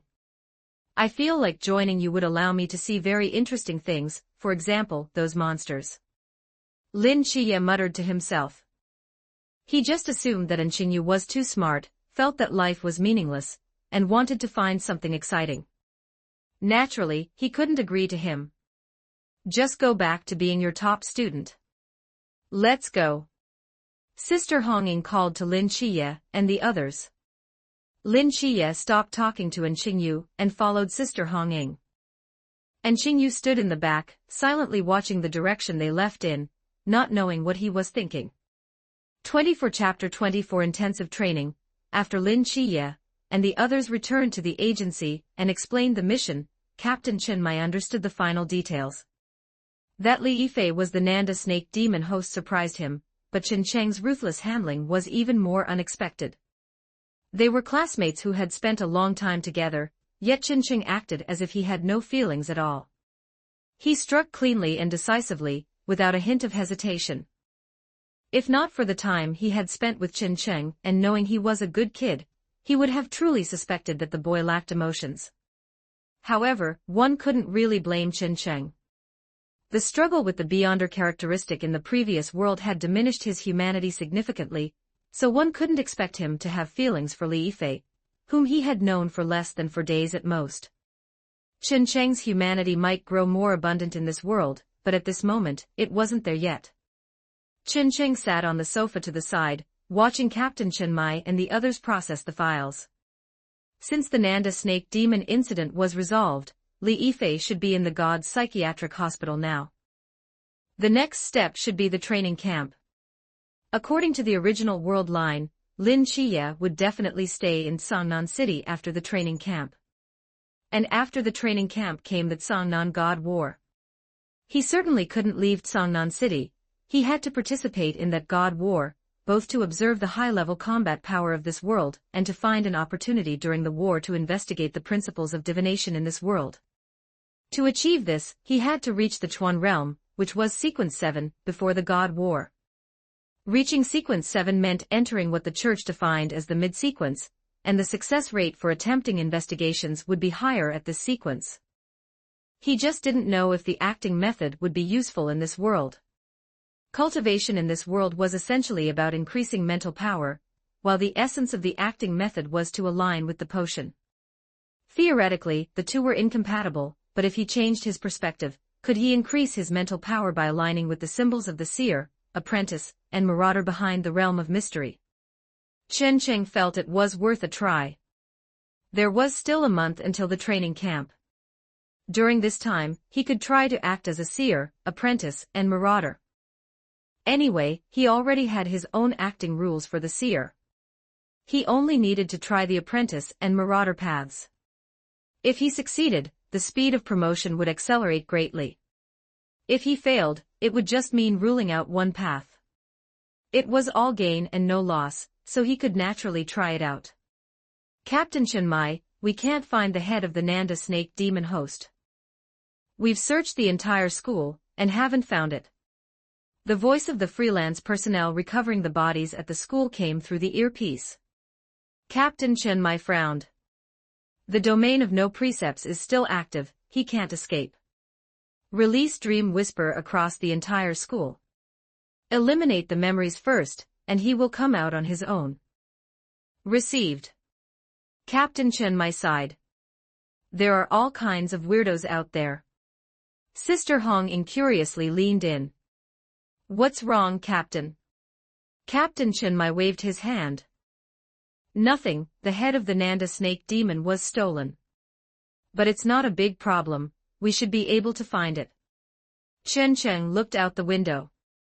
According to the timeline, and Xingyu was about to awaken the only correct answer. It was from this moment on that his fate changed. The future vessel of the Key of the Gate, the deputy captain of the Nightfall Squad. Sister Hong Ying, is this really necessary? Lin Chiye stared blankly at the Peppa Pig suitcase that Sister Hong Ying had carefully selected. Chen Cheng, who was beside him, didn't escape either, his was George's. Chen Cheng, Lin Chiye. Look how cute this is, right, Sister Xiaonan? Sister Hong Ying pointed at the 2 suitcases, asking Sister Xiaonan with an excited face. She was very confident in her own aesthetic sense. Sister Xiaonan also clapped without surprise. Yes, yes, yes, it's so cute. Chiye, you guys should be content to have such cute suitcases. Lin Chiye, Chen Cheng, Omega forget it, whatever she says goes. Chen Cheng and Lin Chiye had already given up resisting, until Sister Hong Ying picked up a dress, and was about to make them try it on. Damn it, this really won't do, Sister Hong Ying. Sister Xiaonan, yes. What do you mean this training session has been moved to Songnan City? As soon as Lin Chiye and the others returned to the agency, they heard Captain Chen Mai on the phone, not knowing what he was talking about. Seeing them return, Captain Chen Mai made a gesture for silence, and Lin Chiye and the others sensibly quieted down and found a place to sit. Okay, I understand. After a minute or two, Captain Chen Mai finished the call. He looked at the group, then at the suitcases they had brought back. His expression was complicated, but Sister Hongying still had a "I'm so amazing" look on her face, making it hard for him to say anything. The location for this training has been moved to Tsangnan. Chiye and the others don't need to go to another city. Captain Chen Mai said what he had just learned. Sister Hongying had the biggest reaction. What's up with the higher-ups? Captain Chen Mai shook his head. I don't know. But this is good too. If Chiye gets bullied, we can still grab our blades and go kill them at their doorstep. Chen Cheng silently raised his hand. Captain, we are not a gang. Captain Chen Mai. Captain Chen Mai ignored Chen Cheng and continued, I'll tell you the location of the training camp later. When the time comes, Sister Hongying will take you there. Captain Chen Mai patted his star blade. Remember, this is Tsangnan, our territory. You cannot bully others, but you also cannot be bullied by others. If you get bullied, make a call. Even if the commander-in-chief comes, we will help you bully them back. Chen Cheng didn't debunk him, just silently gave a hum. This was also quite good, having someone to protect him, and someone to stand up for him. Though, it seemed like you couldn't make phone calls at the training camp. The captain seemed to have forgotten. Someone detected approaching ahead. Report the specific situation. 2 boys, about 18 years old, carrying 2 suitcases. On the suitcases, one is Peppa Pig, the other is George. Peppa Pig. The voice on the walkie-talkie paused. Stand by. I'll go up and ask about the situation. Not long after, a military off-road vehicle drove out of the training camp and drove all the way to Lin Chiye and the other. The driver's side window opened. Recruits. Lin Chiye nodded. Yes, reporting for duty. The person in the driver's seat looked them over. The notice was only sent out yesterday, and you're here today. We are locals from Tsangnan. Locals from Tsangnan. The man in the driver's seat pondered this. Take out your identification and let me see. Chen Cheng took their identification from his sleeve pocket and handed it to the officer. He had modified this clothing himself, making it suitable for carrying all sorts of small items, so it was only natural that he carried their identification and the like. The officer looked at the identification, confirmed there was no problem, and pointed to the back. The vehicle started again and slowly drove into the training camp. At this moment, the training camp was empty. The 2 of them were the first and the only 2 recruits. Chapter 25, Bailey Pang Pang, Chief, the recruits this year are not simple. What's so complicated about them? Let me see. Instructor Yuan Gang took the list and examined it carefully. As he read on, his brows furrowed involuntarily. The young master from the Guangzhou Shenzhen Bailey family. The Bailey family that's like a Forbidden Ruins museum. Why would he leave his life as a pampered young master to come here and suffer as a night watcher? TSK, 2 gods proxies, 3 ultra-high-risk Forbidden Ruins. The quality of this year's recruits is ridiculously good. Another instructor nearby leaned in and asked curiously, gods proxies. And 2 of them at once. Whose are they? Instructor Yuan Gang tossed the list to him, letting him see for himself. The instructor took it and looked it over carefully. A proxy for the Seraph.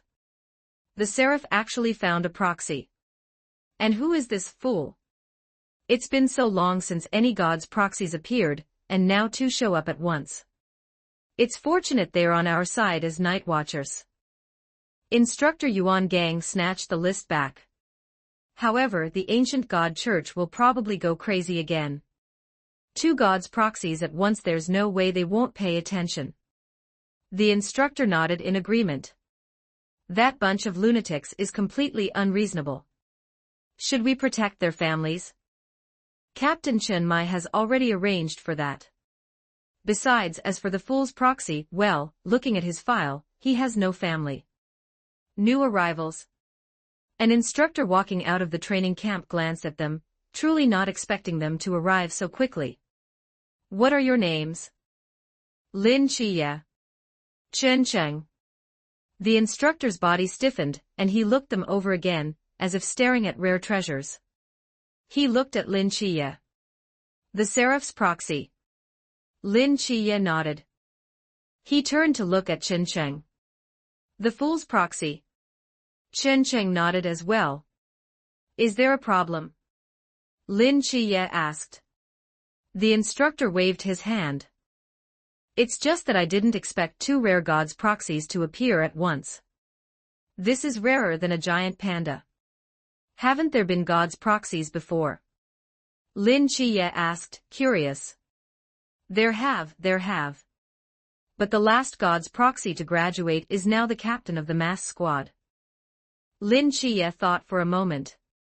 He seemed to recall when Shima mentioning the name mass squad, it seemed to be a special squad. Which god is he a proxy for? The instructor's expression became a bit strange. You'll know in a few days. Instructor Hong Hao stood up. I am Instructor Hong Hao, your instructor. Follow me, and I'll introduce you to the training camp. Chen Cheng remembered that after the introduction, they would choose dormitories. Afterward, they would meet the young master of the Bailey family, Bailey Tuming, also known as Bailey Pang Pang, the reincarnation of Lingbao Tianzuan, a member of the Nightfall Squad, and an important character later on. Therefore, when choosing dorms, Chen Cheng did not intend to stay with Lin Chiye, as that would push Bailey Pang Pang out of his spot. Hello, my name is Bailey Tuming, a child from an ordinary family. Just as Chen Cheng had expected, after the dorms were chosen, Bailey Pang Pang made his entrance with his bodyguards. After reprimanding them, he began to introduce himself to Chen Cheng and Lin Chiye. This is a gift for you too. Just some inexpensive little things, please accept them. Bailey Pang Pang took 2 boxes out of his suitcase, and opened them in front of Lin Chiye and Chen Cheng. Lin Chiye was stunned on the spot. Inside the box, several Rolex watches were neatly arranged, and the other box was the same, all Rolexes. You call these inexpensive little things? Even if Lin Chiye hadn't seen much of the world, he could still recognize a Rolex. Combined with the pile of bodyguards around this little chubby guy, he reached a conclusion. This is a rich young master who has money at home, has always been spoiled, but isn't very bright. From now on, we're roommates. Take care of me from now on. Bailey Tuming patted his chest, looking extremely loyal. Lin Chiye, I don't need these gifts, take them back. Lin Chiye didn't really like these things, and it wasn't good to accept such expensive gifts all at once. Chen Cheng, I don't want these gifts, take them back. Don't be like that, just accept them. They're just small things, think of them as our welcome gift. Bailey Pang Pang became anxious. What was he supposed to do? He wanted to make friends, but if they wouldn't accept his gifts, how could they become good friends? Bailey Pang Pang pestered Lin Chiye and Chen Cheng to accept the gifts, but the two of them refused. In the end, Lin Chiye had no choice but to say to Bailey Pang Pang, you keep them for now. I can't wear so many right now. When I want them, I'll ask you for them. Bailey Pang Pang thought about it, and it seemed to make sense. Since they were willing to accept them eventually, Bailey Pang Pang didn't say anything more. Chen Cheng yawned. All right, you guys get along. I'm heading back to my dorm. Chen Cheng had chosen the dormitory next to Lin Chiye's. Although Lin Chiye didn't understand why Chen Cheng didn't want to live with him, since Chen Cheng had chosen it himself, he wouldn't interfere. When Chen Cheng returned to his dorm, he saw someone sitting on the other bed, holding Buddhist prayer beads. Upon seeing Chen Cheng enter, the person stood up. Hello, my name is Chao Yuan. Black King Chao Yuan, the wielder of Black King's annihilation, also a future member of the Nightfall Squad and an important figure. Chen Cheng nodded. My name is Chen Cheng, your new roommate. Take care of me from now on. Chow Yuan performed a Buddhist greeting. Please take care of me as well, Benefactor Chen Cheng. Chen Cheng returned the greeting. After the greetings, Chen Cheng didn't know what else to say. Chow Yuan wasn't the talkative type either, so the two sat in silence for a while. Finally, Chen Cheng broke the stalemate. Master Chow, are you a monk? Chow Yuan shook his head. No, I am just at the temple to atone for my sins and practice Buddhist teachings. Chen Cheng remembered that the sin Chow Yuan was atoning for seemed to be because Black King's annihilation had gone out of control, resulting in accidental killing. After regaining his senses, in order to atone, and also to control Black King's annihilation, he went to practice Buddhist teachings to calm his mind. Benefactor Chow, I feel that you and I will have a connection in the future. Chen Cheng said something that left Chow Yuan confused. A connection? Chen Cheng nodded. Yes, a connection. I can't see what exactly it is, but it will definitely exist. Chow Yuan looked at him, as if seeing the shadow of the abbot on him. The abbot also liked to speak in half-sentences and act like a riddle maker. By the way, I feel that my friend and you will also have a connection. Chen Cheng spoke again. He intended to let Chow Yuan know of Lin Chia's existence directly. They would meet in the future anyway. Benefactor Chen's friend. Yes, he is right next door. His name is Lin Chia. 26 Chapter 26 The Masked Squad Chapter 26, Masked Squad, Lin Chia. When Chow Yuan heard this name, he recalled what the abbot had told him at the time. 2 trees stand tall, one of 8 gods departs, entering the night for 10 years, to ferry the people of the world. Yes, that's it, that's him. Chow Yuan's originally calm expression vanished in an instant. With an excited look on his face, he pressed down on Chen Cheng's shoulders. Benefactor Chen, could you take me to meet this Lin Chia? Chen Cheng had guessed that Chow Yuan would react, but he hadn't expected it to be this intense. He pushed Chow Yuan's hand away. He's right next door, you can go see him yourself if you want. Besides, Chen Cheng pointed outside the window, it's already dark. I'll take you over tomorrow. Chow Yuan looked out the window. It was indeed getting dark, and it wouldn't be appropriate to go so late. All right then, I'll trouble you to take me there tomorrow. You're right, Benefactor Chia, and I do have a fated connection. The abbot said the same thing. How did you come to know this, Benefactor Chen? Chen Cheng pointed to himself. My forbidden ruins is called Realm of Mystery.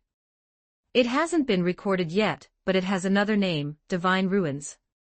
Chow Yuan stared at Chen Cheng. Divine Ruins. One of its abilities is divination. In one of my divinations, I foresaw the fated connection between you and the two of us. Additionally, the person living with Lin Chia in the dormitory next door also shares a connection with us. In other words, from the moment we stepped into this training camp, our fates were sealed. Chow Yuan pondered this. Because of the abbot, he was naturally aware that there were indeed people in this world who could learn of the future by peeking into fate. Coupled with the fact that Chen Cheng knew about his connection with Lin Chia, he believed Chen Cheng's words without a shadow of a doubt. Whose agent are you? After thinking for a while, Chow Yuan asked this question. As far as he knew, none of the gods currently observed by the Great Xia seemed to possess the authority of divination.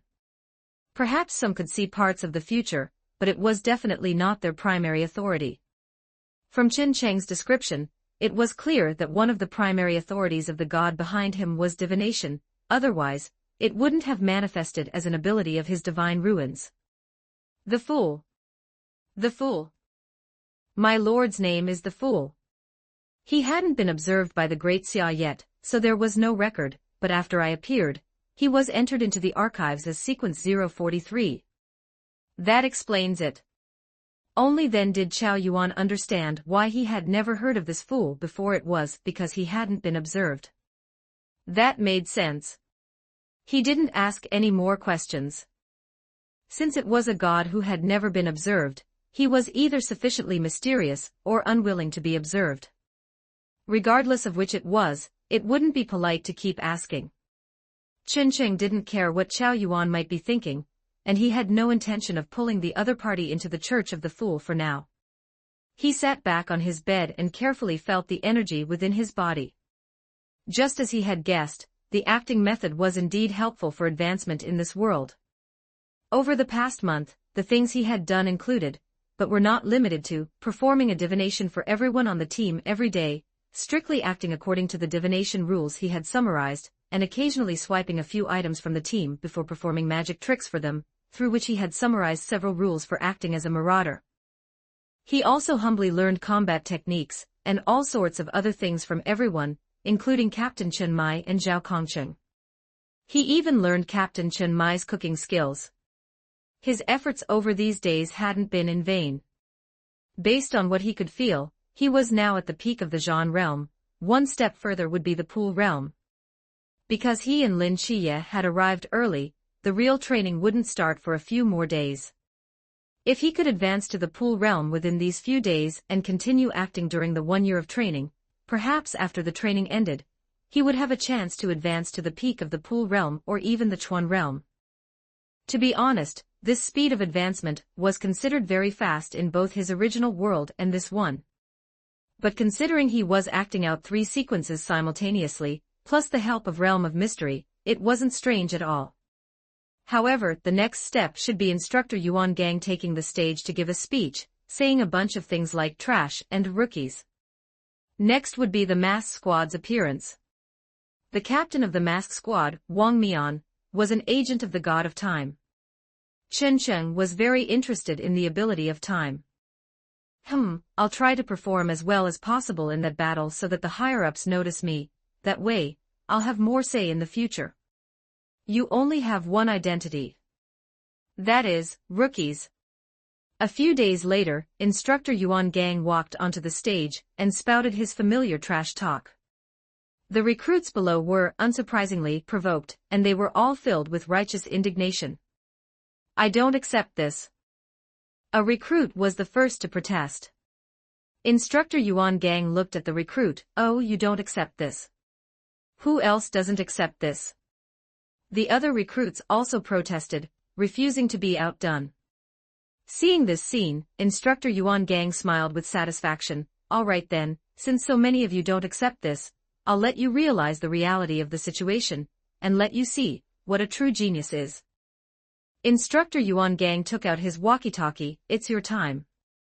Afterward, Instructor Yuan Gang turned off the walkie-talkie and looked up at the sky, as if waiting for something. The recruits followed suit and looked up as well, but they didn't see anything. Someone is falling from the clouds, someone among the recruits shouted. The other recruits also saw the people he was talking about. It was as if someone had dripped ink into the sky, 7 black dots rapidly magnified. Only when they got closer did the recruits clearly see that they were several people wearing black cloaks and different styles of masks. It's the mask squad. One of the special squads, the mask squad. Instructor Yuan Gang actually invited the mask squad here. The recruits naturally recognized the attire of the mask squad and identified them at a glance. Lin Qiye narrowed his eyes. No wonder Instructor Hong had said he would know in a few days. It turned out they had invited the mask squad over. The few people fell straight down, seemingly with no intention of slowing down. Just as the recruits were wondering how they would land or, if they would just crash into the podium and smash it to pieces, one of the members of the mask squad took action. When they were about to hit the ground, a man in the mask squad wearing a Libra mask reached out his hand and gave a light wave, gravity reversal.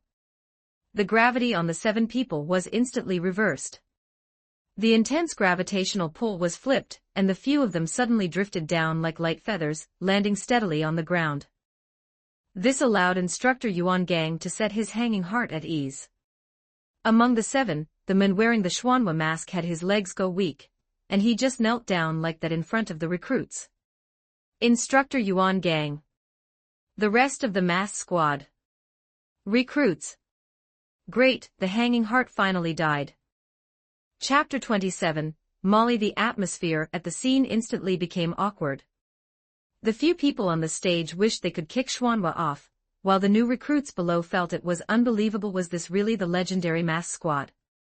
I, Xuanhua, represent the mass squad here to wish you all an early Happy New Year.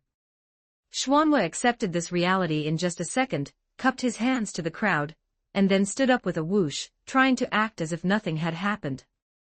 The crowd below was so stunned by this display that they didn't know what to say.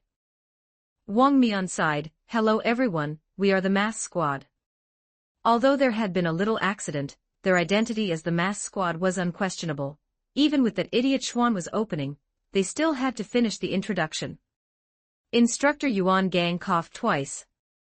The process didn't matter, as long as the result was good. He forgot about what had just happened, and the corners of his mouth curled up slightly. Since you aren't convinced, I will give you a chance. Don't you all consider yourselves geniuses and experts? The people before you are also geniuses, and the top-tier ones at that. It is now 2:30 p.m. Before 9 p.m., all 240 of you new recruits, regardless of what methods you use, as long as you can remove the mask of any member of the mass squad, you win. If you win, it proves you are truly badass, and there will be no need for this year of training. I will apply for your graduation tomorrow. But if no one manages to do it before 9 o'clock, then swallow those words about being geniuses back into your stomachs. In the training that follows, no matter what requirements I put forward, your only goal is to obey. Do you understand? The new recruits below immediately erupted, all expressing that it was unfair. They are basically all Chuan realm, and there are even Sea realm. Even if there are only 7 of them, it's not something we, a bunch of Zhan realm, can fight. Exactly. This is an unfair competition. Instructor Yuan Gang sneered. During this time, their realm will be suppressed to the same Zhan realm as you, so during this period, they are all Zhan realm. 7 Zhan realm versus 240 Zhan realm. Are you? The final question struck the recruits' hearts like a heavy hammer, instantly stirring their inner pride. At the same realm, 7 people against 239, even the mass squad wouldn't be able to handle it. Even if they each just spat once, they could drown the mass squad. What's there to be afraid of? Exactly, the mass squad are people too. I don't believe 7 of them can beat over 200 of us. Wang Mian looked at the crowd below with contempt. To deal with you, we don't even need 7 people. We'll take you on with 5. As soon as these words were spoken, the new recruits below felt that Wang Mian was being too arrogant. Some sneered, some thought, but most were excited, feeling that the mass squad was looking down on them too much. Seeing that his plan had succeeded, Instructor Yuan Gang could barely suppress the corners of his mouth from curling up. Since you have agreed, then start now.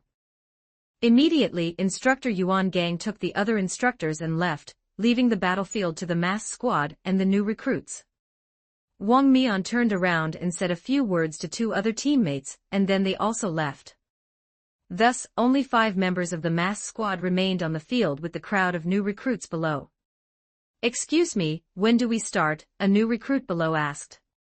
Libra on the stage smiled slightly and raised his hand, pointing lightly toward the crowd. The recruit who asked the question was sent flying backward, as if hit in the chest by a heavy hammer. Wang Mian said coldly, "Didn't Instructor Yuan Gang make it very clear? From 2:30 to 9 o'clock, it has already started." As soon as Wang Mian finished speaking, countless attacks were thrown toward the stage. Dozens of new recruits followed the attacks and charged toward the stage as well. Suddenly, the sky was filled with flames, frost, gale winds. All sorts of attacks swarmed in. But none of these attacks could touch the mass squad, or even get near them. A purple vortex spread outward with the mass squad as the center, absorbing and wrapping up all the attacks, forcibly neutralizing the recruits' offensive. The next moment, a pink hammer instantly grew larger and smashed down toward the crowd below. More than half of the new recruits didn't react in time, and were sent flying by this blow. Lin Chiye didn't hesitate to take Bailey Pang Pang and run toward the distance. He had only one goal, the warehouse. Only by obtaining the weapons in the warehouse would they have a fighting chance. Chen Sheng ignored the chaotic situation around him. Gray mist surged around him but quickly disappeared. This was the change that occurred in his realm of mystery when he reached the peak of the Zhan realm. Originally, the gray mist of the realm of mystery was forced to appear, but after reaching the peak of the Zhan realm, he could control this change, able to make it appear or disappear. Chen Sheng took a step back, and his whole person seemed to have been erased by an eraser, disappearing from the training ground. Captain, where do we go next? After retracting the vortex, Xuanhua looked at Wang Mian with excitement. This feeling of crushing noobs was just too satisfying. The new recruits below were either knocked down or fleeing, and even if it wasn't entirely his credit, he still felt happy. Wang Mian looked toward the direction of the warehouse. There are smart people among these new recruits. Surely someone will go to the warehouse to get weapons. Wang Mian turned his head to look at the man wearing a crescent moon mask. Moon Ghost, you go to the warehouse and block the door first. We will arrive in a moment to flank them from the outside. The man called Moon Ghost replied. Then he instantly vanished, disappearing from in front of the others. Wang Mian spoke again. This batch of new recruits is not easy to deal with. Don't be too arrogant, be careful not to suffer a setback. Xuanhua put his hands on his hips. Captain, we only need to make a slight move to take down so many people at once. The rest will be easy pickings. Wang Mian glared at Xuanhua. The ones remaining are the hardest to deal with. They are all smart people. Also, I don't know if those two gods' proxy were affected by that chaos. If they weren't, it will be even more difficult next. Be careful, don't suffer a setback. Got it, Captain. Xuanhua could only reply. Let's go find the rest of them. Since Instructor Yuan Gang entrusted us with this, we must do the job well. Yes, Captain. At the warehouse entrance. Chiye, do you think that group from the mass squad will really wipe us all out? Bailey Pang Pang looked at Lin Chiye with a worried face. Let's get the weapons first. They are strong, sure, but we aren't people to be bullied either. Lin Chiye pressed against the warehouse door, trying to open it, but discovered that the warehouse had already been locked. What should we do? Lin Chiye hadn't expected those instructors to be so insidious, locking the door in advance. His current abilities didn't include large-scale destructive power. A female voice came from behind Lin Chiye and the other. They turned to look. The person who arrived had a tall figure, with long hair as red as fire. Even in a simple military uniform, it couldn't hide the impressive figure beneath her clothes. She glanced at Bailey Pang Pang, walked straight to the door, and placed her hand on it. Who are you? Lin Chiye remembered her. She was one of the people he observed when Bailey Pang Pang was giving away watches earlier. She replied coldly. As Molly's hand pressed against the door, the next moment, the entire warehouse began to tremble violently. 28 Chapter 28, Moon Demon. As the entire warehouse trembled, dense cracks began to appear on the warehouse door. Molly withdrew her hand and delivered a flying kick to the door. The dilapidated door immediately shattered into several pieces, and collapsed with a loud crash. Molly walked into the warehouse in silence, leaving Lin Chiye and Bailey Pang Pang behind, too stunned to speak. Lin Chiye looked at the fragments of the door on the ground. Such powerful destructive force. Bailey Pang Pang tugged at the corner of Lin Chiye's shirt. What is it? Lin Chiye asked, turning his head. Don't you think she's so cool? Lin Chiye. Lin Chiye couldn't be bothered with Bailey Pong Pong's infatuation. He walked into the warehouse and casually picked out a standard-issue straight blade. In a place like this warehouse, Night Watcher standard-issue straight blades were available in abundance. There was no such thing as running out. He saw that Molly didn't take one of the standard-issue straight blades nearby, but instead walked deeper into the warehouse and picked out a katana. Katanas aren't common. When Molly passed by Lin Chiye, she heard this remark. She stopped, glanced at Lin Chiye, and said, "I like it." Lin Chiye reached out his hand. "My name is Lin Chiye." Molly glanced at the hand Lin Chiye extended. "Who cares?" She had absolutely no intention of shaking hands with Lin Chiye. Lin Chiye retracted his hand nonchalantly. "An ultra-high-risk forbidden ruins. Why should I tell you? Don't you want to win? Telling you will make me win. Who do you think you are?" Lin Chiye didn't mind Molly's sarcasm and continued on his own. "At least 3 of the 5 members of the mass squad have ultra-high-risk forbidden ruins, and their captain is a god's proxy. If we don't join forces, we have absolutely no chance of winning." Molly frowned slightly. "Are you also ultra-high-risk?" Lin Chiye shook his head. Just as Molly was about to leave, Lin Chiye spoke slowly. "But I am a Seraph's god's proxy." Molly's mouth opened slightly, and her eyes narrowed. Just when Lin Chiye thought she would still refuse, she extended her hand. Forbidden Ruins Sequence 076, Vibration of All Things, can control the vibration frequency of all objects directly or indirectly in contact with me within the range of the Forbidden Ruins. Lin Chiye recalled the scene earlier where the warehouse trembled and the door shattered. "No wonder you use a katana. A Forbidden Ruins with such destructive power really needs a weapon like a katana to complement it." Bailey Pang Pang walked up at this moment. "Hello, Miss Molly, my name is Bailey Tumming, and I am from the Guangzhou Shenzhen Bailey family." Molly interrupted Bailey Pong Pong's introduction directly. "What I hate most is you princelings. I'm warning you, stay away from me." Molly gave Bailey Pang Pang a look of disgust and turned to leave. Lin Chiye looked at Bailey Pong Pong's empty hands. "Where's your weapon?" Bailey Pang Pang scratched his head. "I don't know how to use weapons." "Then what did you come here for?" "To train." Lin Chiye. Lin Chiye sighed. "How about this, I'll find you a safe place to stay, and you stay there until it's over, so you don't get beaten up." Bailey Pang Pang clenched his fists, his face full of excitement. "No, I want to fight. I can't be a coward." Lin Chiye. "Fine, whatever makes you happy." Lin Chiye took Bailey Pang Pang out of the warehouse. He looked at the somewhat quiet training camp and suddenly thought of something. Where did Chen Cheng go? Since the battle started, Lin Chiye hadn't seen Chen Cheng, and as for Chao Yuan, whom Chen Cheng brought yesterday, he hadn't seen him at all. He heard that Chao Yuan also had an ultra-high-risk Forbidden Ruins. If they could find these two, their side's chances of winning would be much greater. And there was that hidden ultra-high-risk Forbidden Ruins. By then, with 2 gods proxies and 3 ultra-high risks, even the mass squad would be in for a rough time if they were on the same level. Lin Chiye looked at Molly, who was standing at the entrance of the warehouse, not knowing what she was looking at, and asked curiously, "What are you waiting for?" Molly didn't turn back but still answered Lin Chiye, "For you.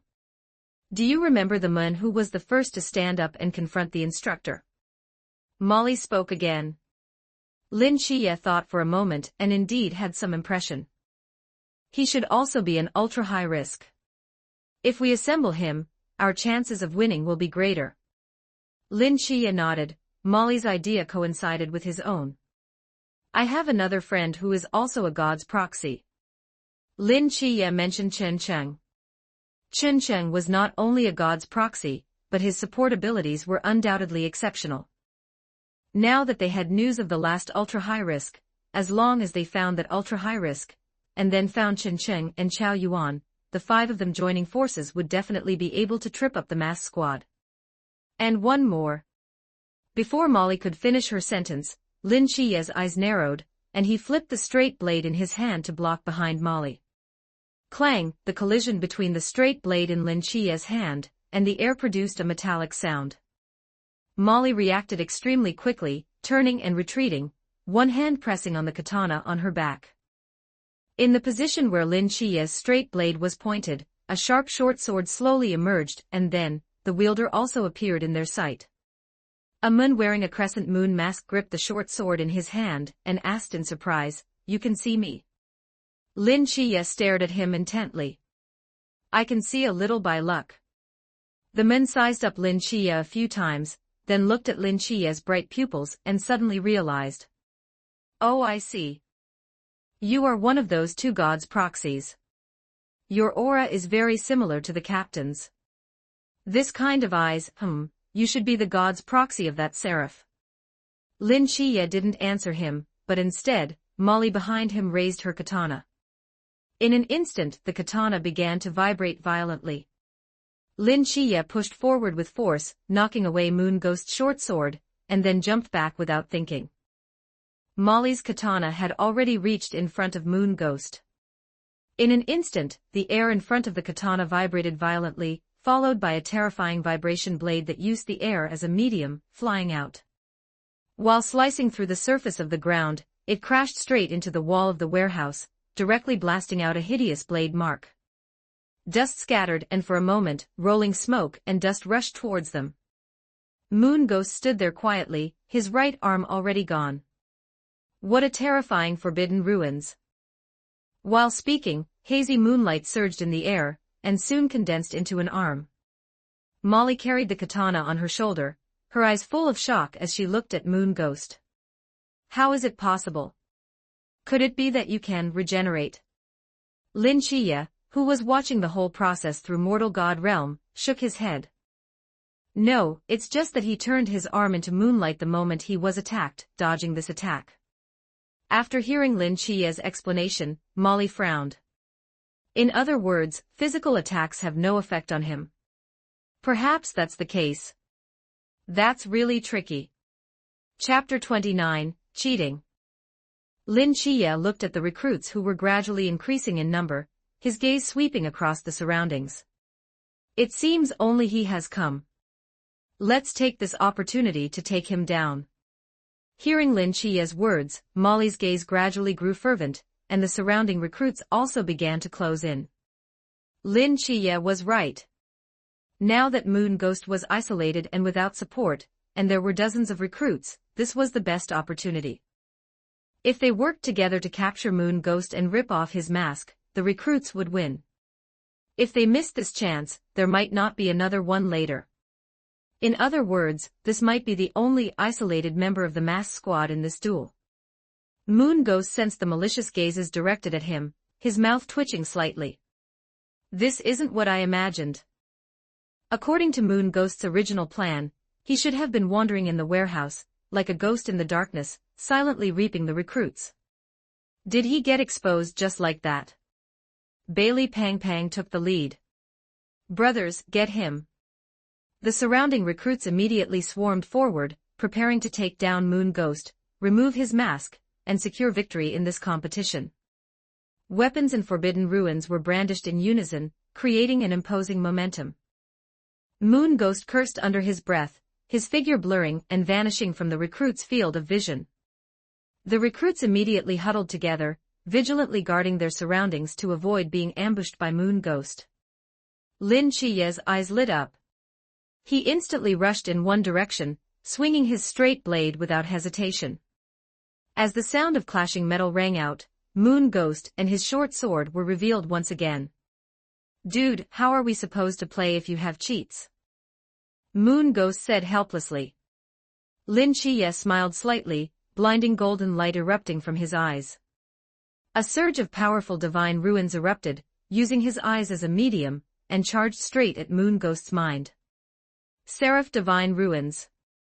Lin Chiye wanted to take Moon Ghost down in one fell swoop to avoid being surrounded by the masked squad.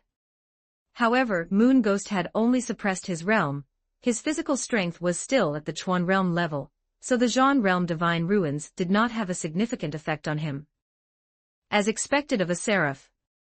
Even Zhan realm Divine Ruins have this much power.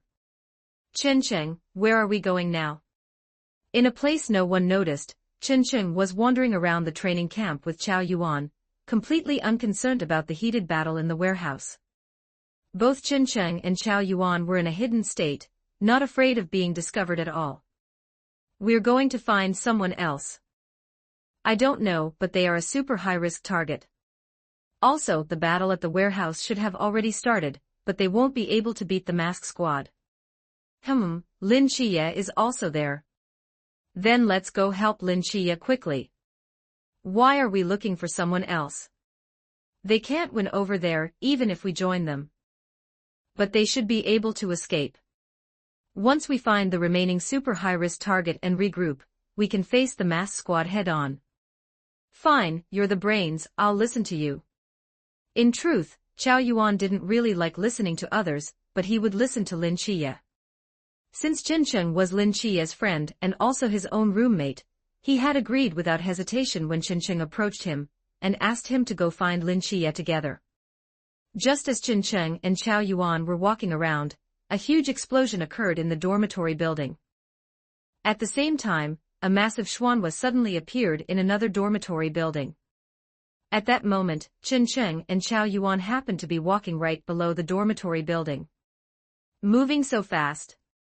Seeing the explosion and the purple xuanhua, Qin Sheng knew that the mass squad had already arrived. The explosion must have been caused by the last super high-risk target, Shin Qingzhu, Forbidden Ruins, Sequence 068 Air Control, future member of the Nightfall Squad, future Silent Angel. Standing downstairs, Qin Sheng saw the scene, and decided not to go up. In any case, soon both the members of the mass squad and the recruits led by Shin Qingzhu would come down, and Lin Chiye, and the others would arrive at that time too. Then, it would be time for the final showdown. This kid Shin Qingzhu is truly ruthless. He blows things up the moment he says he will. In the monitoring room, several instructors were clicking their tongues in amazement as they watched the explosion caused by Shin Qingzhu using chewing gum. He actually thought of using air control to cause an explosion like this. His ability development is not bad. Instructor Yuan Gang, who was on the side, also spoke up at this moment. This kid is a bit of a troublemaker, but he's not stupid. The other instructors nodded in agreement. However, that move Lin Chiye just pulled was really ruthless too. The xuanhua almost capsized. Indeed, his brain is beyond reproach, and his analysis was so precise. Even without Forbidden Ruins, his combat ability wouldn't be too bad, not to mention he is the agent of the Seraph. His future achievements will at least be at the level of Wang Mian, perhaps even higher. Instructor Yuan Gang gave his evaluation. By the way, has anyone seen the Agent of the Fool? Instructor Yuan Gang asked, staring intently at the monitoring screen. The surrounding instructors all shook their heads one by one. No, ever since that kid went invisible when the chaos started, he hasn't appeared again. He went to find Chao Yuan, and then took Chao Yuan away. An observant instructor retorted. Instructor Yuan Gang frowned. What was that kid trying to do? He hadn't shown his face much until now, not even encountering the mass squad, and he had even taken Chao Yuan away. If Chao Yuan's Forbidden Ruins went out of control, it would be very dangerous. This is the Zhan realm. Molly stared blankly ahead, murmuring to herself. While slowing down time, he also slashed out such an outrageous blade aura. What exactly are his divine ruins? Lin Chiye's brow was furrowed, his eyes filled with confusion. Lin Chiye and the others, who were preparing to support Shin Qingzhu, saw the blade strike Wang Mian had unleashed. That strike not only slowed down time, but was also extremely destructive, clearing away all the incoming attacks completely. Could this really be a blade strike that someone at the Zhan realm could unleash? Actually, his divine ruins only control time. Bailey Pang Pang, who was on the side, spoke up at this moment. Lin Chiye and Molly looked at him, puzzled. That blade aura was unleashed by a forbidden artifact. You could understand it as him cheating. The black blade in his hand is a forbidden artifact. It can deploy the sequence 301 Forbidden Ruins E Yuan, which functions by condensing one's own speed into blade aura. The faster the speed, the stronger the blade aura. Although this forbidden artifact's own danger level isn't high, in that person's hands, it possesses lethality comparable to a super high-risk target. Moreover, Wang Mian can unleash a blade aura comparable to the Chuan realm just by using Zhan realm acceleration. Even if he suppresses his own realm to the Zhan realm, he still possesses Chuan realm lethality. That's too insane. Lin Chiye couldn't help but retort. Bailey Pang Pang rubbed his nose. Theoretically, that is correct. Lin Chiye stared at Wang Mian in the crowd. Is this the captain level of the special squad? It's simply monstrous. 30 Chapter 30 The Black King's Demise Chapter 30 Black King's Annihilation. Who is the god behind Wang Mian? Lin Chiye suddenly remembered something. After all, Wang Mian and he were both God's proxy. Behind him was Michael, as well as Nix in the God's psychiatric hospital. So who was behind Wang Mian? God codename 017, the god of time, the Greek king of gods, Cronus. A familiar voice suddenly appeared beside Lin Chiye. Lin Chiye turned his head in shock, only to find Qin Cheng and Chao Yuan standing next to them at some point. Qin Cheng was staring at Wang Mian in front, and after noticing Lin Chiye's gaze, he turned to look at him, while Chao Yuan beside him kept his eyes on Qin Cheng the entire time. Qin Cheng. Where did you go just now? I just went to find Chao Yuan, and then I planned to find that ultra-high-risk target, but I arrived a step late. You knew who that ultra-high-risk target was all along. Yes, including this Ms. Molly beside you, I also knew she was an ultra-high-risk target. Qin Cheng turned to look at Molly, smiled politely, and continued looking at Lin Chiye. But I knew you would meet up, so I just took Chao Yuan directly to find the remaining ultra-high-risk target. Lin Chiye thought that since Qin Cheng could perform divination, figuring these things out shouldn't be too hard, so he accepted Qin Cheng's reasoning. Bailey Pang Pang, who was standing nearby, had long known Qin Cheng, and wasn't surprised at all. However, Molly felt a bit wary seeing Qin Cheng appear suddenly. She had almost been ambushed by Moon Ghost because of this kind of stealth earlier. Let me introduce him, he's my friend, a god's proxy. Also, the person beside him is named Chao Yuan, the last ultra-high-risk target. Lin Chiye explained to Molly, otherwise, he was really afraid that Molly would react instinctively and slash Qin Cheng. After all, he had witnessed how bad Molly's temper was after she was nearly ambushed by Moon Ghost. Sure enough, after hearing Lin Chiye's introduction, Molly's expression instantly softened, and she no longer had the wariness from before. The current situation was already very clear. Shin Qingzhu could not be eliminated, so they absolutely could not let Shin Qingzhu be eliminated by Wang Mian. Therefore, they had to act now. Adding a god's proxy and an ultra-high-risk forbidden ruins at this point in time, just as Lin Chiye said, would definitely trip up the mask squad. So what do we do now? Wang Mian has such a cheating forbidden artifact in his hand. With that forbidden artifact, he alone could take on all 239 of us recruits. Molly said with a grave look. Lin Chiye also nodded, if we can't deal with that forbidden artifact, then even if the mask squad only had Wang Mian, the recruit camp wouldn't have any chance of winning. There is still a way. Bailey Pang Pang said with a chuckle. What way do you have? Lin Chiye looked at Bailey Pang Pang in confusion.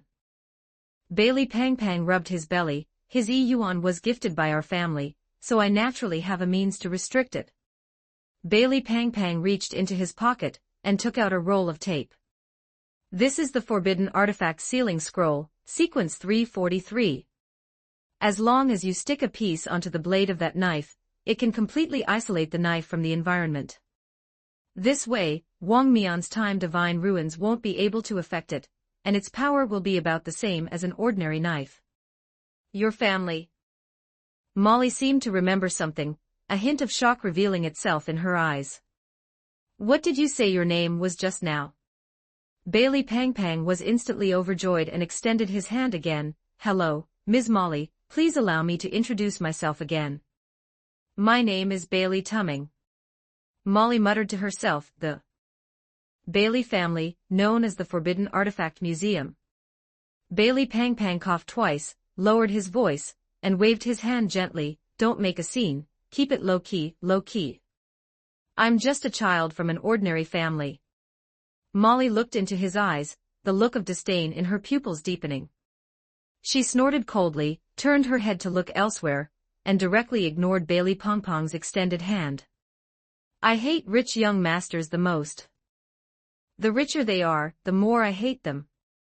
Bailey Pongpong's expression suddenly stiffened. Chin Cheng stood on the side, smiling and patting Bailey Pongpong's shoulder. Oh Tuming, look at you, you just happened to walk straight into her line of fire. Bailey Pang, degree all right, stop messing around, it's time to go. Lin Chiye saw the purple Xuanhua appearing again, and knew that the masked squad had started their all-out attack. If they didn't go now, there would be no chance left. Then what about Wang Mian? Molly asked. Leave him to me. Chin Cheng, who was on the side, stepped forward and held out his hand in front of Bailey Pang. Tuming, give me the sealing scroll. Bailey Pang made a few sounds and placed the sealing scroll in his hand into Chin Cheng's hand. You guys go and hold off the others, I'll hold off Wang Mian. Chin Cheng walked toward Wang Mian, and thick gray mist began to surge around his body. Both Lin Chiye and the others nodded, only Chao Yuan remained standing in place, hugging his knife and not moving an inch. But after looking at Lin Chiye, who had already left, Chao Yuan silently followed. A man wearing a Libra mask happened to come up beside him. Seeing Chao Yuan, he asked curiously, there's still a loner here. Chao Yuan looked at Libra, are you very strong? Libra was stunned, he clearly hadn't expected to be asked this by a recruit, but a moment later, he still replied, I'm especially strong. What, are you scared? Chao Yuan nodded, that's good. Libra was a bit bewildered by this sentence from Chao Yuan, but he still didn't believe a recruit could cause any trouble. He looked at the knife in Chao Yuan's hand, what, are you going to slash me? Chao Yuan nodded again, yes. Libra patted his chest, come on, I beg you to slash me. Chao Yuan looked at him in confusion, not expecting this person to have such a quirk, all right. After Chao Yuan finished speaking, the blade in his hand was unsheathed. It was as if Chao Yuan was unsheathed along with the blade. Black flames instantly spread around his body, and the black baleful aura surged like a raging pillar of fire, shooting straight into the sky. Strands of pitch-black flames erupted from within Chao Yuan's skin, instantly burning his upper garment to ashes, revealing a sturdy body covered in scars. The black baleful flames intertwined outside his body, gradually solidifying into an eerie humanoid coat. Like a man, like a demon. An inexplicable sense of horror rose in Libra's heart. At the same time, Wang Mian, who had been watching the battle quietly from the side, suddenly turned his head, staring fixedly at Chao Yuan in the distance, a flash of shock appearing in his eyes. The corners of Chao Yuan's mouth curled up. The black flames around his body surrounded him, as if they were crowding around their king. A wisp of white smoke dispersed from Chao Yuan's body. He opened his eyes, revealing a pair of blood-colored, demonic double pupils. He. Chao Yuan suddenly let out a silly laugh, but the knife in his hand suddenly slashed toward Libra, carrying an almost unstoppable momentum. Libra, who was at the center of it, instantly felt immense pressure, and his face under the mask was already soaked with sweat. Brother, can I take back what I said? I'm not actually strong. Libra said with a guilty conscience. If he had known, he wouldn't have boasted like that. Chapter 31, Meeting of the Proxies. But how could Chao Yuan still have the rationality to listen to him?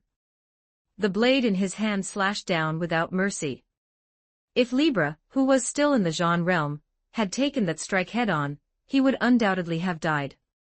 Just as Libra was preparing to unseal his realm, his vision suddenly blurred, and a figure appeared before him. It was a man wearing a mask with the character Wang on it, holding a black blade.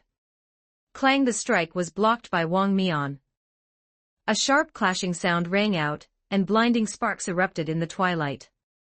Wang Mian's Yuan clashed with Chao Yuan's blade, and a violent gust of wind exploded with the two of them as the center. Immediately after, a terrifying blade aura slashed out from the Yuan, sending Chao Yuan along with his blade flying, smashing him directly into the ruins in the distance. Libra, you were too careless. Wang Mian sheathed his blade and looked helplessly at Libra behind him. Libra exhaled, patted his cloak and said, "What kind of monster is this, anyway?" Forbidden Ruins Sequence 031, Black King's Annihilation. Wang Mian looked at Chao Yuan, who had just climbed out of the ruins, and spoke indifferently. Black King's Annihilation. So that's it. However, this is the first time I've encountered a human possessing a Forbidden Ruins with such a high-ranking sequence. The first 30 Forbidden Ruins sequences are known as the Divine Realm. This doesn't just mean that the vast majority of these 30 Forbidden Ruins belong to gods. It also implies that, when you truly possess one of these 30 Forbidden Ruins, you can completely say that you have stepped into the realm of gods, and they can no longer be compared to ordinary Forbidden Ruins. And Black King's Annihilation at Sequence 031 is, in the true sense, below the gods but above all living beings. Wang Mian watched Chao Yuan in the distance. The flames on Chao Yuan's body were violent, as if they had a consciousness of their own, and the surrounded Chao Yuan had a ferocious look on his face, appearing to have no rationality at all. This power is too strong, and he is too weak, to the point where he completely loses consciousness after using his Forbidden Ruins, relying only on combat instinct to drive his body. This is a true indiscriminate attack. When he goes crazy, he even slashes his own teammates. I understand. Libra's body slowly rose. He stared at the lunatic in the distance and said earnestly, "I was careless just now. I will go all out and properly face this lunatic." The surrounding bricks, rubble, and other debris were all lifted into the air by Libra. As Libra rose, those fragments also rose with him. In the end, the fragments floated around Libra, manipulated by him to rotate. Libra directed the surrounding fragments to fly towards Chao Yuan. Black flames erupted, and amidst the flashing blade light, Chao Yuan easily slashed open the falling objects. He was incredibly fast, arriving beneath Libra in an instant. The berserk Chao Yuan pushed off with both legs, and his body immediately leaped high into the air. Just as his blade was about to touch Libra's body, Libra wobbled and flew up another few dozen meters. The berserk Chao Yuan fell back down, slamming heavily onto the floor. And so he discovered a very serious problem: he couldn't reach Libra. Nah, can't reach me. Libra flew down, and then back up, teasing Chao Yuan on the ground.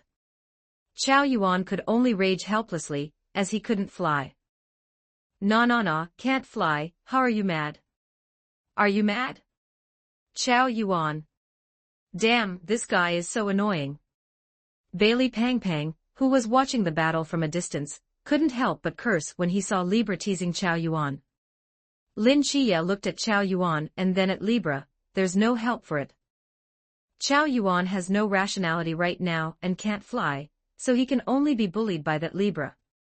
Lin Chiya only knew that Chao Yuan would lose his rationality after touching his blade, but he didn't expect him to be this fierce. Although he was taken out in one strike by Wang Mian, if Wang Mian hadn't been there, and if Libra hadn't unsealed his realm, Libra being in the same Zhan realm would definitely have died without any ability to resist. Lin Chiya didn't continue to watch that battlefield. Although Chao Yuan couldn't touch Libra, he could pin him down. Meanwhile, that Rose was being held back by Molly, and Xuanhua was being held back by Shenqing Zhu. Originally, what he needed to do now was to find Wang Mian, but since Chencheng said he would handle Wang Mian's blade, he would trust Chencheng. That left only that invisible moon ghost, and what's more, he was the only one on the field who could find him. After helping Libra block that strike, Wang Mian saw that Libra had gotten serious, so he didn't intend to interfere anymore. Even if he did, it would be useless. Even with his Yuan, it would take some effort for him in the Zhan realm to take down Chao Yuan. On the other side of the battlefield, there were only 3 teammates left, and on the recruit side, there were still 2 ultra-high-risk individuals, 2 gods proxy, plus those recruits. If he didn't go over there, his teammates might really get overturned. Just as Wang Mian was preparing to go and support Xuanhua's side, dense gray fog suddenly appeared around him. The gray fog instantly filled the space around him, filling his field of vision. As far as his eyes could see, there was only a patch of gray fog that seemed eternal and unchanging. It was incredibly quiet inside the gray fog, and the moment the gray fog appeared, the sounds of the outside world seemed to be cut off, becoming incredibly quiet as well. This is... Wang Mian frowned. The files didn't mention any forbidden ruins with the characteristic of gray fog, and this gray fog appeared suddenly, without any warning. It must be a tactic of the recruits, for sure, but he didn't yet know what specific effect this gray fog had. What is that? In the monitoring room, all the instructors looked at the gray fog that had suddenly appeared around Wang Mian and asked in confusion. The range of the gray fog was neither too big nor too small. It just happened to trap Wang Mian without affecting the other two battlefields, expanding as if it had a consciousness. Only Instructor Yuan Gang remained relatively calm. He had read the files and understood the characteristics of all the recruits. According to the reported data, this gray fog should be Qin Cheng's tactic. This was his divine ruins. This is the divine ruins of that agent of the fool. Its characteristic is a mass of gray fog. It should be intended to block Wang Mian and prevent him from going to provide support. Instructor Yuan Gang spoke up at this moment to explain to the other instructors. Hearing this, the other instructors instantly realized what was happening. I didn't expect the agent of the fool, whom we could never find, to pull off such a big move for us. It seems he wants to block Wang Mian all by himself. Two gods proxy have met, one Kronos, one fool. I wonder which one is stronger. One of the instructors remarked.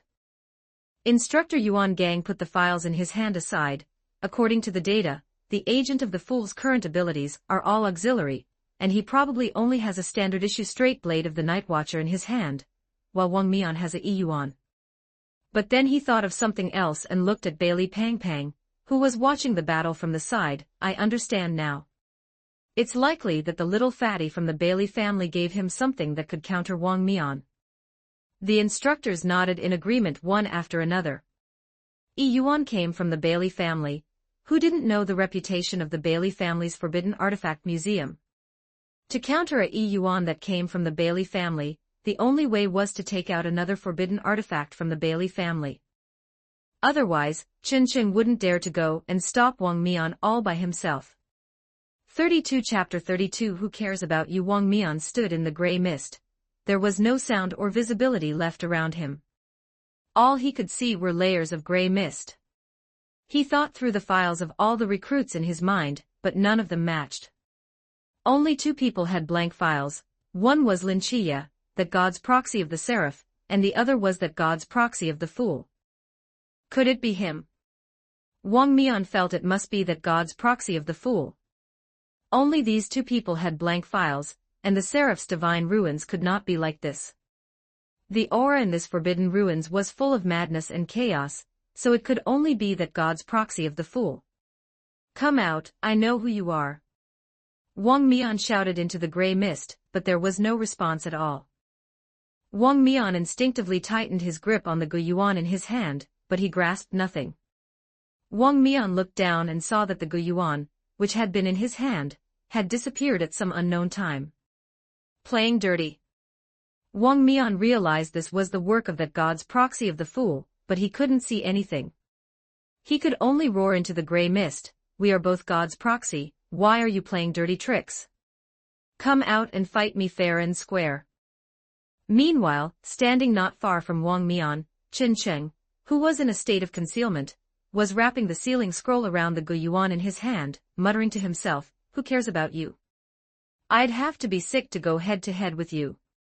Anyway, he couldn't fight head-on, so the only way for Qin Cheng to prove himself was to let the instructors see his abilities. Besides, if he eliminated Wang Mian right here, Lin Chiya's importance in the instructors' minds would diminish significantly. In the original timeline, Lin Chiya built his reputation through that battle with Wang Mian, which also led to various subsequent events. Therefore, this fight had to be fought by Lin Chiya. He only needed to let the instructors see how devious he could be. All right, giving it back to you. Qin Cheng walked up to Wang Mian, deactivated his concealment state, and threw the guyuan in his hand back to Wang Mian. Wang Mian frowned as he looked at Qin Cheng, who had suddenly walked out. He caught the thrown guyuan and felt that the texture was wrong. He glanced at the guyuan and instantly understood, sealing scroll. That little fatty from the Bailey family gave it to you, right? Qin Cheng nodded indifferently. Anyway, the guyuan was something Wang Mian had gotten from the Bailey family, so he naturally knew what could restrain it. Since he saw the sealing scroll, he would definitely think of Bailey Pang Pang, otherwise, he wouldn't be fit to be this captain. Wang Mian waved the guyuan and turned to look at Qin Cheng again. Are you so confident in returning it to me? Aren't you afraid I'll tear open the sealing scroll myself? Qin Cheng spread his hands with an indifferent look. Then I'll just steal it back again. As long as you're still inside here, you can't run away. Wang Mian smiled. However, what Qin Cheng said was right. As long as he wanted to, he could steal the guyuan again in an instant, just like before, and his own time control couldn't change anything. Unless he broke through to a higher realm, he wouldn't have to fear Qin Cheng's threat, but breaking through would mean he had lost. Therefore, Qin Cheng had him cornered. What do you want to say? Wang Mian asked directly. He knew Qin Cheng wouldn't return the guyuan to him for no reason. He could have just taken the guyuan away and given it to Lin Chiye or someone else. Whether they could use it didn't matter, just making sure he couldn't use it was enough. Therefore, Qin Cheng must have wanted to say something by returning the guyuan to him. Qin Cheng snapped his fingers. It's comfortable talking to smart people. Then I'll say it directly, you fight Lin Chiye fair and square. You know Lin Chiye, right? The god's proxy of the seraph. Wang Mian nodded to indicate he knew. You are not allowed to tear open the sealing scroll. As for your teammates, I will handle them. You two just need to fight properly. Then what is the point of you doing this? Wang Mian asked, puzzled. To let the instructors, and let the Night Watcher see his potential, and thereby value him. Qin Cheng said slowly. Understood. Lin Chiye currently only has the title of God's proxy of the seraph. Although the Night Watcher internally values him, it is ultimately only because of the seraph's name. And what you want is to use a battle with me to let the Night Watcher understand his own potential, and thereby value him even more. Wang Mian understood Qin Cheng's meaning. As a fellow God's proxy, he could naturally understand that the title of God's proxy could bring attention. But if one lacks personal ability, even being a proxy is useless. And as long as he fights him, who is also a proxy and already has a famous reputation, Lin Chiye's potential would be certified by the Night Watcher as immense, perhaps even surpassing his own. Therefore, Qin Cheng made such an arrangement. Then what about you? Wang Mian remembered that the person in front of him was also a god's proxy, but it seemed his plan did not include himself. Why do you think I said I would handle your teammates? Qin Cheng said slowly. Understood. Qin Cheng was going to use the other members of the mass squad to earn attention for himself. Then what if Lin Chiye doesn't beat me? Wang Mian thought of this question. However, even if he didn't beat him, as long as they fought a match, Lin Chiye's potential would still be proven, just not as highly as if he had won. Qin Cheng glanced at him. He won't lose. My divine ruins has another ability, it's called divination. The communication between the two reached a very good result. Although given Wang Mian's personality, even without Qin Cheng, as long as Lin Chiye got the sealing scroll and sealed the guyuan, Wang Mian would still agree to a fair fight with Lin Chiye. But just as he himself said, Qin Cheng also needed the attention of the Night Watcher internally. On the other side, seeing that mass of gray mist, Lin Chiye knew that Qin Cheng had already taken action. Then he didn't need to worry about Wang Mian anymore and could focus on dealing with the only one who could spare a hand, Moon Ghost. Lin Chiye suddenly rushed to Bailey Pong Pong's side, drew his blade upward, and a clang, sound of metal colliding rang out behind Bailey Pang Pang. Bailey Pang Pang hurriedly ran forward a few steps before turning his head to look back. The blade in Lin Chiye's hand collided with a short sword.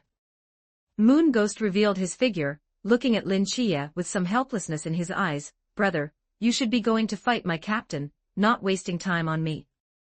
Lin Chia smiled. "My friend will go to your captain." "Your friend?" Moon Ghost showed a puzzled look, but soon thought of the files he had seen before, that God's proxy of the fool. That gray mist just now was his doing, right? Truly rare. A god that has never been observed before. Seeing that Moon Ghost was about to start talking to himself, Lin Chia interrupted him. "Whether he is rare or not, I don't know. Anyway, I know your captain won't be coming out that easily."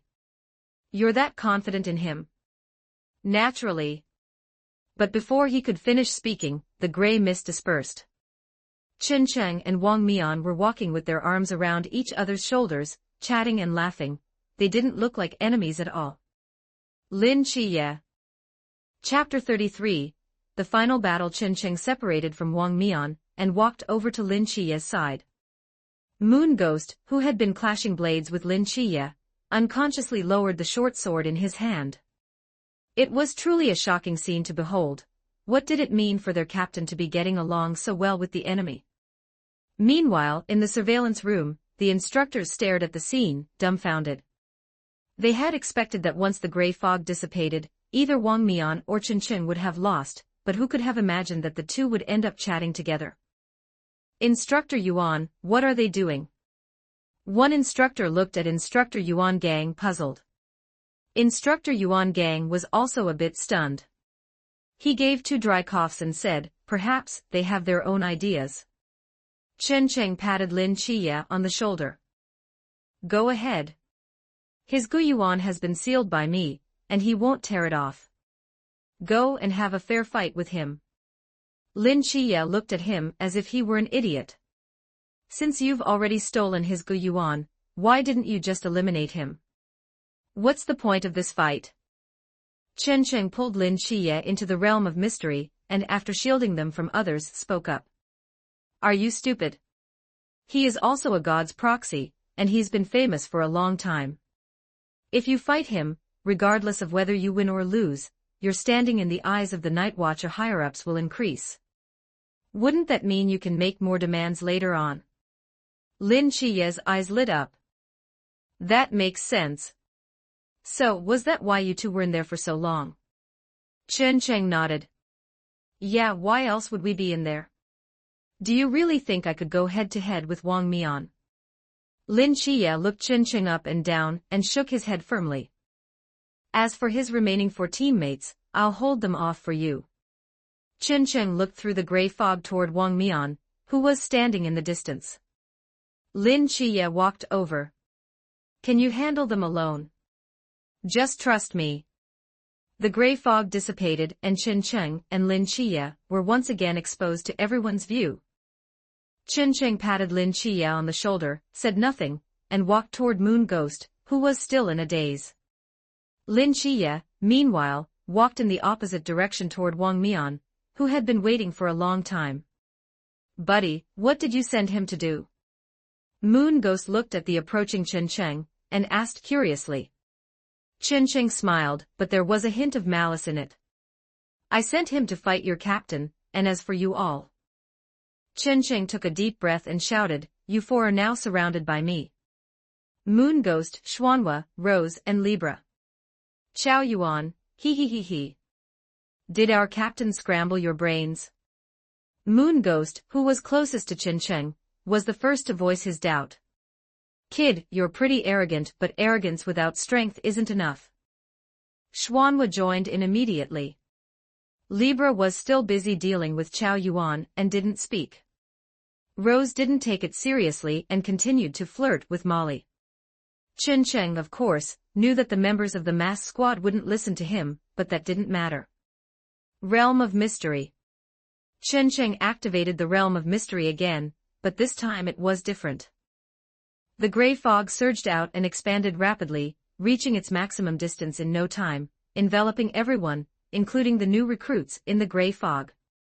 As for Wang Mian and Lin Chia, Chen Cheng told them to get lost and fight elsewhere, not inside the fog. "What is this kid trying to do?" In the surveillance room, Instructor Yuan Gang was somewhat puzzled by Chen Cheng's actions. Pulling everyone into the gray fog and declaring that he had surrounded the enemy was just pure provocation. According to the files, this kid was supposed to be a support-oriented person, although he had combat power, it shouldn't be that high. I don't know. Let's wait and see. This child doesn't seem like a fool. He shouldn't do something that puts himself in such a dangerous environment. Instructor Hong Hao, standing to the side, analyzed. The only variable right now is this gray fog. The files didn't mention anything about this fog, only what his divine ruins could do. Chen Cheng's trump card must be this fog. As for what exactly he intends to do, we don't know. Instructor Yuan Gang nodded. Then let's watch slowly. I'm also very curious to see what a god who hasn't been observed can achieve. Your friend has already held off my teammates. Aren't you worried about him? Wang Mian looked toward the distant gray fog. Chen Cheng really was holding everyone off by himself, including the new recruits, not letting anyone disturb them. What's there to worry about? I trust his ability. Regarding Chen Cheng, although Lin Chiye couldn't give 100% trust, since he had said so, Lin Chiye would believe him. They were all teammates. If they couldn't trust each other, their relationship would only collapse. Wang Mian didn't say anything more and looked back at Lin Chiye. Let me see what kind of strength you, the proxy of the Seraph, possess. Lin Chiye gripped the straight blade in his hand, looking at Wang Mian with full concentration. Facing a god's proxy who had been famous for many years, he had to be 100% focused. The slightest carelessness could lead to defeat.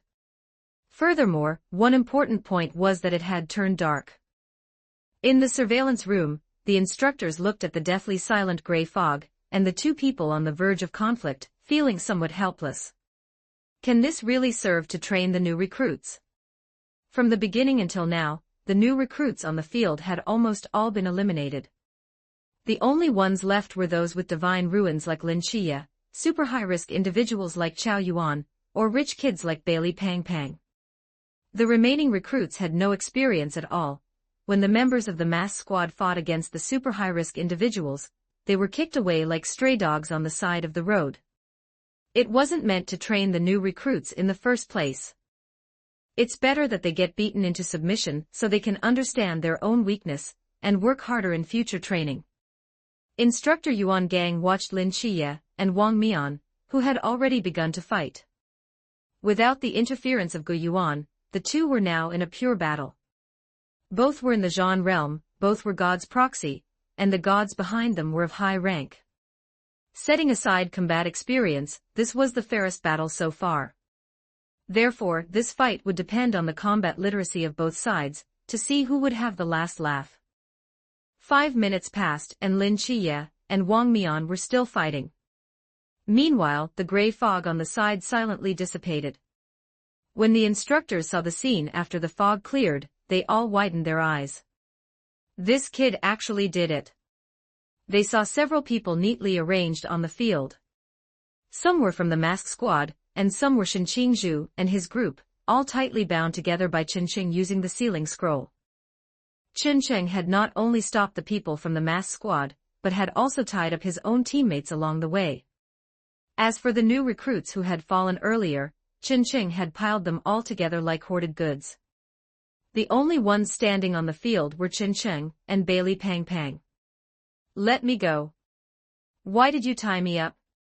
Shen Qingzhu struggled desperately, trying to break free from the sealing scroll on his body, but it was all in vain.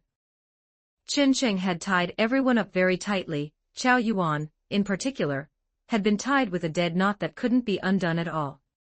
Don't waste your energy. Just watch. I'll untie you after it's over. Chen Cheng kindly reminded Shen Qingzhu. If you guys hadn't insisted on fighting me, I wouldn't want to tie you up either. Chen Cheng had originally only wanted to tie up the members of the mass squad, but Shen Qingzhu kept going on about how they were his enemies or something, which was very noisy.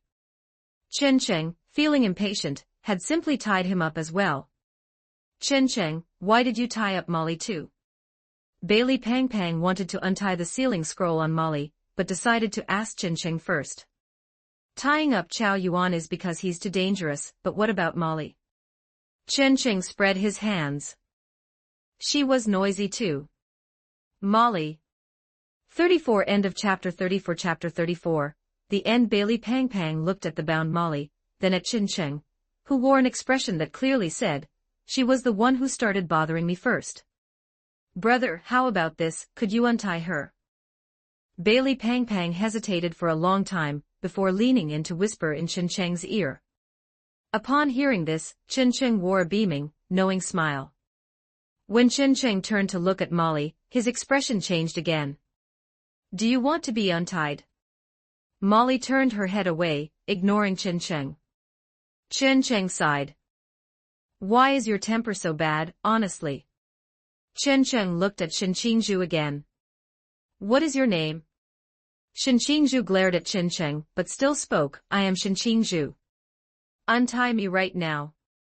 "What kind of skill is a sneak attack?" "If you have the guts, let's have a proper fight." Chen Cheng ignored Shen Qingzhu's challenge, asking directly instead, "You want to be untied?" Shen Qingzhu struggled twice, but could not undo the sealing scroll on his body. After hearing Chen Cheng's words, he shut his mouth, appearing to have no intention of speaking. Chen Cheng found it amusing and untied everyone except those from the mass squad, including Chow Yuan. Of course, his blade had already been taken away by Chen Cheng. Under the interference of the sealing scroll, the Black King within Chow Yuan had been suppressed, so it was fine even if he was untied. "All right, stop glaring at me and just watch for now." Chen Cheng looked amusedly at Shen Qingzhu, who was still glaring at him. Molly on the side said nothing. She picked up her katana and walked further away from Chen Cheng to watch the battle between Lin Chiye and Wang Mian. Chen Cheng then crouched down next to Xuanhua. "Say something nice and I'll untie you." Xuanhua squirmed a bit. "Brother, you're even more handsome than our captain. Hurry, untie me, this is so uncomfortable." Xuanhua's unhesitating flattery immediately drew disdain from everyone, including Shen Qingzhu, though not from Bailey Pang Pang and Chen Cheng.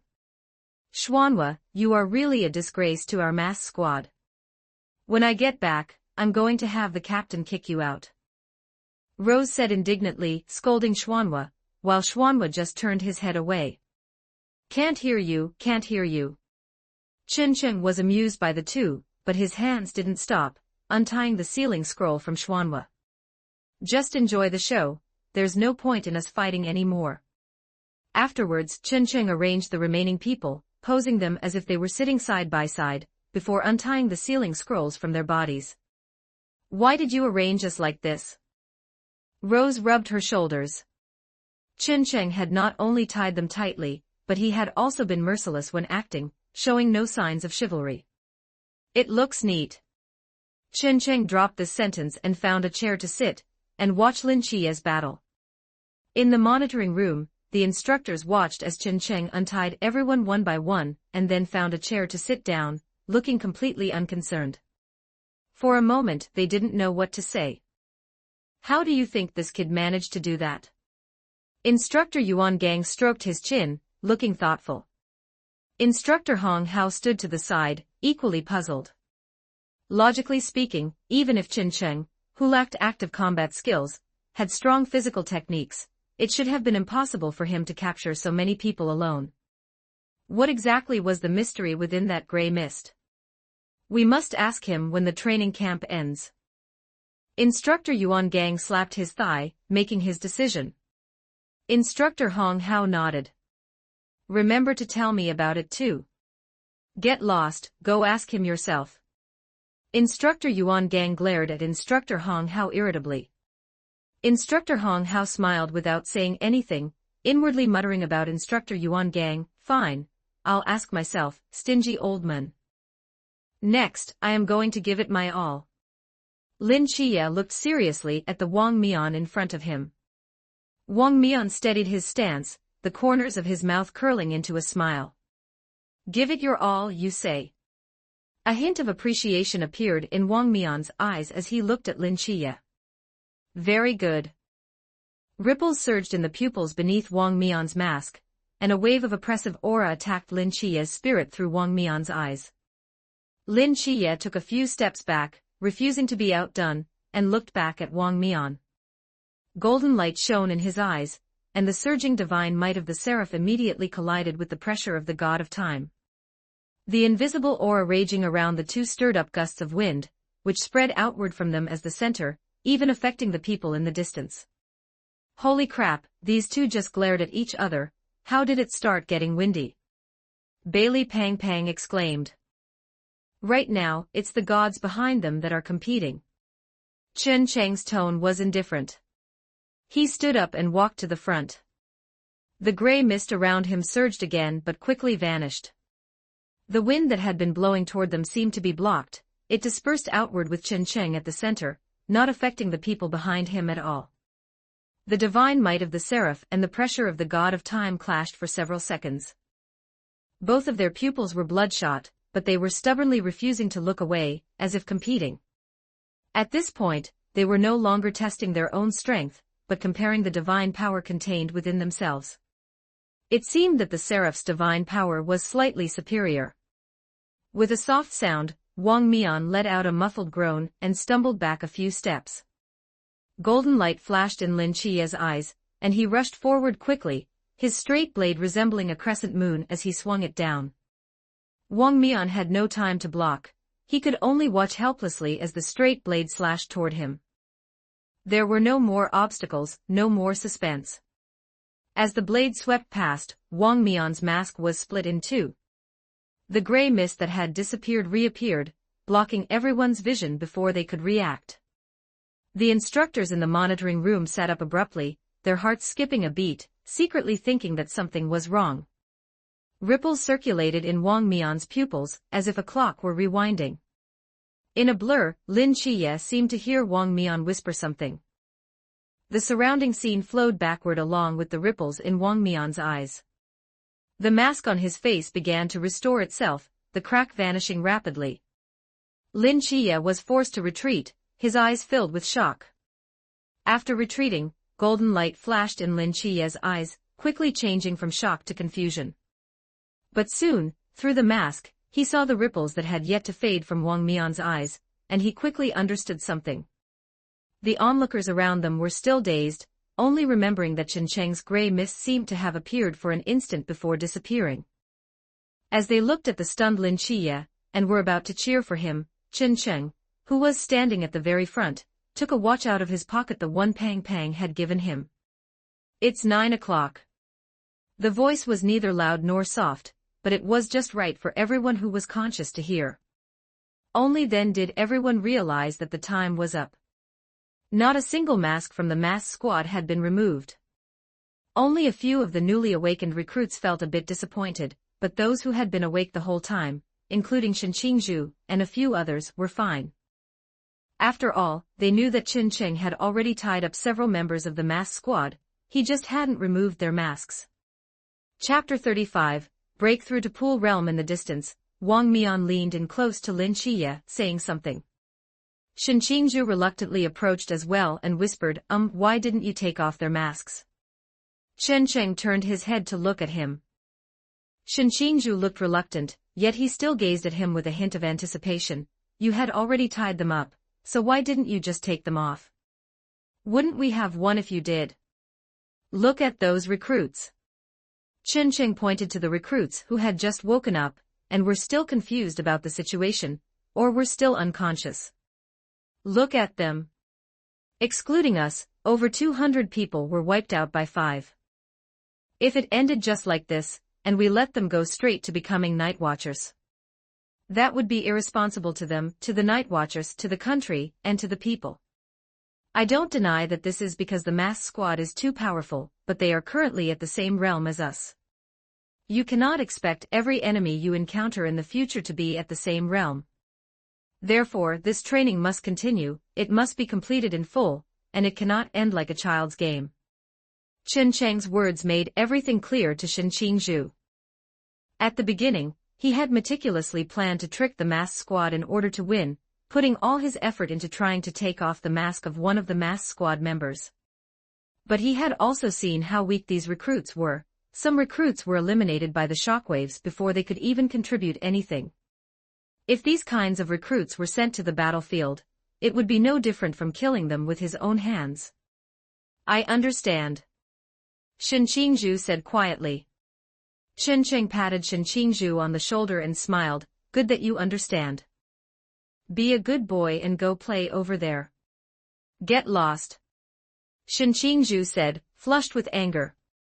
Chen Cheng walked away with a smile, turned his head to wave at the surveillance camera, and made a peace sign.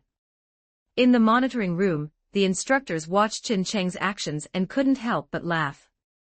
This kid. Instructor Yuan Gang looked at that peace sign with amusement. Perhaps the 5th Special Squad will be born soon. Instructor Hong Hao nodded, agreeing with Instructor Yuan Gang's statement. As a veteran instructor, he naturally knew how harsh the conditions for the 5th Special Squad were, but they all believed that this group of children could definitely do it. I am very disappointed in you. The recruits assembled again. Instructor Yuan Gang stood on the platform, looking down at the recruits below with a look of disappointment on his face. Upon hearing this, the recruits didn't have much of a reaction, but the mass squad members standing to the side slightly lowered their heads first. 240 people against 5 people. Except for a mere few, the vast majority didn't even touch the corner of the mass squad's clothes. I was absolutely right before. You are all trash. Like this, you will only get your teammates killed. Chen Cheng looked up at Instructor Yuan Gang, then looked at Lin Chiya, and pointed to himself with his finger, me. Lin Chiya was amused by this gesture, and his originally serious expression instantly broke. Instructor Yuan Gang on the stage glanced at the two of them, sighed silently, and ignored them. Perhaps feeling a bit guilty, Instructor Yuan Gang added a sentence at the end, of course, with the exception of a few. Since you have lost, then follow what I said before. Abandon all your self-esteem and pride, forget your past, and devote your heart and soul to the training. This training will last for 1 year, and is divided into 2 parts. The first part is the purest physical training. This part will last for half a year, and during these 6 months, we will use a forbidden artifact to make it so that you cannot use the forbidden ruins you are so proud of. During this period, we will use all kinds of ways to torture you, to exhaust your body and mind, and to keep you on the verge of collapse at all times. Perhaps you will be in pain, feel desperate, or even want to die, but unfortunately, you won't even be able to do that. And the second part of the training. After Instructor Yuan Gang finished introducing the training content, his gaze swept over the recruits below, lingering for a moment on Lin Chiya and Chen Cheng. A moment later, Instructor Yuan Gang turned and left. The mass squad standing to the side also raised their heads, put on an indifferent look again, and likewise turned and left, disappearing into the night. Below the stage, gray mist inexplicably appeared around Chen Cheng. The spiritual power within his body returned like a vortex, flowing through his entire body like water. The gray mist became more substantial, and Chen Cheng felt that his body had also undergone a great change. On the day before the training began, he broke through to the pool realm. Ding ding ding. A sharp whistle echoed throughout the entire training camp, making the quiet training camp noisy again. Lin Chiya picked up the alarm clock and glanced at it, 3 in the morning. He quickly got out of bed, changed his clothes, and casually patted the sleeping Bailey Pang Pang awake. What's wrong? What's wrong? Bailey Pang Pang sat up and shouted in a panic. Lin Chiya dropped the line, training has started, and ran off to wash up. Bailey Pang Pang finally reacted, turned, got out of bed, found his clothes to change into, and followed in Lin Chiya's footsteps, rushing into the washroom to start washing up. Next door to them, Chen Cheng had already finished washing up, and Chao Yuan was the same. The two of them walked out the door, looked at the training camp that was still shrouded in night, yawned, and opened the door to Lin Chiya's dormitory.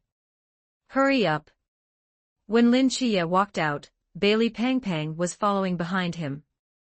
Lin Chiya had the Starry Night Dancer bonus, so his speed in the night was astonishingly fast. Chen Cheng's physical fitness, under the dual enhancement of the Marauder and the Clown, was not much different from Lin Chiye's. As for Chao Yuan, it goes without saying that the Black King inside him indirectly strengthened his physique. Only Bailey Pang Pang was panting, and it was only because Qin Cheng pulled him that he could keep up with the group. Under the cover of night, Instructor Hong watched Lin Chiye and the others arrive first, and a smile couldn't help but appear on his face, with an expression of admiration appearing in his eyes. Behind Lin Chiye, the recruits also arrived one after another. Instructor Hong held a stopwatch, seemingly recording something. It wasn't until the last few recruits arrived that Instructor Hong stopped the stopwatch, looked at the sleepy crowd below with an expressionless face, and said in a deep voice, "Today is the first day of your official training. Teach you what discipline is. What execution is. When you hear the whistle sound, no matter what you are doing, you must arrive at the training ground and assemble within 3 minutes." Instructor Hong's gaze swept over the crowd, his eyes slightly narrowed. Now, all those who took more than 3 minutes, step out of line automatically. Among the recruits below the training platform, only a few people automatically stepped out of line, while the vast majority of the rest were whispering. "Instructor, we didn't look at the time. What should we do if we don't know how many minutes we took?" a recruit asked, raising his hand. Instructor Hong glanced at him. "You go run 10 laps first." Recruit: "I was just asking. I told you to go run 10 laps. Can't you understand me?" That recruit stepped out of line reluctantly. The remaining recruits immediately started whispering to each other, their brows furrowed, some not quite understanding Instructor Hong's approach. 36 Chapter 36 Running Laps Chapter 36 Running Laps. Instructor Hong scanned the crowd. Seeing some restlessness, he chuckled, "I'll kindly remind you all, if you aren't sure whether you went over 3 minutes or not." Instructor Hong pointed to his head, then to the recruits below, "Then rely on a gamble, rely on your own gut feeling. If you think you didn't exceed 3 minutes, just stand there. If you think you did, step out. If your feeling is right and you truly didn't exceed 3 minutes, good, then nothing happens. If your feeling is wrong, then your punishment will be doubled." Instructor Hong looked at the recruits again. "Now, I'll say this one last time. Those who exceeded 3 minutes, step out automatically." This time, more than half the recruits walked out, standing reluctantly in the overtime queue. Instructor Hong pointed to a few people. You, and you. Unfortunately, you guessed wrong. Now, step out. Stand at the very back." The called recruits walked out reluctantly and stood at the end of the line.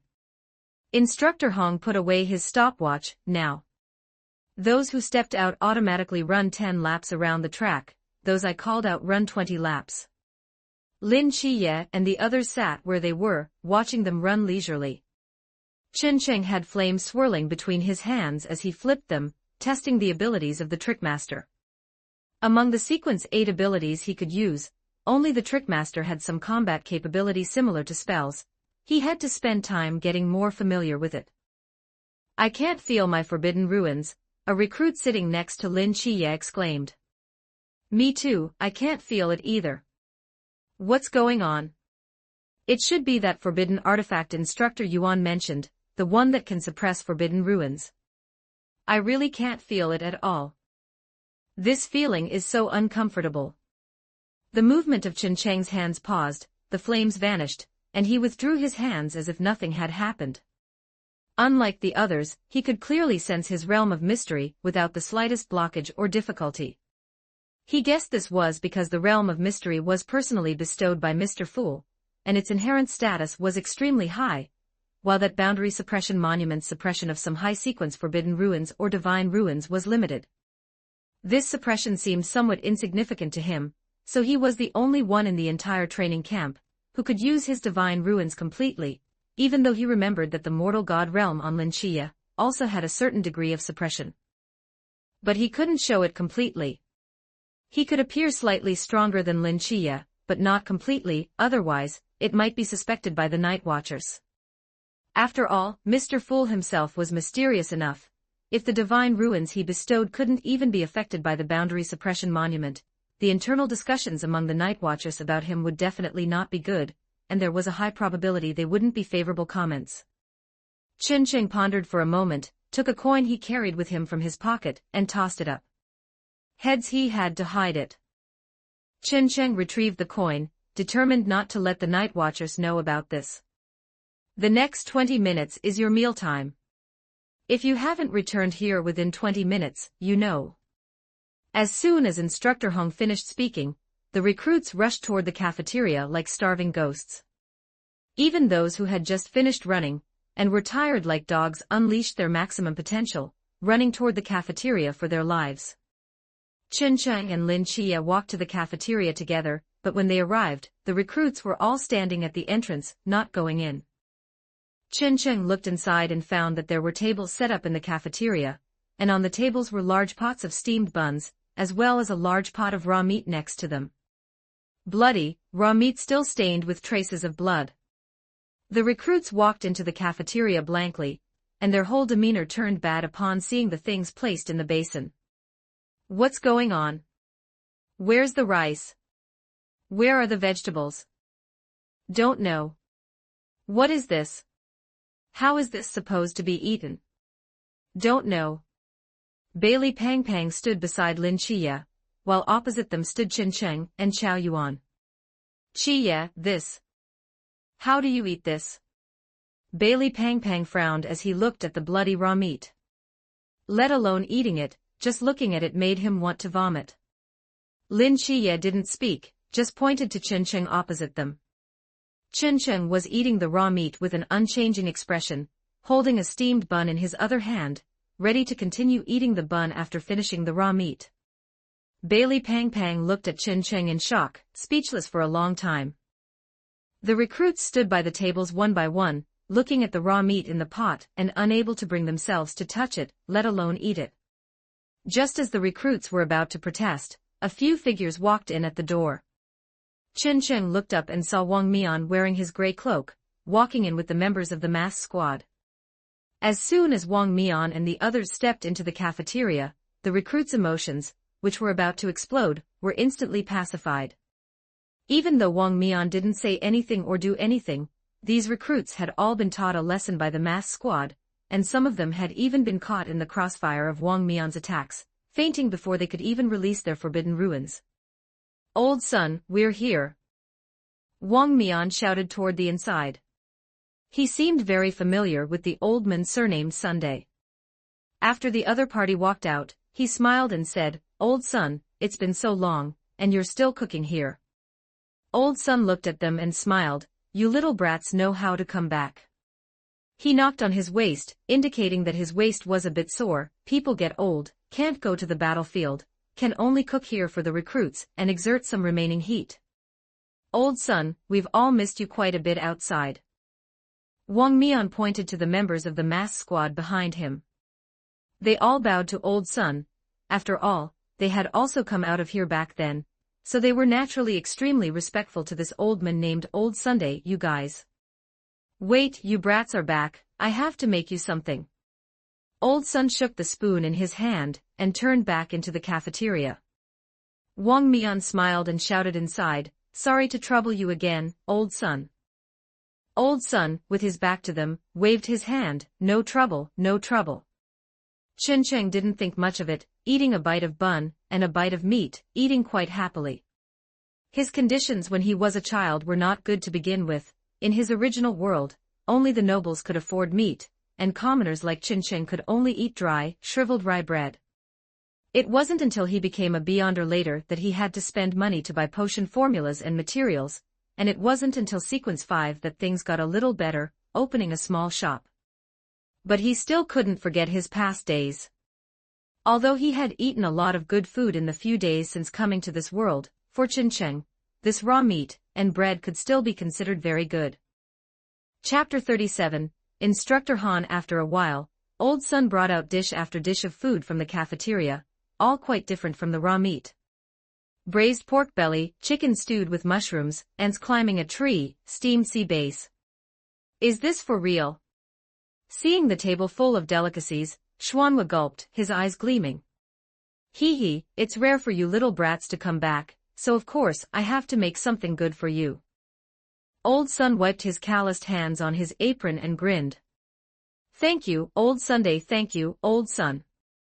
The other members chimed in with their thanks, then picked up their chopsticks and began to feast, chatting and laughing. Gurgle, in the previously quiet hall, a sudden sound of swallowing saliva broke the silence. The recruits looked at the raw meat in their hands, and then at the sumptuous dishes in front of the mass squad, instantly feeling that the gap between people was simply too vast. Over 200 pairs of eyes stared at the food like hungry dogs.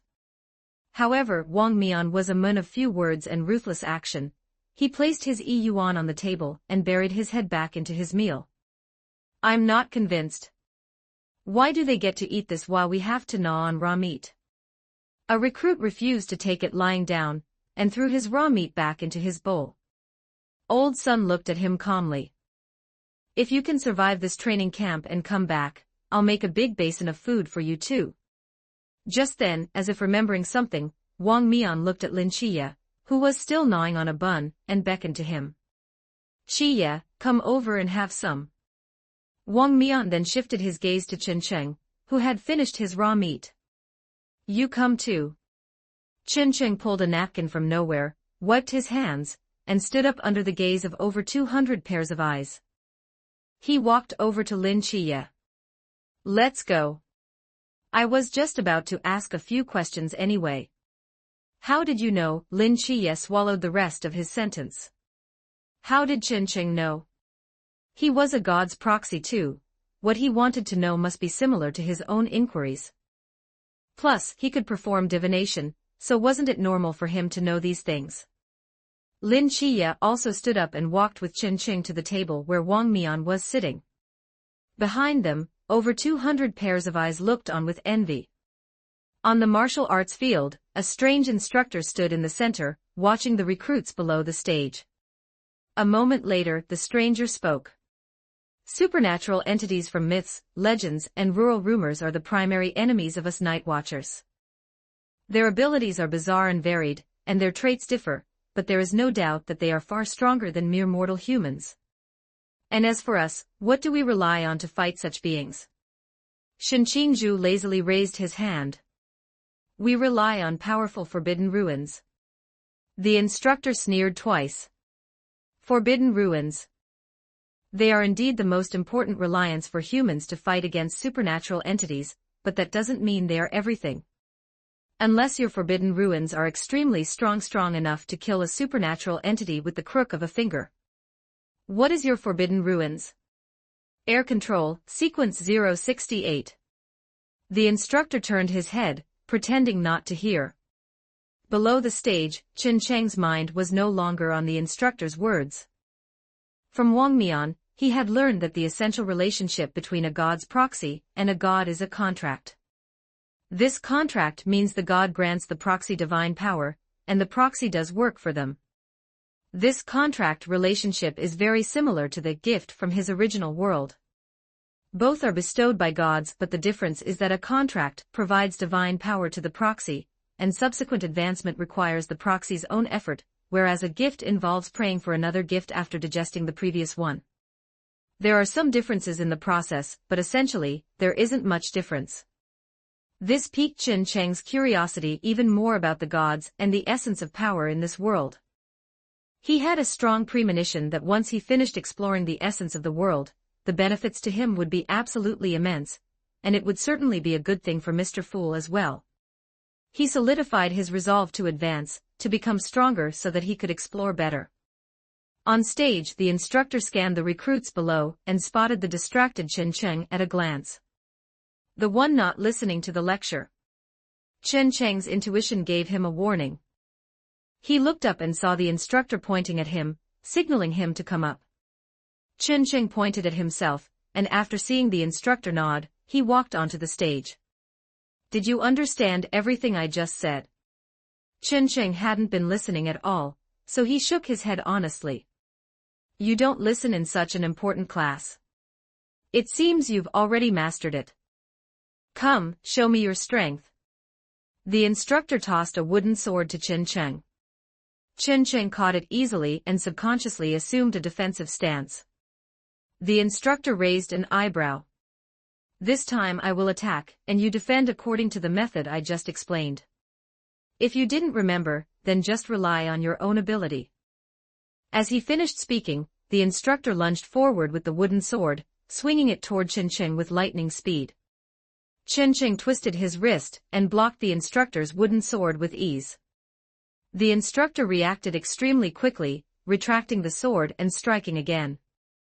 This time, the speed was faster and the angle was trickier.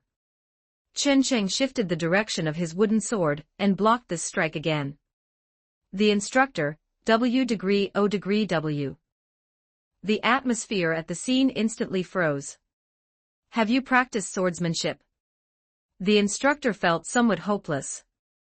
Chen Cheng raised his hand and held up one finger. "Just a little." The instructor took a deep breath. "Who did you learn from?" "Team 136 Captain, Captain Chen Mai." "You can go down." The instructor let out a long breath and looked at the recruits below again. This time, he pointed at Lin Chiya. A while later. "Have you also practiced swordsmanship?" "Just a little." "Who did you learn from?" "Team 136 Captain, Captain Chen Mai." The instructor closed his eyes, feeling completely dead inside. How did he happen to pick two people who were together? "You go down too." The instructor looked at the sky, feeling somewhat hopeless. What kind of situation was this? He turned around quietly and muttered to himself. "Come on, Hanli. You can do it. They are just a bunch of recruits, a bunch of rookies. It's impossible for everyone to be such freaks." The instructor turned back around and let out a long breath. "I don't believe it." He began to carefully observe the recruits' appearances. Soon after, his gaze fell upon an ordinary-looking boy. This boy looked a bit expressionless, and his body didn't seem very strong. "That's the one. You come up." The instructor spoke slowly. Chow Yuan pointed at himself, stunned for a moment. After hesitating for a while, he slowly walked onto the martial arts stage. "Have you practiced swordsmanship?" "That's good." Instructor Han breathed a sigh of relief. Finally, he had encountered a normal person. "I knew it, it's impossible for every recruit to be a freak. Follow what I just taught, you defend, never mind, you attack, and I'll defend." Instructor Han tossed a wooden sword to Chow Yuan, but Chow Yuan didn't make any move to catch it. Clatter. The wooden sword hit him and fell to the ground. 38 Chapter 38 It really is you. Chapter 38 It really is you, Instructor Han. Why won't you take it? Instructor Han took a deep breath, trying to ask as calmly as possible. Chow Yuan shook his head. "I cannot touch a blade. I'm afraid I won't be able to control myself. This is just a wooden sword. A wooden sword is still a sword. As long as it looks like a sword, I cannot touch it casually." Instructor Han frowned. "What kind of strange affliction is this? Then I am ordering you to pick it up now." "I really cannot." "Pick it up. This is an order." Chow Yuan bent down reluctantly, preparing to pick up the wooden sword that had fallen to the ground. Instructor Han nodded slightly. "That's better." He glanced out of the corner of his eye toward the stage, only to find that Lin Chiya and the others had retreated several steps. Instructor Han turned his head in confusion, only to see expressions of inexplicable fear on their faces. "What's going on?" Instructor Han looked back at Chow Yuan in confusion. Chow Yuan had already picked up the sword, but nothing had happened. "Nothing's happening." The confusion in Instructor Han's eyes deepened. Black killing intent erupted from Chow Yuan as the center. A pillar of pitch-black fire shot into the sky, and a terrifying pressure permeated the entire training ground. Instructor Han stared blankly at the pillar of fire shooting into the sky. What kind of freak is this? I just wanted to teach them how to use a sword. Why is everyone more abnormal than the last? Instructor Han looked at the menacing, killing intent filled Chow Yuan, then at the wooden sword in his own hand. He took a deep breath and threw the wooden sword away. Screw this. As an instructor, he naturally recognized Black King's annihilation. Empty-handed, he rolled to the side to dodge the slash Chow Yuan swung at him. After steadying himself, Instructor Han quickly grabbed a straight sword from the side and aimed it at Chow Yuan. After getting the straight sword in his hand, Instructor Han's entire demeanor changed. Compared to his previous embarrassment, the current Instructor Han was calm and composed, his deep gaze seemingly able to see through everything. Off the stage, Chen Cheng patted Bailey Pang Pang. "Young Master Tu Ming, take out the sealing scroll again." Bailey Pang Pang reacted, frantically pulling the sealing scroll that Chen Cheng had used earlier from his body and handing it to Chen Cheng. Chen Cheng didn't rush to charge up after taking it, but instead handed it to Lin Chiye, who was standing nearby. "Chiye, you go help. This thing can seal the Black King." Lin Chiye nodded and took the sealing scroll. Although he was a bit confused as to why Chen Cheng gave it to him, there must be a reason for Chen Cheng doing so. Furthermore, he had long known Chow Yuan's purpose in seeking him out. Although he didn't know why that abbot said he could help Chow Yuan cleanse his sins, since Chow Yuan had come to him, he didn't mind helping him out while he was at it. However, as for the so-called cleansing of sins, he wouldn't promise anything. Lin Chiye's eyes were as bright as fire, and just as he was preparing to charge up, Bailey Pang Pang grabbed him. Chiye, wait, take this." Bailey Pang Pang took out a sword that was about the same length as the star blade, and handed it to Lin Chiye. The forbidden ruins on this sword is called Little Zambaku, an artificial forbidden ruins. It's a replica of the divine weapon Zambaku from sequence 061. When unsheathed, it can ignore a distance of 5 meters. It's not a particularly powerful forbidden artifact, Bailey Pang Pang explained. Lin Chiye raised an eyebrow. That powerful? However, he had no time to discuss Little Zambaku. After taking the sword, he charged up with the sword in one hand and the sealing scroll in the other.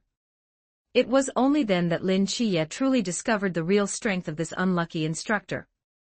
Relying on his own combat experience and exquisite swordsmanship, he managed to fight Chow Yuan to a draw.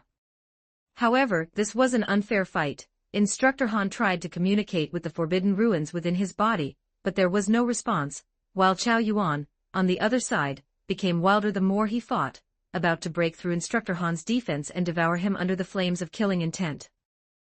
Lin Chiye rushed onto the training stage. The crazed Chow Yuan saw this uninvited guest and roared as he charged up. Lin Chiye turned his head and locked eyes with Chow Yuan. In his pupils, it was as if a golden furnace was hidden. Endless divine power erupted using his eyes as a medium, rushing madly into Chow Yuan's spirit. Chow Yuan groaned and took half a step back, his body swaying as if he were drunk. Lin Chiye raised an eyebrow. He hadn't expected divine power to be unexpectedly effective against Chow Yuan. Lin Chiye raised the little Zambaku in his hand and rushed toward Chow Yuan. Clack, clack. Lin Chiye swung his sword several times, parrying the wooden sword in Chow Yuan's hand, while the sealing scroll in his other hand seized the opportunity to wrap around Chow Yuan. Chow Yuan reacted quickly, the wooden sword in his hand slashing toward Lin Chiye again. Just as Lin Chiye swung little Zambaku once more, the back of the blade struck the back of Chow Yuan's hand hard, and the wooden sword flew out with a clatter. Lin Chiye spun around at lightning speed, the large portion of the sealing scroll exposed in his left hand wrapping around Chow Yuan's neck. After wrapping it several times to completely block the black flames, he yanked it downward violently. The crazed Chow Yuan fell to the ground with a thud. The black flames slowly receded, revealing his original skin. Chow Yuan pulled at the sealing scroll around his neck with both hands, the blood-red color in his eyes gradually fading as he began to cough violently. Lin Chiye let out a long breath. It was finally resolved. After sitting on the ground and staring blankly for a few seconds, Chow Yuan raised his head to look at Lin Chiye. You really can do it. Chow Yuan blurted out this baffling sentence. Lin Chiye frowned. What do you mean really can do it? The Black King cannot be suppressed by just anyone. The fact that you can suppress it proves that you really are the prophesied person mentioned by Grand Mage Jin Chan. Chao Yuan was full of excitement. Until now, he was finally convinced that Lin Chia was the person Grand Mage Jin Chan spoke of who could help him cleanse his sins. Lin Chia shook his head.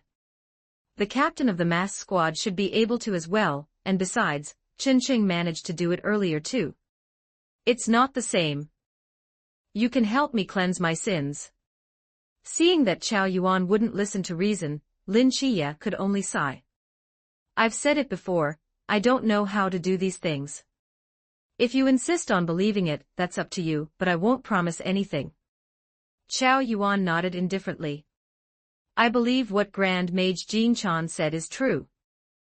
Lin Chia couldn't understand this kind of belief Chao Yuan had, so he could only shake his head and walk off the stage.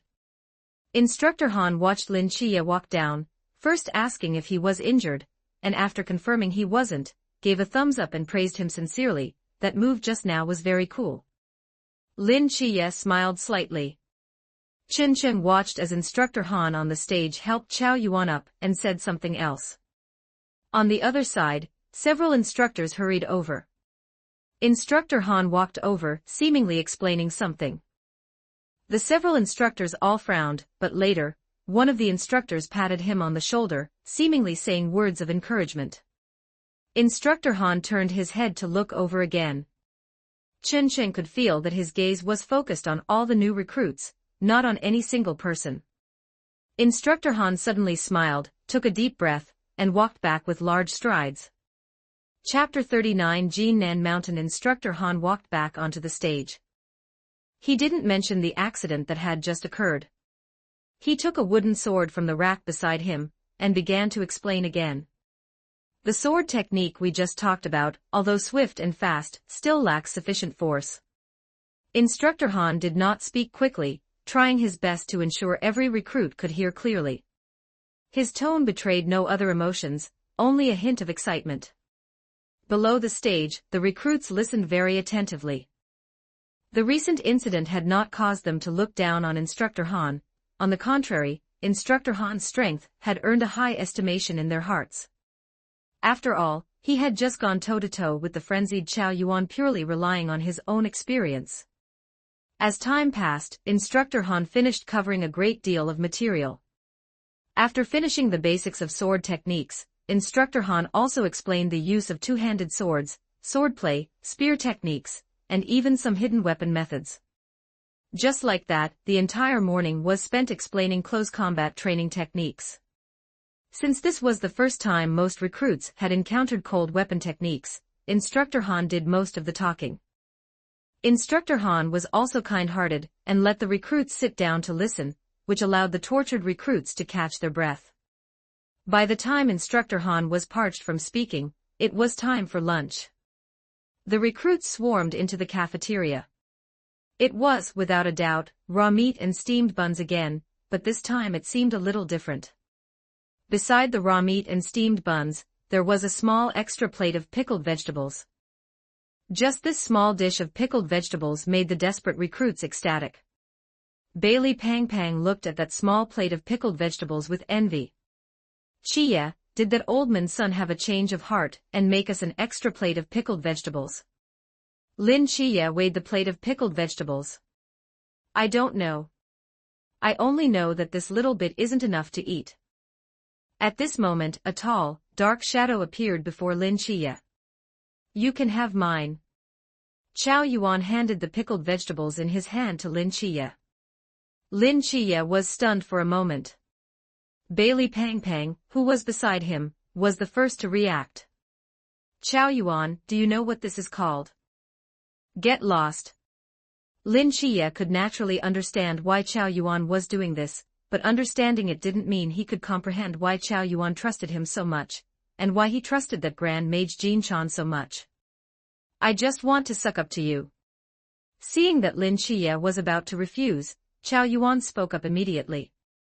Beside him, Bailey Pang Pang immediately opened his mouth wide, wearing an expression of extreme surprise.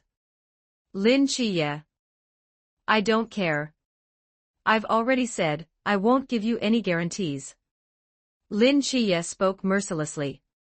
Chow Yuan just shook his head. It's fine. After speaking, Chow Yuan pushed the pickled vegetables closer to Lin Chiye. You eat it. Lin Chiye hesitated for a moment, then picked up the pickled vegetables, stuffed them into his steamed bun, and started eating. Attention everyone. Just as everyone was concentrating on eating, Instructor Hong walked in from the door of the cafeteria with 2 other instructors. His loud voice echoed throughout the entire cafeteria. Everyone simultaneously put down the steamed buns in their hands. Only Bailey Pang Pang hastily stuffed a mouthful of steamed bun into his mouth, and stood there straight, his cheeks bulging. Instructor Hong scanned the room. This afternoon is your first limit training. After you finish eating, everyone gather behind the cafeteria. Do you understand? Understood. The recruits answered in unison. Instructor Hong nodded. A word of advice, this afternoon's limit training will be very strenuous. You had better finish the food on the table. Once Instructor Hong left, the recruits immediately started discussing it, some even talking while eating. Chen Cheng watched Instructor Hong's departing back, recalling the content regarding this part. It seemed to be about carrying a load and climbing Jinan Mountain, but Jinan Mountain had already been set up with a forbidden artifact by the instructors, which disrupted the spatial order within, making it so that the recruits would never be able to walk out of Jinan Mountain. If she remembered correctly, the punishment for being caught seemed to be truth, which could be called a massive social death event. I'm kindly reminding you, if you get caught, there will be a very cruel, very cruel, very cruel punishment. At the foot of Jinan Mountain, Instructor Hong used the word cruel 3 times in a row to remind the recruits how cruel the punishment for being caught would be. When Instructor Hong said this, the corners of his mouth couldn't help but turn up, as if he had thought of something happy. The recruits felt their scalps tingle as they watched this scene, and a bad premonition suddenly welled up in their minds. The rules and punishments have been explained. Now go collect your load-bearing gear. Instructor Hong pointed to the load-bearing gear stacked not far away. After the order was given, the recruits began to take turns going to the place Instructor Hong pointed to collect their own load-bearing gear. In addition, Instructor Hong also issued a tactical knife to everyone. Chow Yuan, under the special attention of Instructor Han, received his. Chow Yuan looked at the spoon that had been issued to him, then looked at the serious-faced Instructor Han. This is... Chow Yuan couldn't help but ask. Instructor Han patted his shoulder. You cannot use a knife, and there is nothing else for you for the time being. Just make do with the spoon for now. Chow Yuan examined the spoon in his hand back and forth, and finally accepted the result. He put on his load-bearing gear, and turned to leave. Right, that fatty. Bailey Pang Pang, who was just about to enter the mountain, was called out by Instructor Hong. He turned around to look at Instructor Hong. Hand over that freedom space of yours, and also those jewelry necklaces and bracelets you have hanging on you. I can't let you take those up there. Bailey Pang Pang scratched his head. Instructor, this. I'm keeping it safe for you, I'm not taking it. If you take those in there and throw them around, how are others supposed to play?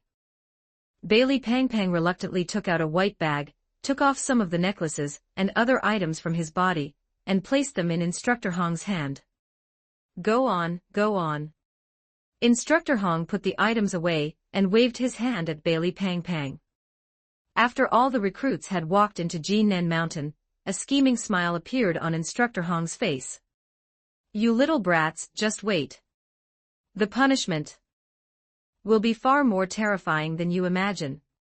Instructor Han, who was on the side, was a bit confused, so Instructor Hong explained it roughly. After hearing it, Instructor Han gave Instructor Hong a thumbs up. As expected of Instructor Hong. On Jinan Mountain, Chen Cheng, Lin Chiye, and the others traveled together. The 3 figures were agile, weaving through the complex and crisscrossing forest.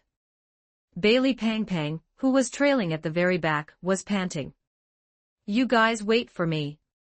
Chen Cheng stopped, turned around, and pulled Bailey Pang Pang. Because of his round physique, it was already inconvenient for Bailey Pang Pang to walk in such a place with complex terrain and plants everywhere, let alone while carrying the load. Why is this thing so heavy? How about you guys help me share a little? Bailey Pang Pang looked at Chen Cheng and the others expectantly. Lin Chiye refused decisively. Bailey Pang Pang looked at Chen Cheng again. Although Chen Cheng had a smile on her face, she still shook her head. You should carry it yourself. This is training, you have to do it yourself. Bailey Pang Pang was a bit disappointed, but he placed his last hope on Chao Yuan. However, when he looked at Chao Yuan left him with a single sentence without hesitation, get lost. Bailey Pang Pang, _40 Chapter 40 Terrible Punishment. Chapter 40, Terrifying Punishment. No one helped him, so Bailey Pang Pang had no choice but to continue climbing while carrying his heavy load. After Chao Yuan coldly rejected Bailey Pang Pang, he turned to Lin Chiya with a completely different expression. Chiya, do you want me to help you carry that? All right then. Bzzzzzzz. The sound of drones rang out at an inopportune moment. Lin Chiya's expression shifted slightly. Just by listening to the sound, he could tell there was a significant number of drones behind them. We need to speed up. The drones have entered the area. If we don't hurry, we'll be the first ones eliminated. Upon hearing the sound of the drones, the little energy Bailey Pang Pang had left seemed to drain away. How about you guys go ahead? I don't think I can outrun them carrying all this stuff. Aren't you afraid of the punishment if you get caught? Punishment is punishment, it shouldn't be too severe, right? Bailey Pang Pang said, sounding uncertain. No sooner had he finished speaking than a recruit not far from them was hit by paint from a drone. After being hit, he stood there stunned for a moment, then took 2 steps before suddenly feeling the world spin, and he collapsed to the ground. After that recruit fell, several instructors suddenly appeared from nowhere and dragged the unconscious recruit away. Before leaving, Bailey Pang Pang seemed to see the suppressed smiles on their faces. It looks like they added something to the paint guns that makes people pass out. Chen Cheng watched calmly in the direction the instructors had left. Bailey Pang Pang's face turned pale. Why would they do that? I feel like the smiles on those instructors' faces were a bit terrifying. Every time Bailey Pang Pang thought of the instructors' smiles as they left, he got goosebumps all over, feeling that something bad was about to happen. His pace quickened involuntarily, and he went from lagging behind to catching up with Lin Chiya and the others. Let's keep moving. Maybe we'll find out what the punishment is in a moment. Because Chen Cheng knew what the punishment was, he wasn't very afraid, though he was a bit of a gossip and quite curious about the recruits' secrets. Hey, can you hear me? After they had walked a bit further, a voice suddenly came from the heavy load on their backs, startling the group who were already on edge. Chen Cheng's eyes lit up, and he silently thought to himself, it's here. As long as you can hear me, then now. Let the punishment begin. You're Wang Liang, right? What is the most shameful thing you've ever done in your life? I peeked at the big sister next door taking a bath. Was it good? It was good. I often dream about her. At this moment on Jinan Mountain, the other 200+ recruits, excluding Wang Liang, stopped in their tracks and began to laugh wildly. But soon, they couldn't laugh anymore. A chill replaced their laughter and welled up in their hearts. Lin Chiye and the others looked at each other, instantly understanding what the instructors meant by punishment. F***ck, doing this, isn't that public social death? Bailey Pang Pang said, his voice somewhat hoarse. Lin Chiye couldn't help but speak up. They must have used some kind of forbidden artifact that forces people to tell the truth, otherwise, the recruit wouldn't have been so honest. Bailey Pang Pang swallowed hard, and with newfound energy from who knows where, he took off running at full speed, actually taking the lead. Lin Chiye and the others exchanged a brief look and simultaneously began to sprint, heading toward the deepest part of Jinan Mountain. At this moment, they all had almost the same thought in their minds. What kind of punishment is this? It's basically a large-scale public social death scene. How can this bunch of instructors with no morals and no bottom line ask such questions? If I were in Wang Liang's position right now, the outcome would be unimaginable. Must not get caught. Not only Lin Qiye and the others, but the remaining recruits had similar thoughts. They must not get caught. Consequently, in the temporary tactical tent set up at the foot of the mountain, the various red dots on a large screen began to move rapidly almost simultaneously. Instructor Hong sat to the side, smiling with satisfaction. Beside him, Instructor Han held his stomach, laughing so hard he couldn't straighten his back, but he still raised a hand to give Instructor Hong a big thumbs up. This move is truly brilliant. Chen Cheng dodged a few flying paint projectiles sideways and reached out to pull Bailey Pang Pang, preventing him from being hit as well. Lin Qiye reacted just as quickly, retreating like lightning to dodge a projectile fired from the left. At the same time, several more drones flew in from behind them, forming a pincer movement with the drones on the left. The drones on the left are flanking us, he said in a deep voice. Then we have no choice but to head right. Xiao Yuan looked to the other side, his expression looking grim. The terrain there is much more rugged, and it will consume more energy. Something is wrong here. Chen Cheng used his knife to clear away the surrounding branches and offered a warning. At this moment, his intuition clearly perceived that this area had been tampered with, naturally due to the forbidden artifact deployed by the instructors. This meant nothing to him. After all, that forbidden artifact alone couldn't trap a Sequence 8 trickmaster, not to mention that Chen Cheng also possessed the abilities of a clown and a swindler. If worst came to worst, he could even use the divination staff technique directly. However, Bailey Pang Pang and the others couldn't, so Chen Cheng felt it necessary to give a warning. Lin Qiye heard the warning, looked up, and Chen Cheng's words confirmed some of his suspicions. Chen Cheng is right. Jinan Mountain has been tampered with by the instructors. We've been running for so long, and no matter which direction we go, the position of the sun in the sky hasn't changed. Lin Qiye pointed to the sun overhead. And the mountain paths I see are constantly changing.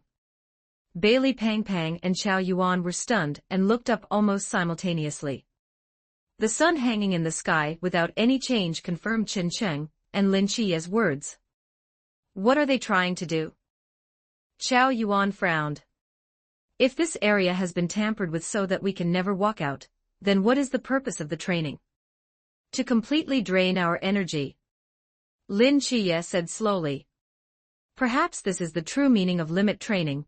They want to completely drain our energy here. Pang Pang's face turned pale. Doesn't that mean all of us are destined to receive punishment? Chen Cheng shook his head. Probably not. Maybe those who fail because they run out of energy won't receive punishment, only those who get caught will. I hope it's as you say. Bailey Pang Pang could only believe Chen Cheng's conjecture. Chen Cheng continued to walk forward. Among the group, he was the only one who knew the truth, and he could leave directly right now. After all, Jinan Mountain, having been modified by that forbidden artifact, essentially had a barrier, and with a barrier, one could use open door. Chapter 41, A Different Xinqing Zhu. However, Chen Cheng also wanted to test his own limits. After all, he only had support abilities, and the physical coordination and fitness enhancements provided by the clown still required his own training to take effect. Furthermore, some of the trickmaster's small tricks didn't have much impact, so it was necessary to know his limits and try to push past them. Chen Cheng's intuition suddenly gave him a premonition. He turned his head to look in a certain direction and happened to make eye contact with Xinqing Zhu, who was being chased by drones. At the same time, Lin Qiye and the others saw Chen Cheng turn his head, so they followed his gaze. Thus, they also saw Xinqing Zhu and his group. They stared at each other, wide-eyed, and cursed in unison, "Damn it, we're in trouble." Chen Cheng lunged forward, just barely dodging a missile. After landing, he rolled gracefully and stood back up without any hindrance, his movements incredibly smooth. Lin Qiye and the others reacted simultaneously, each dodging in different directions. Coincidentally, Lin Qiye and Shen Qingzhu chose the same direction. Shen Qingzhu cursed through gritted teeth. Following this was a series of whistling sounds as missiles tore through the air. The two lackeys behind Shen Qingzhu were hit simultaneously and let out a miserable scream, while the remaining one was lucky enough to dodge and avoid being hit. After scrambling up, Chen Cheng grabbed Bailey Pang Pang and Qiao Yuan, helping them dodge two missiles flying towards them. Once they were steady, Chen Cheng and Lin Qiye both charged to the front. Their tactical knives moved so fast they were practically blurs, slicing through obstructing branches and rotting leaves like cutting vegetables to clear a path. Bailey Pang Pang and Qiao Yuan followed behind. Shen Qingzhu took one last look at his two fallen lackeys, then brought the remaining one and followed as well. Behind them, the two fallen lackeys were dragged away by the instructors, leaving behind only two hee-hee sounds. The group ran for their lives, forcing their way across the entire rugged old forest until they reached a relatively spacious clearing, where a small stream trickled down from the mountains, making a pleasant tinkling sound. Lin Qiye walked a few steps, caught his breath, and then squatted down. He cupped his hands to catch some stream water, and took a few sips. Behind him, Shen Qingzhu and the others were either leaning or squatting, each of them seizing the time to rest. Qiye, what do we do now? Bailey Pang Pang panted heavily. The recent run had consumed a significant amount of his already limited stamina. Lin Qiye looked into the depths of the forest. For now, we have no choice but to keep moving until we run out of stamina, or find an exit. But didn't they say the instructors don't want us to walk out? Qiao Yuan asked, puzzled. Chen Cheng, standing to the side, spoke before Lin Qiye could explain. The principle behind this forbidden artifact is to disrupt our perception, forcing us to go in circles in this area. But if we are lucky or possess enough ability, there is still a very small probability of walking in a straight line and exiting.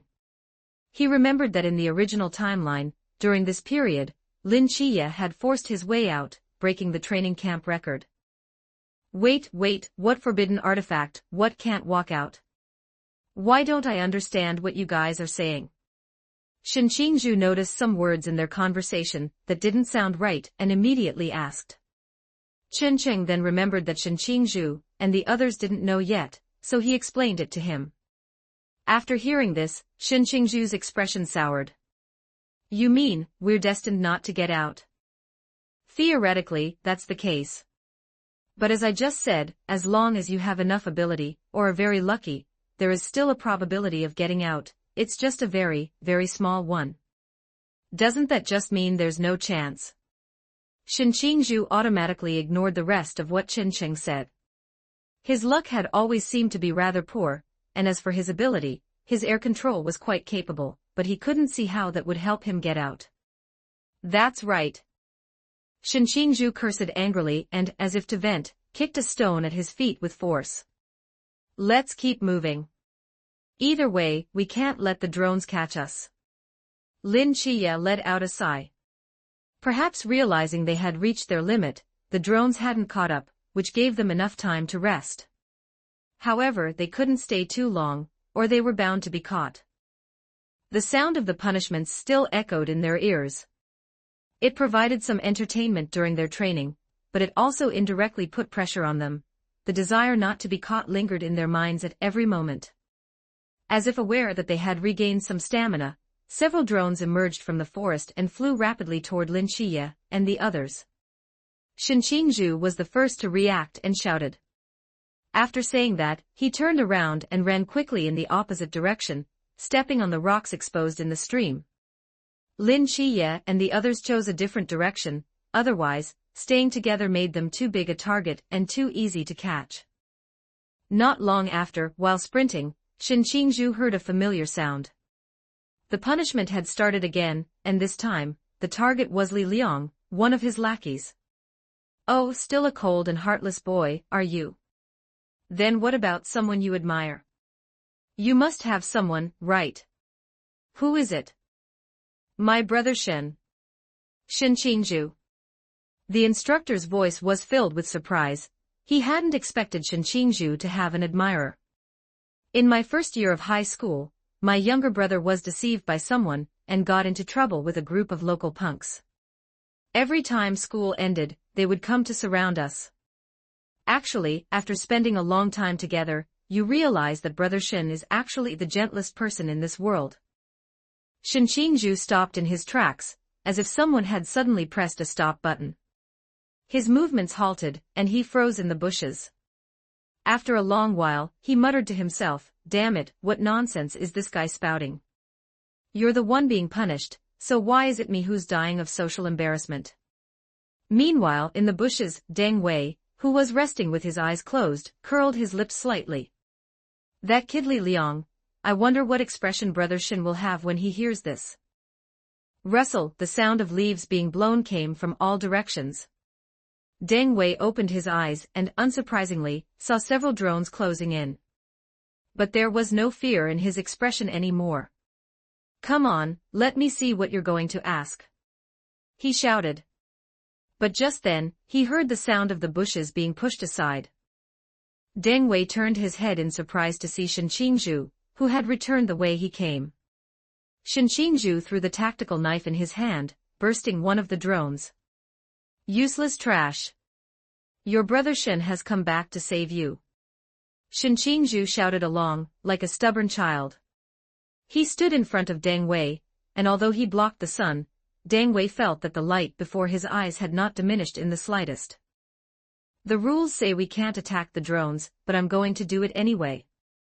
Shen Qingzhu landed and snorted coldly. "Since when have I ever followed the rules?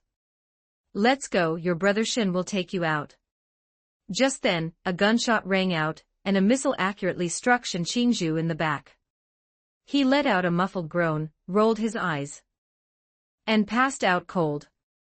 42 Chapter 42 Separation Chapter 42, Separation. Yo, if it isn't Shen Qingzhu. How did you get caught too? Pretty arrogant, huh? Told you not to hit the drones, yet you did it anyway. I'm sorry, I got carried away. Since that's the case, let's add some penalty time. Let me think, you heard what Li Liang just said, right? I heard it. Is everything he said true? So why did you feel the need to package yourself as someone ruthless, lawless, and arrogant? Because the remaining four, including Chen Cheng, sprinted through the mountain forest while listening to Shen Qingzhu's punishment. Bailey Pang Pang clicked his tongue twice. Looks like cool brother is completely done for now. Chen Cheng looked up at the darkening sky. It's already getting dark. It's been 5.5 hours since we entered. Lin Chiye didn't slow down, splitting his attention to listen to the information brought by the animals. He then said to Chen Cheng and the others, more than half the people have already been eliminated. There aren't many left. Chow Yuan looked curiously at Bailey Pang Pang, who was beside him. Didn't you say you were done for the moment we got in? How do you still have energy now? Bailey Pang Pang curled his lip. Even if I faint, I don't want to face that punishment. Hearing you say that makes me even more curious about your secret. Get lost. The night grew darker, and the number of eliminated participants increased. There were only a few people left in the mountain forest now. At first, the drones would go easy on them.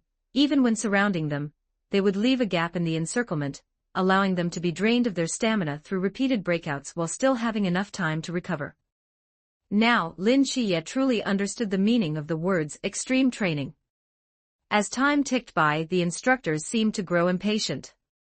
The frequency of the drones increased, and the perimeter grew smaller and smaller. A moment of carelessness meant getting hit, and consequently, a few more people were eliminated.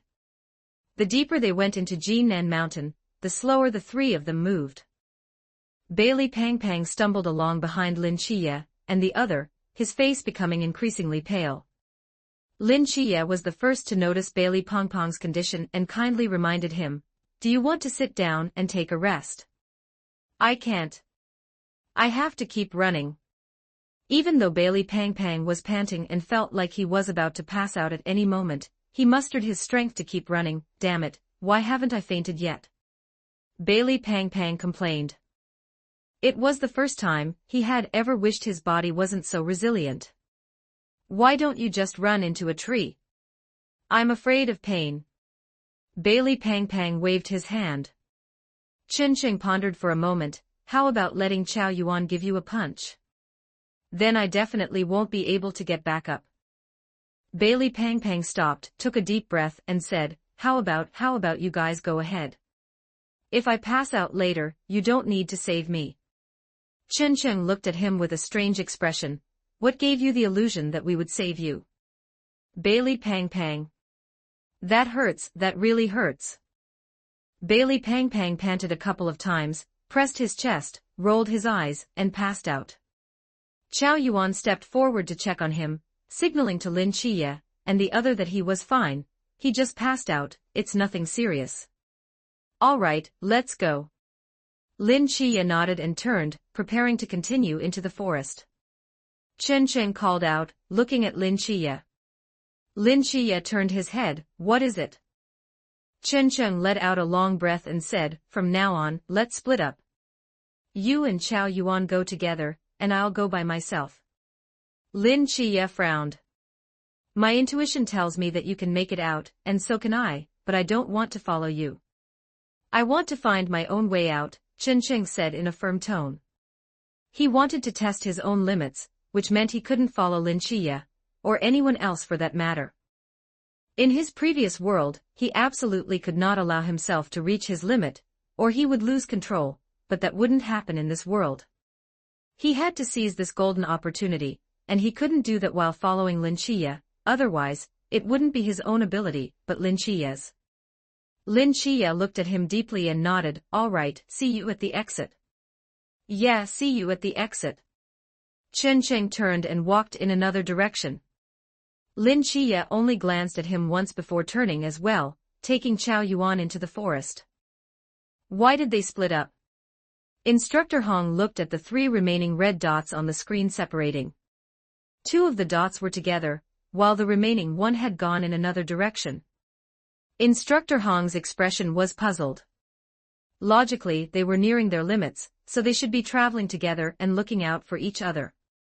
Why did these few decide to split up? Instructor Han also frowned as he watched the red dots, equally confused. Could it be that they had a disagreement? That shouldn't be the case. Meanwhile, in the forest, Chen Sheng relied on the physical coordination granted by the clown to weave through the trees. The tactical knife in his hand slashed forward from time to time, clearing obstacles and creating a large empty space. Chen Sheng stopped again, looking up at the darkening sky. It's about time. According to the original world line, Lin Chiye should soon be, or already be, separated from Chow Yuan, walking out of Jinan Mountain alone. By this time, the drones behind them would no longer fire missiles. The instructors behind them would all be watching him, and Lin Chiye, because they wanted to see if either of them could truly walk out of Jinan Mountain, or if both of them could make it out. Chen Sheng let out a breath. He felt he still had plenty of strength left in his body. Although he didn't have the stamina recovery boost from the Starry Night Dancer, like Lin Chiye, he had the physical enhancements from the Marauder and the Clown. Furthermore, he was already in the pool realm. His overall physical fitness was slightly better than Lin Chiye's. He really wanted to see who would reach their limit first. On the other side, Lin Chiye had already separated from Chow Yuan and walked deep into the forest alone. In his vision, the mountain paths of Jinan Mountain were constantly changing, but fortunately, he could discern which way was correct. Thus, from the instructor's perspective, he had already begun walking in a straight line. I wonder how Chen Sheng is doing. Lin Chiye suddenly thought of Chen Sheng, who had left on his own. Before Chow Yuan voluntarily withdrew, he had talked to Lin Chiye about Chen Sheng. Although neither of them understood this teammate who was always smiling, it didn't stop them from sharing their perceptions. Chow Yuan had looked at Lin Chiye very seriously at the time and said, Chen Sheng is a good guy, someone you can trust, but I always feel like he's planning something. Even though he always seems easy to get along with, I always feel a sense of detachment from him, like he's not the same kind of person as us. Actually, Lin Chiye's thoughts were much the same. He always felt that Chen Cheng hadn't awakened his divine ruins on the day they met, but had always possessed it. The appearance of the masked ghoul that day had also been part of his plan. On that day, his own divine ruins had been triggered by the fear of the masked ghoul.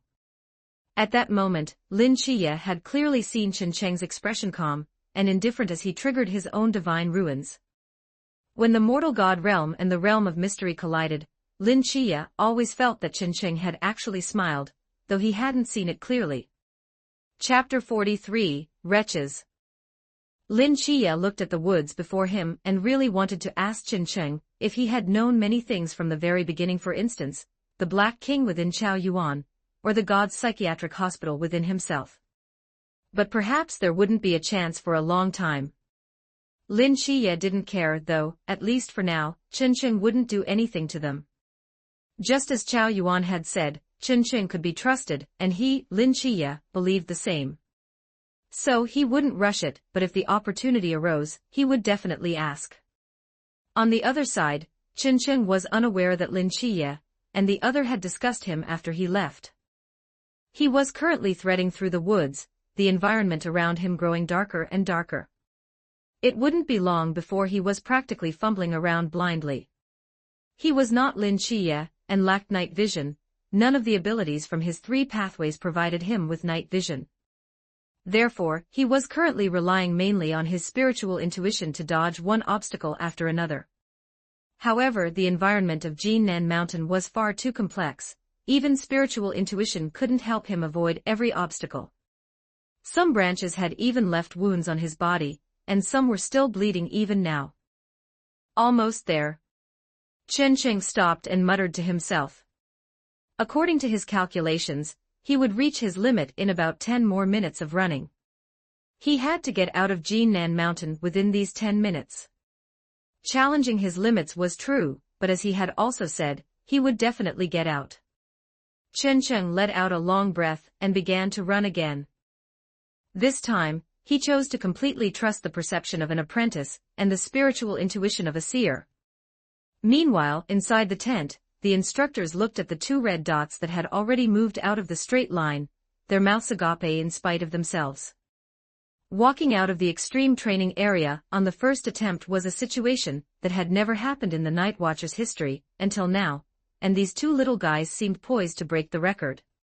Instructor Hong made a prompt decision and issued an order: dismantle the tents here. Leave 1 person to punish Chao Yuan, and the rest of you come with me to the other end of Jinan Mountain. Instructor Hong, do you really believe they can make it out? If it were anyone else, I might not believe it. But as for them, I do. After all, one of them defeated Wang Mian fair and square in combat, and the other wiped out all the team members except for Wang Mian. Regardless of how they did it, he proved that he had the ability. Chao Yuan, you did very well. I know. But unfortunately, you still have to accept punishment. I know. Chen Cheng continued running in silence. Chao Yuan's punishment had begun. He only remembered the gist of what was said afterward, but he had a very deep impression of it, very pitiful. Yes, very pitiful. Because he couldn't control the Black King within him, he had killed everyone in his village, including his parents and his friends, and later killed all 161 people at the police station. That was why, in Chao Yuan's heart, he felt his sins were monstrous, and why he so desperately hoped for Lin Chiye to cleanse his sins. The out-of-control Chao Yuan was very similar to the out-of-control Beyonders in Chen Cheng's previous world, equally uncontrollable, equally mad and brutal. But the difference was, Chao Yuan had times when he was normal, and once he became stronger, he might even be able to control the Black King. But Beyonders were different.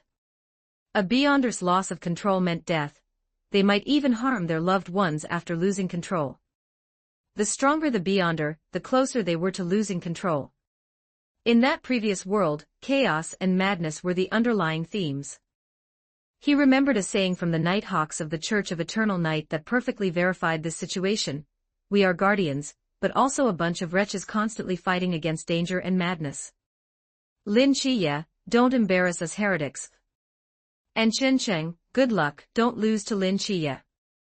In Chen Cheng's memory, that was the last sentence Chow Yuan had said. 10 hours since entering Jinnan Mountain. Chen Cheng stumbled to the edge of the woods. He seemed to see the instructors and others already waiting outside. He curled the corners of his mouth, pulling off a strained smile. He pressed one hand into the air, open door. Lin Chiya walked out from another location, covered in mud.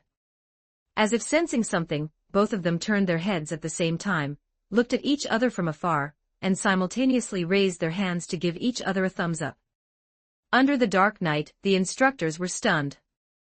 They watched the two teenagers giving each other a thumbs up and sensibly did not disturb them, instead watching from afar until they could no longer hold on, their bodies swaying and about to collapse.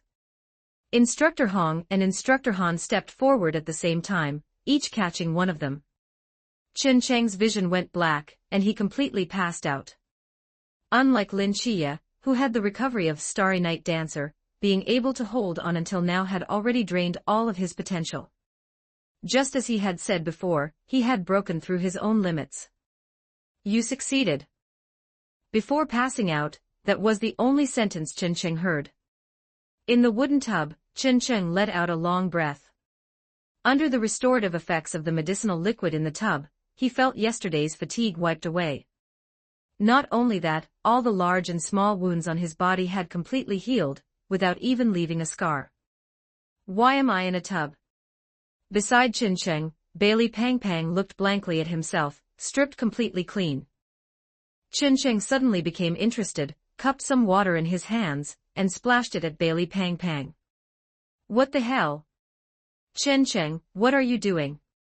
Bailey Pang Pang wiped the water from his face in a disheveled manner and glared fiercely at Chen Cheng, while the perpetrator beside him showed no sign of remorse, looking at him happily. Subconsciously, Bailey Pang Pang wanted to climb out of the tub. Even though he felt a bit uncomfortable, he wanted to severely teach Chen Cheng a lesson for daring to splash water on him. You'd better lie back down quietly. Bailey Pang Pang suddenly heard Lin Chiya's voice. He turned to look and discovered that Lin Chiya, like them, was soaking in a tub. Chiya, what is going on? I came back later than you guys, so I don't know either. In short, the instructors prepared a tub of medicinal bath for each of us. It seems to be specifically for eliminating fatigue and strengthening the body. Then my clothes are. Don't know. When I came back, you were already lying inside like a boiled chicken. Bailey Pang Pang looked at Chen Cheng again, and found that Chen Cheng was also shaking his head. I came back with Chiya, so I don't know either. As for your clothes. Chen Cheng tilted his head in a certain direction, signaling Bailey Pang Pang to look over there. Bailey Pang Pang looked over and indeed found his clothes thrown on the bed, placed together.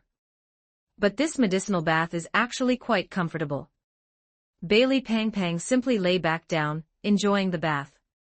A secret recipe of the Night Watchers, of course, it's good. The dormitory door was pushed open, and Chow Yuan walked in calmly with a toothbrush in his mouth.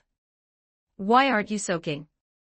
Bailey Pang Pang sat up excitedly when he saw Chow Yuan walk in, causing the water in the tub to splash everywhere.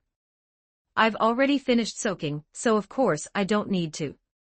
Chow Yuan rolled his eyes and pointed to the clear sky outside. It's already daytime. The instructors said today's training is cancelled, we're going straight to breakfast.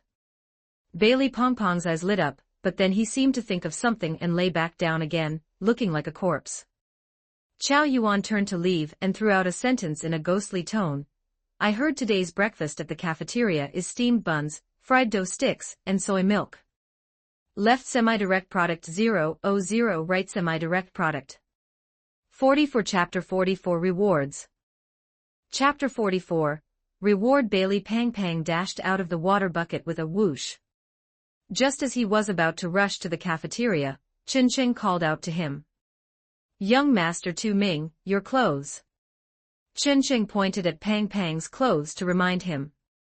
Bailey Pang Pang froze, looked down at his naked self, and Lin Chiya, finding it unwatchable, had already closed his eyes. Bailey Pang Pang reacted, quickly dried his body with a towel, put on his clothes, and sat obediently, waiting for Lin Chiye and the other. It's okay, Chiye, you don't need to keep your eyes closed anymore. Seeing that Lin Chiye still had his eyes closed, Bailey Pang Pang said sheepishly. Lin Chiye then opened his eyes, and upon seeing that Pang Pang was fully dressed, he sighed. Let's go, we're just about done soaking too. Chen Cheng was also preparing to get out. Bailey Pang Pang sensibly closed his eyes. Lin Chiye looked at Chen Cheng helplessly and closed his own eyes again, though it was useless for him. After all, his perception from the mortal god realm was always active. Pang Pang had almost been fully exposed earlier, and it was only because Chen Cheng had cast a concealment spell on him that Pang Pang's chastity was spared. However, Lin Chiye only closed his eyes for peace of mind. He would rather perceive a pile of clothes flying around than see it with his own eyes. After everyone got dressed, they went to the cafeteria together.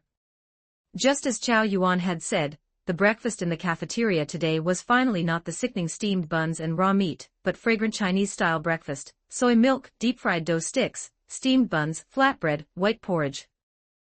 By the time Lin Chiye and the others arrived, the cafeteria was already packed with recruits. After yesterday's demon training, every recruit was stuffing food into their mouths like starving ghosts, looking as if they wouldn't stop until they had eaten the cafeteria out of house and home. Lin Chiye watched Bailey Pang Pang, who had already finished 2 large steamers of buns, and fell into deep thought.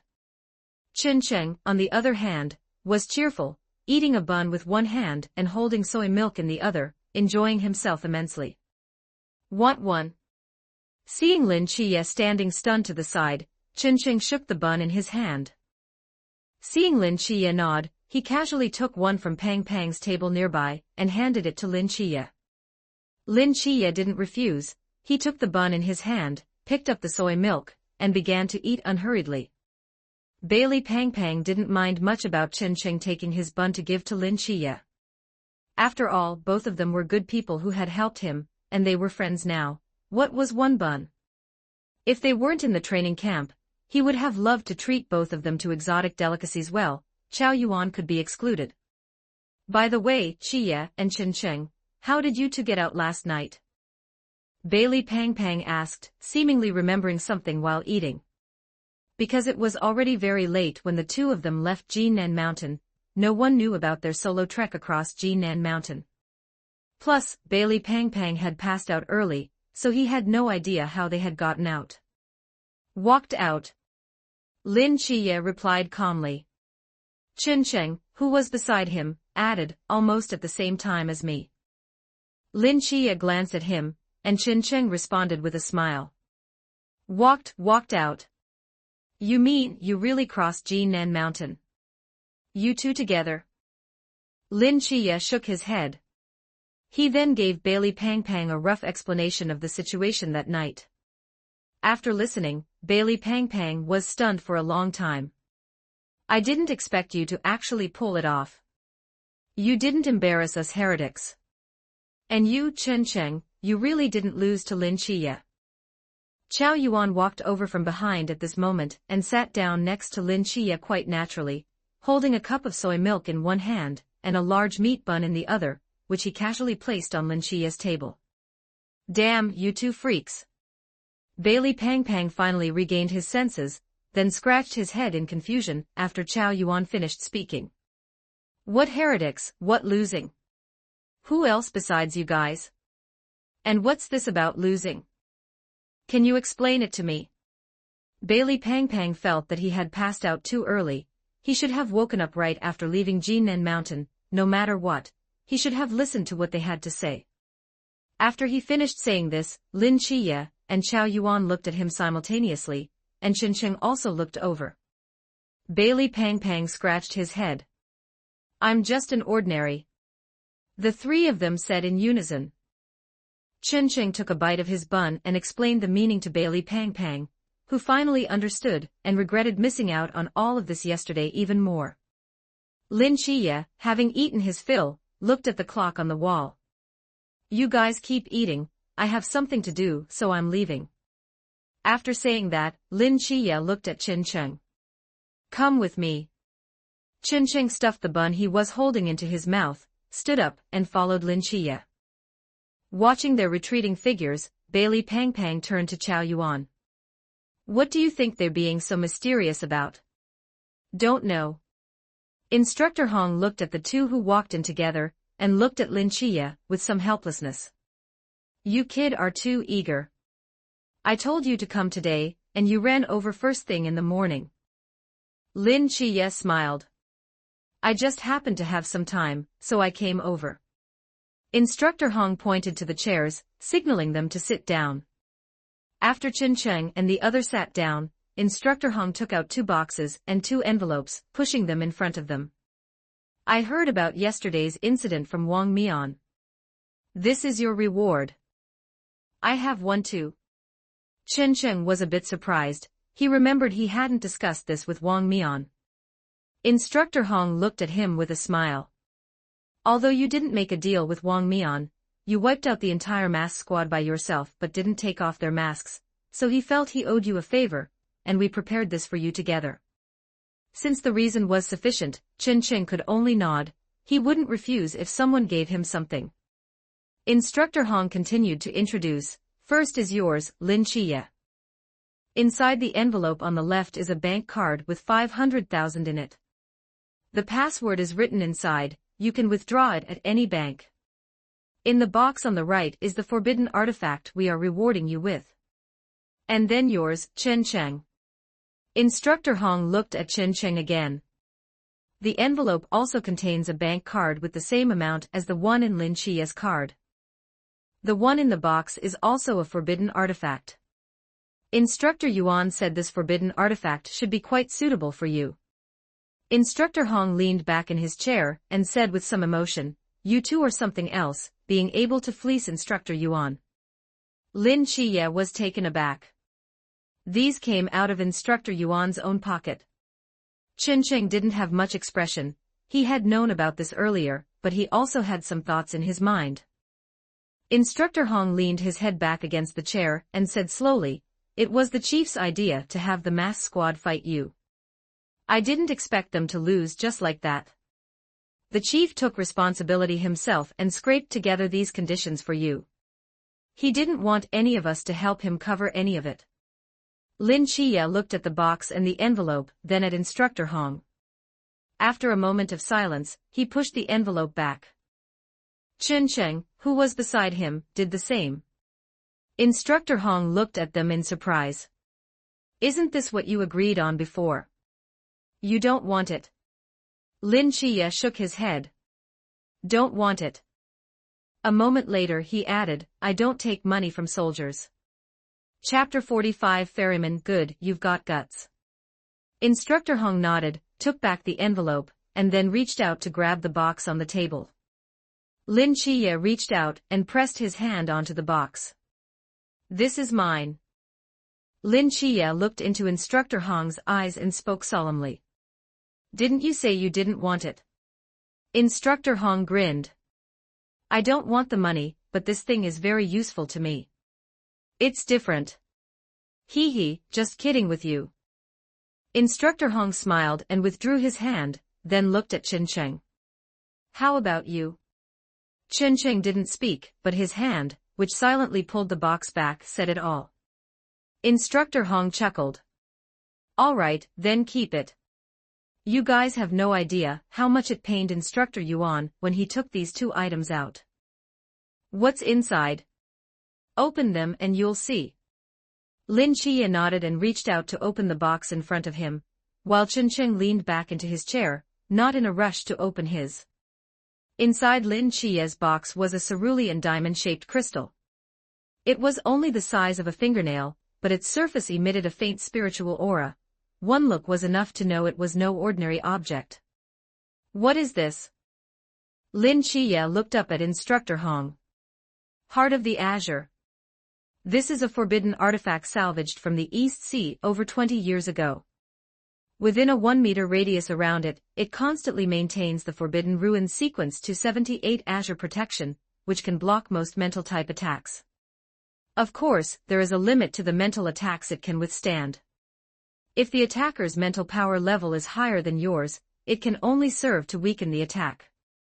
Lin Chiye's eyes lit up immediately. He currently possessed two abilities, the sensory mortal god realm, and the stamina-enhancing starry night dancer. However, the only ability that could be considered mental was the divine might of the mortal god realm, but it consumed too much mental power, and was biased towards offense. This meant he had a flaw in mental defense. Once someone used a mental attack on him, he would easily fall victim to it. This Heart of the Azure perfectly filled that gap. Good stuff. Lin Chiye nodded. Instructor Hong smiled. Don't look at who brought it out. Can anything Instructor Yuan brings out be anything less than good stuff? Go back, get a string, tie it up, and hang it around your neck. I won't speak for higher levels, but it's definitely enough for anything below the Chuan realm. Lin Chiye picked up the Heart of the Azure and solemnly put it away. Thank Instructor Yuan for me. Instructor Hong waved his hand. No need to be so formal. Instructor Hong looked at Chen Cheng again. You should open yours and take a look too. Chen Cheng nodded. He knew about Lin Chiye's reward, but he was very curious about what his would be. Upon opening it, a pair of deep black gloves lay there quietly. They didn't have special materials like the Heart of the Azure, nor did they have the unique appearance of the forbidden artifacts Pang Pang had. They looked ordinary, just a pair of gloves as common as could be. Chen Cheng looked up at Instructor Hong in confusion. Instructor Hong explained to him, this pair was obtained from the altar of an evil god ritual.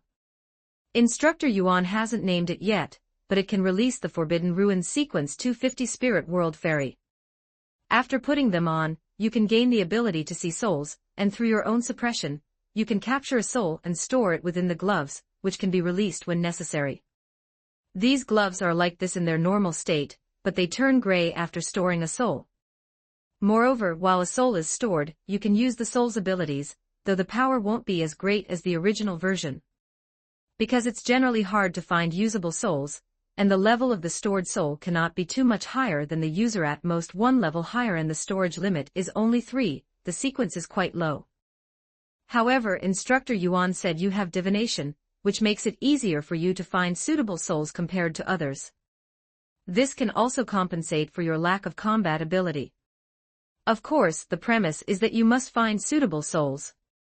A smile appeared on Chen Cheng's face. Instructor Yuan really put thought into this. If these gloves were in someone else's hands, they might be useless, as the difficulty lies in 2 points, finding a suitable soul and suppressing it, or getting it to be stored willingly. These are very difficult for others, but for him, they are not a problem at all. Finding a suitable soul can be done directly through divination, which is not difficult for him. As for suppression, for an agent of Mr. Fool, that is not an issue at all. Therefore, this pair of gloves that Instructor Yuan chose for him is truly a perfect fit. Moreover, these gloves reminded him of something, a Beyonder item once used by Mr.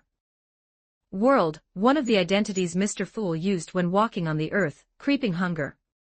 These gloves could completely serve as a lower-tier substitute for Creeping Hunger, and they have absolutely no side effects.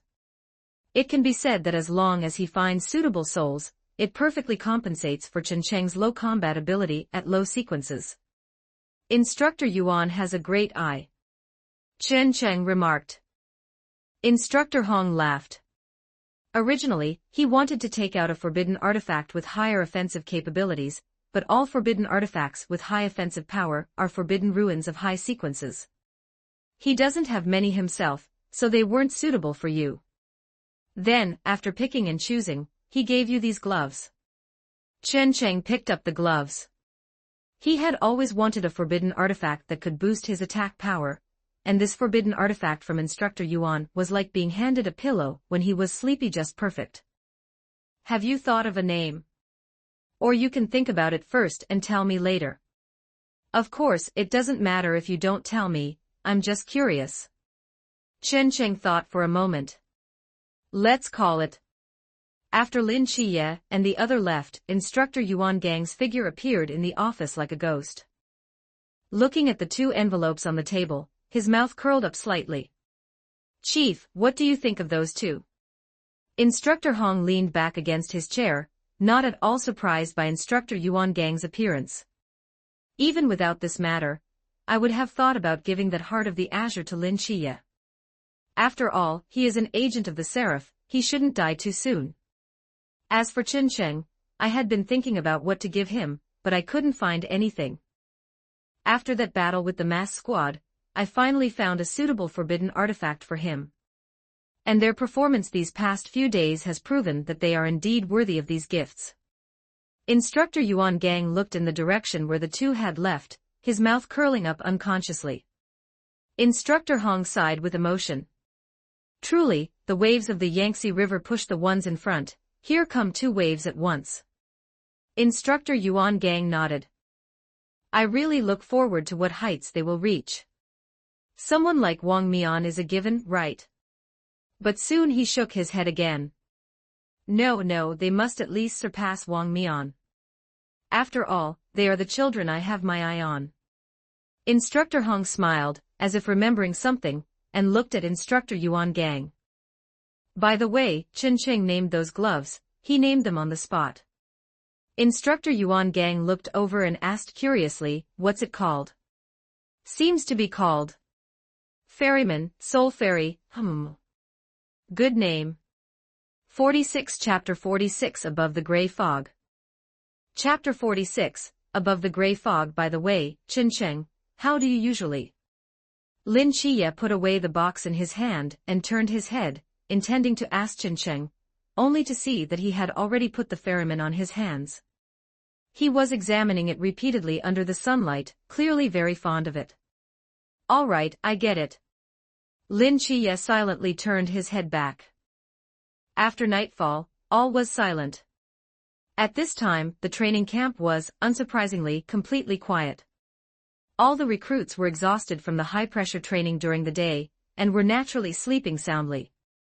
Instructor Yuan took a gentle sip from the teacup in his hand. At this moment, he was perhaps the only person awake in the entire training camp, but soon, he would not be. Above the training camp, one large and one small, one deity and one human, stood on the roof, gazing together at the distant Songnan city. Is this your divine kingdom? Nix, standing beside Lin Chiye, spoke softly. Her gaze towards Lin Chiye was gentle, and by extension, her gaze towards Songnan city was also incomparably gentle. Lin Chiye shook his head. This is not a divine kingdom, this is the real world. Nix tilted her head and reached out to point at the brightly lit city in the distance, but this is clearly a divine kingdom. Inside the dormitory building, gray fog appeared around Qin Sheng from time to time, only to vanish quickly. It seemed to be searching for something but had failed many times. This did not look like the gray fog of the realm of mystery, it was more solid, more ancient. This was the gray fog from within Sapphira Castle. Qin Sheng's fingers twitched on the bed, and his closed eyes furrowed. He sensed a familiar aura, and struggled to wake up. No need to get up. The abruptly appearing sentence smoothed away Qin Sheng's restlessness, and he calmed down again. That was a familiar voice, that was the voice of the fool, from beyond the world. Inside the training camp, Instructor Yuan Gang, who was holding his tea, had his expression changed drastically. The teacup in his hand slipped directly to the ground, shattering into a dozen pieces. Instructor Yuan Gang sat up abruptly from his chair, a deity's aura. He looked in the direction where Lin Chiye and Nix had disappeared. How could a deity's aura appear in Songnan City? But immediately, Instructor Yuan Gang looked towards the dormitory building, which was Qin Sheng's dormitory. His eyes widened. Another one. Instructor Yuan Gang was somewhat incredulous. Two deities' auras. How is that possible? Instructor Yuan Gang sensed carefully. The aura on the roof of the dormitory building was unfamiliar, but the one inside the dormitory building was very familiar. It was a chaotic, crazy aura that was the aura of Qin Sheng's divine ruins. Has the deity behind Qin Sheng come to find him? Why so suddenly? Instructor Yuan Gang's expression was serious.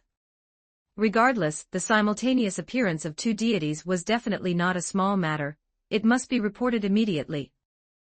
Instructor Yuan Gang picked up the straight blade on his bed and rushed out. At the same time, he took out his phone and called Xiaopinga, who was far away in Shangjing. On the other side, Chen Cheng received the connection and opened his eyes. What came into view was no longer the original dormitory building, but another, more familiar thing, Sapphire Castle. Chen Cheng looked around in surprise, and unsurprisingly, he saw the fool, sitting high at the head of the table, shrouded in grey fog. Chen Cheng immediately stood up and bowed to the fool. "Good evening, mister." The fool pressed his palm down gently, signaling Chen Cheng to sit. After he sat down, without waiting for Chen Cheng to ask, he spoke first. "I called you here this time because I want you to do something." Chen Cheng was somewhat puzzled. Wasn't he still in another world? How could he help the fool? Of course, if he could, he certainly wouldn't refuse. He didn't voice his inner doubts because he knew he had to wait for the fool to finish speaking. "It is in the world you are currently in. You have seen the complete world line before, so you should know that the Evernight goddess named Nyx has been brought out by Lin Xiye, and is now in your, training camp. What I need is for you to go and tell that Evernight goddess that I need to make a deal with her. She will help me once when I need it, and in return, my reward is to act for her once. The range of my actions, can currently be said to be at the level of the supreme god of that world, the highest tier. Her help might allow me to delve deeper into this world. Although I still cannot descend directly, I can use your body as a vessel for a divine descent. It won't be too long, probably about 10 minutes. Any longer and your body won't be able to withstand it. As for when I need her help, I will give you a revelation at an appropriate time. When that time comes, you will need to set up a ritual and pray for the divine descent. Of course, she will need to be present to assist. I will explain the specific details to you when the time comes.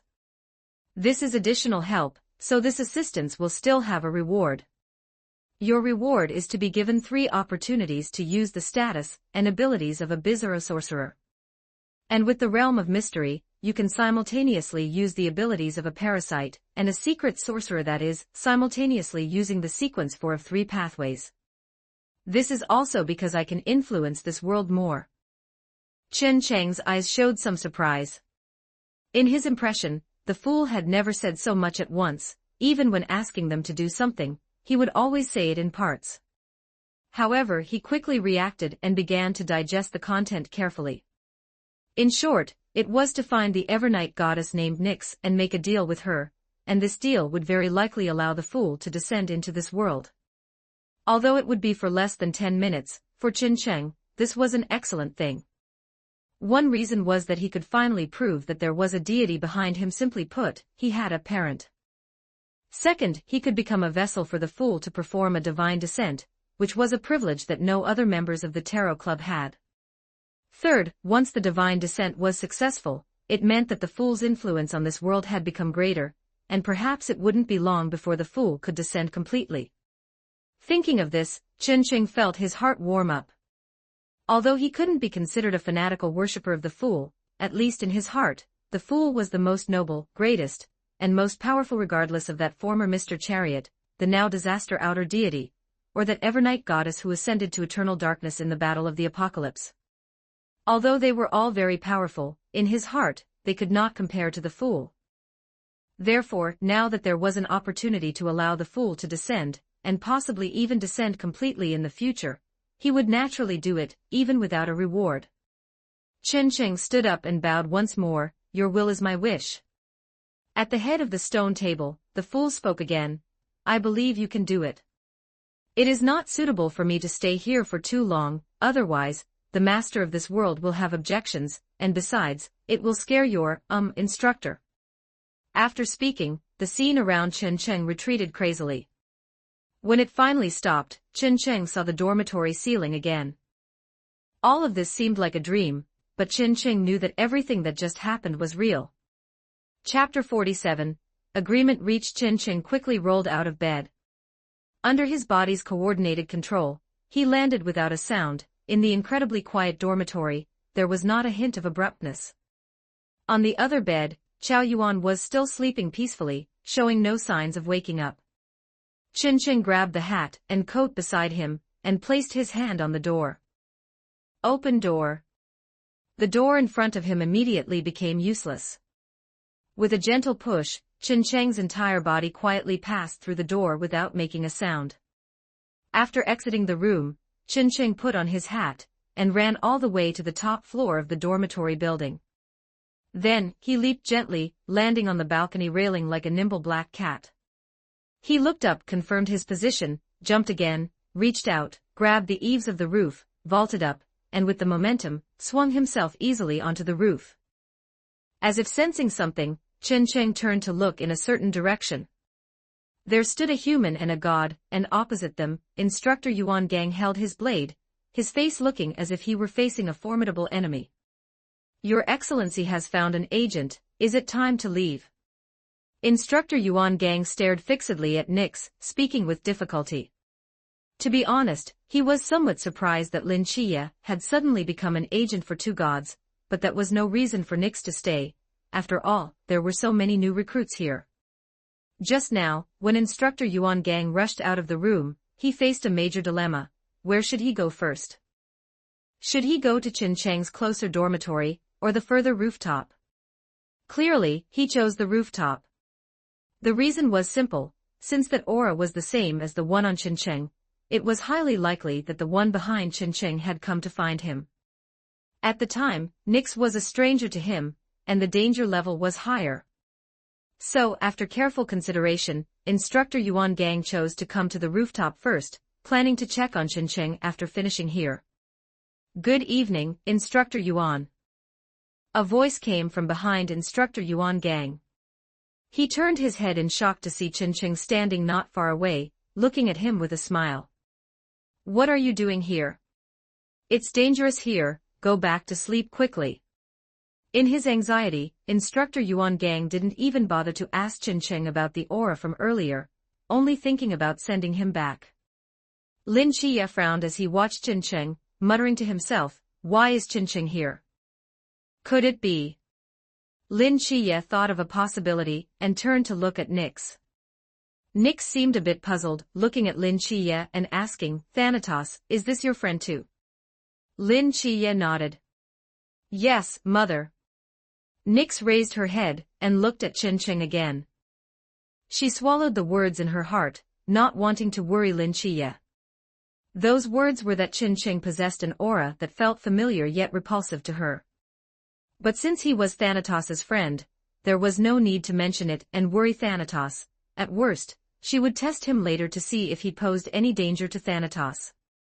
Chin Cheng did not listen to Instructor Yuan Gang's words, instead, he urged Instructor Yuan Gang to leave. It's okay, Instructor Yuan. I know the gravity of the situation, but could I please ask you to leave for a moment? I need to discuss some things with this Evernight goddess. Instructor Yuan Gang was stunned, he hadn't expected Chin Cheng to drive him away. But upon hearing that Chin Cheng wanted to discuss some things, Instructor Yuan Gang instantly associated it with the aura he had sensed earlier. Could it be that the deity behind Chin Cheng needed to make a deal with the Evernight goddess, and thus appeared to give Chin Cheng instructions? Is it the deity behind you? Chin Cheng did not deny it. After all, compared to him, a Pool Realm recruit, the deity behind him was clearly more persuasive. Instructor Yuan Gang was silent for a moment before nodding. Fine, I believe you. He turned to look at Lin Chiya and Nix. I also trust Lin Chiya, and the integrity of the Evernight goddess. After saying this, Instructor Yuan Gang returned the way he came. As he passed Chin Cheng, he patted his shoulder. Be careful. Chin Cheng nodded and walked straight toward Nix. After Instructor Yuan Gang disappeared, Chin Cheng took off his hat and bowed. Good evening, Honorable Your Excellency Nix. Nix nodded and gave a hum.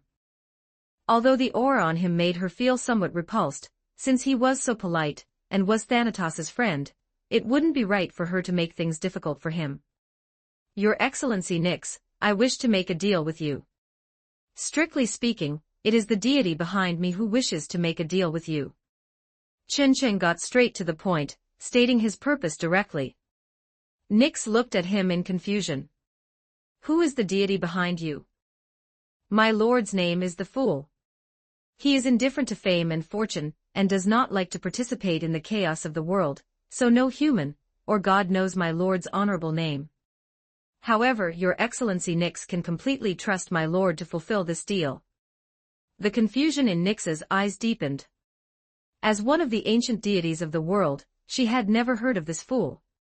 He seemed to have appeared out of thin air. Before this, let alone his honorable name, not even a trace of him had ever appeared.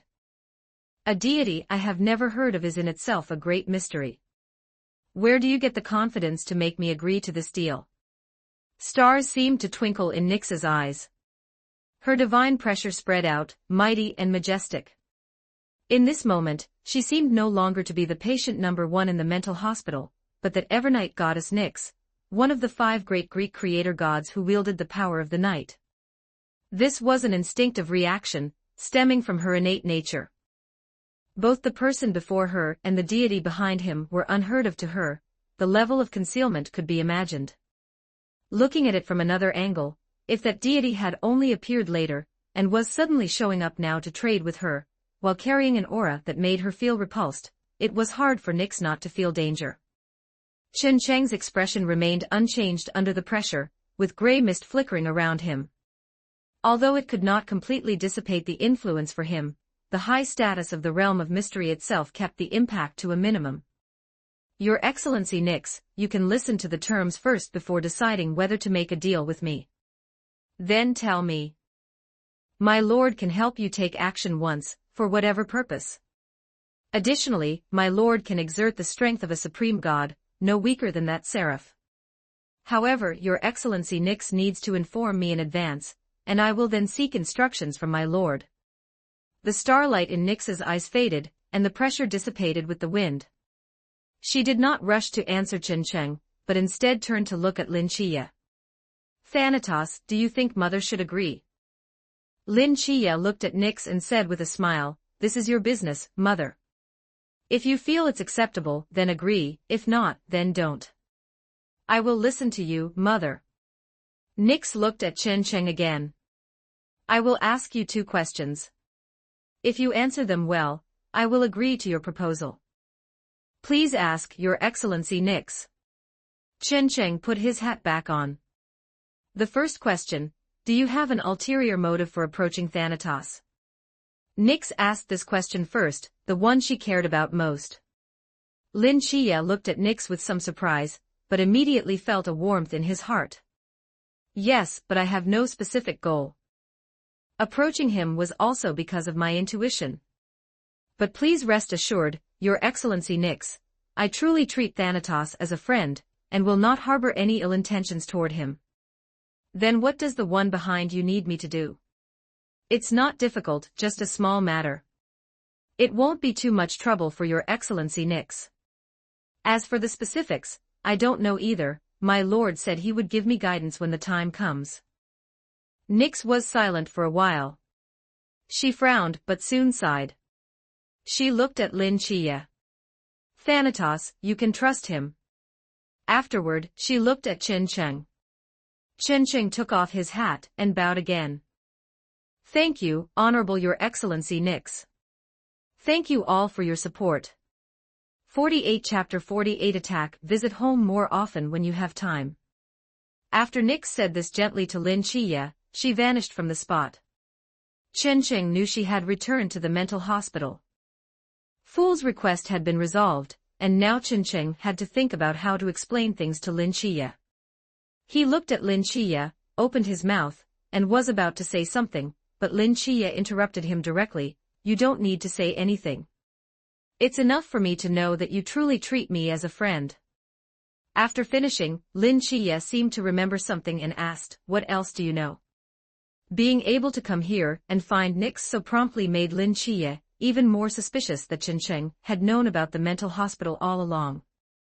Chen Cheng rubbed his chin, deliberated on his wording, and then spoke. There is still much more, for example, some things about our future, or that thing on you. The God's psychiatric hospital. He really does know. The suspicion in Lin Chiya's heart was confirmed, but he didn't seem very surprised. After all, Chen Cheng's series of actions had led him to believe that he definitely knew more than just that. Perhaps the fool behind him had told him, or perhaps he had divined it himself. Lin Chiya was silent for a moment, and in the end, he glanced at Chen Cheng. Fine. Since Chen Cheng was so frank and had even told Nix that he wouldn't harm him, he would trust him.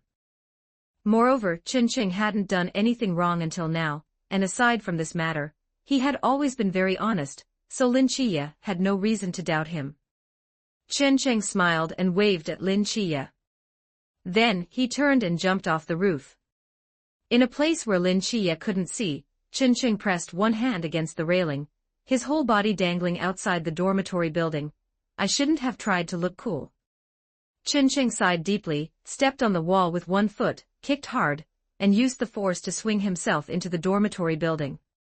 On the roof, Lin Chiya walked to the edge and looked down. He couldn't see Chen Cheng anywhere. By the moment he walked out, Chen Cheng had already entered the dormitory building. Lin Chiya, lost in thought, turned and left the roof as well. 5 months later, the new year was approaching. In the training camp, the recruits were gathered together, looking at Instructor Hong on the platform. During these 5 months of training, they had acquired some of the bearing of soldiers, no longer as undisciplined and arrogant as when they first entered the training camp. Instructor Hong looked at the recruits below, feeling a bit sentimental. He coughed twice to get their attention. This afternoon, I am announcing one thing. Your physical training is ending early, which means the next phase of training, including tactics, firearms, etc., will begin ahead of schedule. The recruits below were suddenly excited. They were finally going to end these bitter days, and wouldn't have to do high-intensity training every day. Although they had gotten used to this training, the excitement of hearing that it was finally ending was no less intense. Instructor Hong scanned the crowd. Quiet. The recruits immediately quieted down, waiting silently for Instructor Hong's next words. After unanimous discussion by our instructors, we have decided to give you a holiday before the next phase of training begins. As soon as these words were spoken, the recruits below erupted.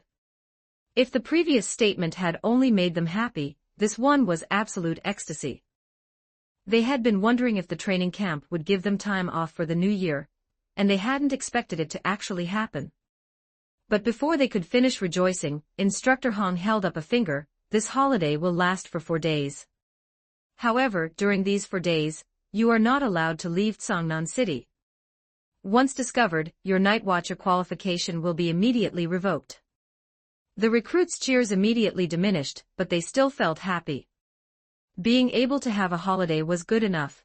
It was only 4 days, so if they couldn't leave, they wouldn't.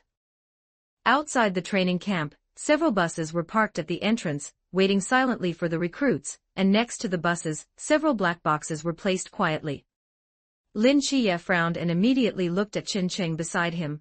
Someone is going to make a move on us. I will explain the details to you later. Chen Cheng didn't wait for Lin Chiya to speak and stated the reason first. Lin Chiya nodded. It was just as he had thought.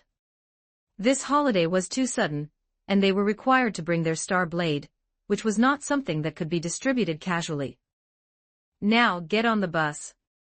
After having the recruits collect their star blade and finishing all instructions, Instructor Hong directed the recruits to board the bus. Not long after the recruits left the training camp, they suddenly felt as if something in their bodies had been released, and they felt incredibly refreshed. This was their forbidden ruins being released again after 5 months. Not only that, all the recruits felt spiritual energy flowing through their entire bodies, and everyone had completed the promotion from Zhan Realm to Pool Realm. Lin Chiya looked at his hands in disbelief. He had finally reached the Pool Realm. Lin Chiya looked at Chen Cheng beside him. Why haven't you changed? Chen Cheng looked out the window and replied nonchalantly, I was already in the Pool Realm when I finished fighting Mask. Lin Chiya. In fact, it couldn't be said that Chen Cheng had no changes. He sensed the spiritual energy within his body, which was already much broader than when he had first entered the Pool Realm.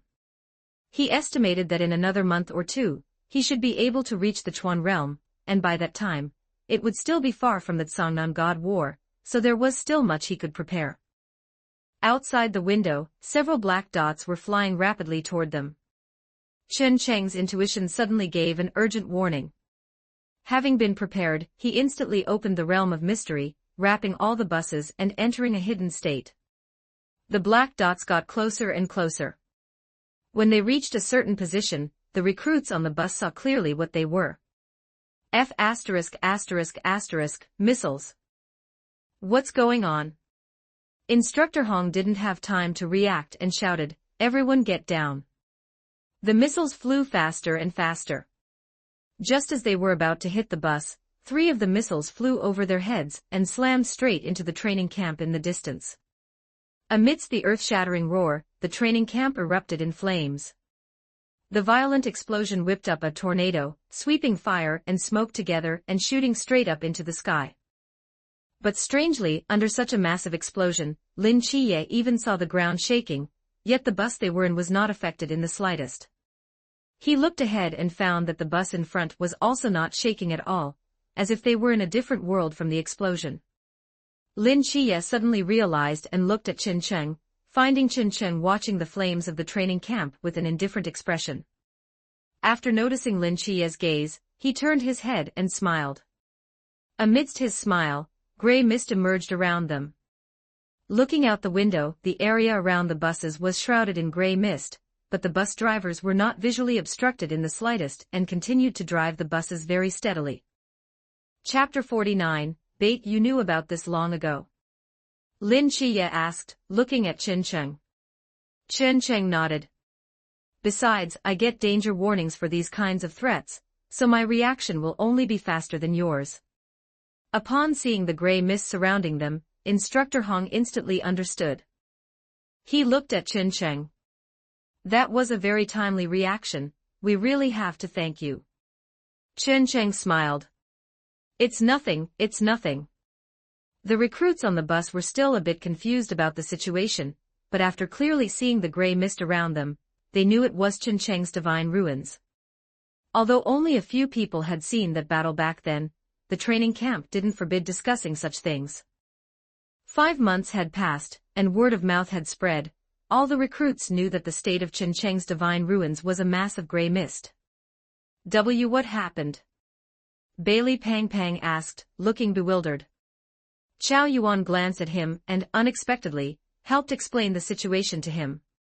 Chow Yuan's voice was loud enough that all the recruits on the bus realized that it was because of Chen Cheng that they hadn't been caught in the crossfire. Just as they wanted to thank Chen Cheng, they realized he was still staring out the window. Following his gaze, the recruits saw 2 missiles rushing toward them. It's fine, these 2 missiles won't hit us. Chen Cheng withdrew his gaze and comforted the worried recruits. Instructor Hong knew of Chen Cheng's abilities, since he dared to say that, he must be confident. Trust Chen Cheng. Everyone sit back down, there shouldn't be a 6th one. Meanwhile, Sister Hong Ying, who had been waiting on the side, understood that it was Chen Cheng's ability after seeing the gray mist. She knew there was a secret to Chen Cheng's ability, but she didn't know the extent of it yet. Therefore, she still acted. The gun in her hand, wreathed in rose-red flames, was thrown out, shattering one of the missiles flying straight toward the gray mist. Accompanied by a boom, the missile fell apart. The debris rushed into the gray mist, but a moment later, the mist dispersed and the bus remained unscathed. After driving for a distance, it stopped. The missile fragments were stuck in the ground, having had no impact on the bus at all. Sister Hong Ying caught her falling spear. When Chima walked over from the side. Let's go, we'll take them home directly. The corners of Sister Hong Ying's mouth curled up. Let's go. In Sister Hong Ying's house, Chen Cheng and Lin Chiye listened together as Captain Chen Mai recounted what had happened. Chen Cheng had already known all of this and was boredly fiddling with a deck of tarot cards, while Lin Chiye was listening intently, as Chen Cheng only ever said half of what he knew and never explained the specific reasons. In other words, this attack was mainly targeted at me, Chen Cheng, and Pang Pang. Lin Chiye had roughly figured out the reason, but he wasn't surprised. Of the 3 of them, one was an unprecedented dual gods proxy, one was a gods proxy with no prior news or records, and the last was the young master of the Bailey family from Guangzhou Shenzhen.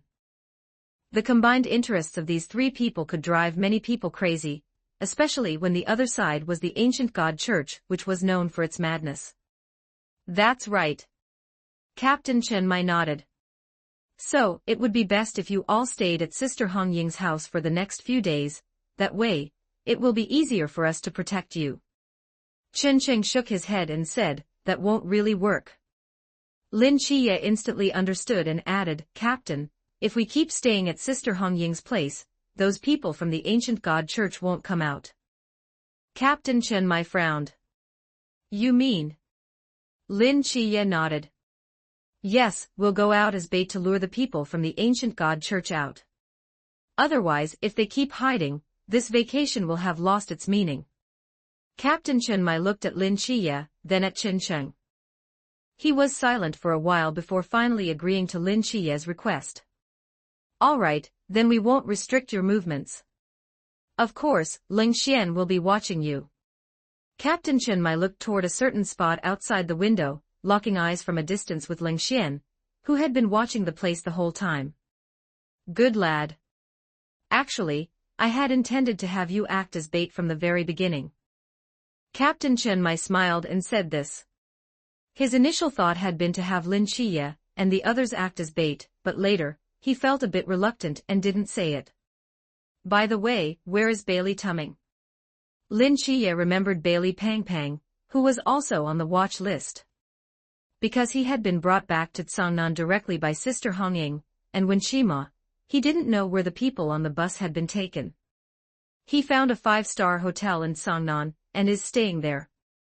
Before leaving, he specifically told me his room number, 9039, and asked me to come tell you. Instructor Hong's voice suddenly appeared. The group turned to look. Instructor Hong was walking in unhurriedly, accompanied by Wen Shima, who hadn't been around earlier. Instructor Hong, why are you here? Lin Chiye looked at Instructor Hong with confusion. Instructor Hong walked up to them.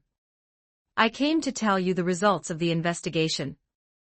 The military has already sent a notification regarding the launch base from which those 5 missiles were fired. All the staff have been confirmed dead. The cause of death was body petrification, and only petrified fragments and some snake eye patterns were left at the scene. Snake eyes. Petrification. Lin Chiye recalled the gods he knew in his mind. Among so many gods, only one fit those characteristics. The Gorgon Medusa. Instructor Hong nodded. It should be her proxy, who recently joined the ancient god church, codenamed Snake Woman. In short, you guys can, go out and walk around more these next few days. Upon hearing this, everyone present laughed. Seeing Instructor Hong looking at them with a confused expression, Chen Cheng helped explain to him, before you came, we had already decided to act as bait to lure them out. Instructor Hong suddenly realized. Then we really are on the same wavelength. Ew, Sister Hong Ying made a face at Instructor Hong. Chen Cheng stood up. All right then, Captain, Instructor Hong, and Sister Hong Ying, don't worry about us. Lin Chiye and I are going to find young Master Tu Ming first. Captain Chen Mai nodded. All right, stay safe. Just as Chen Cheng and Lin Chiye arrived downstairs at the hotel where Pang Pang was staying, a loud noise suddenly erupted from the upper floors of the hotel, followed by a violent explosion and smoke. Looks like they made the first move. Lin Chiye watched the center of the explosion, knowing that it must be the people from the ancient god church who had already made their move, preparing to kill Pang Pang here. However, he wasn't too worried about Bailey Pang Pang. After all, he didn't even know how many self-defense forbidden artifacts Bailey Pang Pang had on him. Where can we find Pang Pang? Lin Chiye immediately looked at Chen Cheng, who knew how to divine. Chen Cheng closed his eyes. After sensing for a while, he took out the case for the star blade, took out the star blade, and then stood the star blade upright on the ground. Bailey Tumming's location. After 7 sounds, Chen Cheng let go, and the star blade, as if controlled, automatically fell in a certain direction. There, Chen Cheng said, pointing in that direction. Chapter 50 The defected knights watched. The two of them were, unsurprisingly, blocked by an invisible barrier. Lin Chiye frowned. Domain of no precepts. In his memory, the domain of no precepts was something belonging to the Night Watchers. Its appearance here meant a Night Watcher was involved. Was it an enemy? Or a friend? It was done by a rogue Night Watcher, so don't worry. As if reading Lin Chiye's thoughts, Chen Cheng answered his doubt directly. Let's go. You should be able to get in, the previous one worked and this one is no different. Lin Chiye nodded and walked in front of the domain of no precepts. The light of the seraph flickered in his pupils, and waves of divine might were released. Just like last time, the domain of no precepts in front of him was forcibly opened by his divine might. Afterward, Lin Chiye lifted his foot and walked straight in. After Lin Chiye entered, Chen Cheng followed closely behind. Open door. This thing is so annoying. The female archer lying on the roof looked at Chao Yuan, who had turned into a mad demon, with an unpleasant expression. Her arrows were basically useless against that big guy. At most, they just made him fly into the building without causing any damage. She reached back and pulled another arrow from her quiver. She prepared to give up on Chao Yuan and shoot Bailey Pang Pang instead. After all, compared to the thick-skinned Chao Yuan, it was obvious that Bailey Pang Pang was easier to bully. Dead fatty, let's see if your skin is that thick. The female archer bent down, knocked an arrow, and aimed at Bailey Pang Pang. However, her vision was suddenly shrouded in an extreme darkness, and a detached male voice suddenly sounded behind her. Who are you calling a dead fatty? The female archer felt like she was facing a formidable enemy. Just as she was preparing to turn and fight, the person behind her clearly didn't want to give her that chance. The blade in his hand stabbed down without hesitation. The female archer looked down in disbelief at the star blade protruding from her chest. You won't even give me a chance to speak. Before she died, she gritted her teeth in unwillingness, but no one responded to her from behind. Lin Chiye slowly pulled out the star blade, and looked indifferently at the female archer, who no longer had any signs of life. He turned his head to look downstairs. Chao Yuan and Bailey Pang Pang were confronting the two enemies. In a place they couldn't see, gray fog gradually shrouded the surroundings. By the time they reacted, the gray fog had already enveloped them, leaving them no chance to escape. The corners of Lin Chiye's mouth curled up, and he turned to leave. Inside the gray fog, Chen Cheng walked around casually. In his eyes, the scene within the gray fog was unobstructed. The mad demon Chao Yuan was still, ing tirelessly, but with no enemies around, he had nowhere to exert his strength. Bailey Pang Pang looked at the gray fog, bewildered, but his face soon turned joyful. As for the two enemies, their reactions were quite fast. The skinny man looked around vigilantly, his fists clenched tightly, and the muscles under his clothes tensed to ensure he could react quickly. The man holding three blades held two of them in front of his chest, adopting a defensive stance. Two pieces of trash. Chen Cheng looked at the two with some contempt.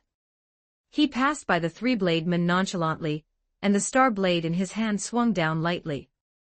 The three-blade man, who had clearly raised enough spirit to pay attention to his surroundings, was caught completely off guard. He was slashed by this unremarkable strike, and a blood line immediately appeared on his neck. The blood line grew larger and larger until it was unstoppable. Only then did the three-blade man react, and want to drop the two blades in his hands to cover his neck, but as the two blades fell to the ground, his body also collapsed heavily, with no signs of life left. The skinny man on the other side couldn't hear the movement on this side, but as a former night watcher, he still had some vigilance. This inexplicable gray fog must be the little fatty's companion coming to support him. Those night watchers were all blocked outside by his teammates. Although he didn't know how he got in, it didn't matter. A considerable amount of time had passed since the gray fog appeared, but nothing had happened, and there was no abnormality on his body. Based on his experience, since he was fine on his side, it must be on the side of the other three-blade men. After dealing with the three-blade man, the next one would definitely be him. The skinny man raised his head, wanting to see the female archer on the roof through the gray fog. She was the only one who hadn't been affected. As long as he could hold on until the gray fog disappeared, the female archer would definitely be able to support him the moment the opponent showed their head. By then, the offense and defense would be reversed. Thinking of this, the skinny man couldn't help but tense his body up a bit more. A brat who was at most in the pool realm couldn't sustain his forbidden ruins for long. As long as he held on for a while, the advantage would be on his side. Just as the skinny man was concentrating on his surroundings, he didn't notice at all that Chen Cheng was already standing behind him. The star blade in his hand swung again, but this time it wasn't light and airy. Instead, he slashed forcefully at his neck. For enemies with such high physical strength, one couldn't be nonchalant, one had to use the maximum strength possible, because if one couldn't kill him in one go, it would be difficult to have another chance once he reacted. The star blade was, after all, harder than the body, and with Chen Cheng using as much strength as he could, this slash passed through the skinny man's neck without any surprise. Until his death, the skinny man still stared with wide eyes, not having reacted. After resolving the enemies, there was still Chow Yuan left to deal with. Chen Cheng walked all the way to Bailey Pongpong's side and patted his shoulder.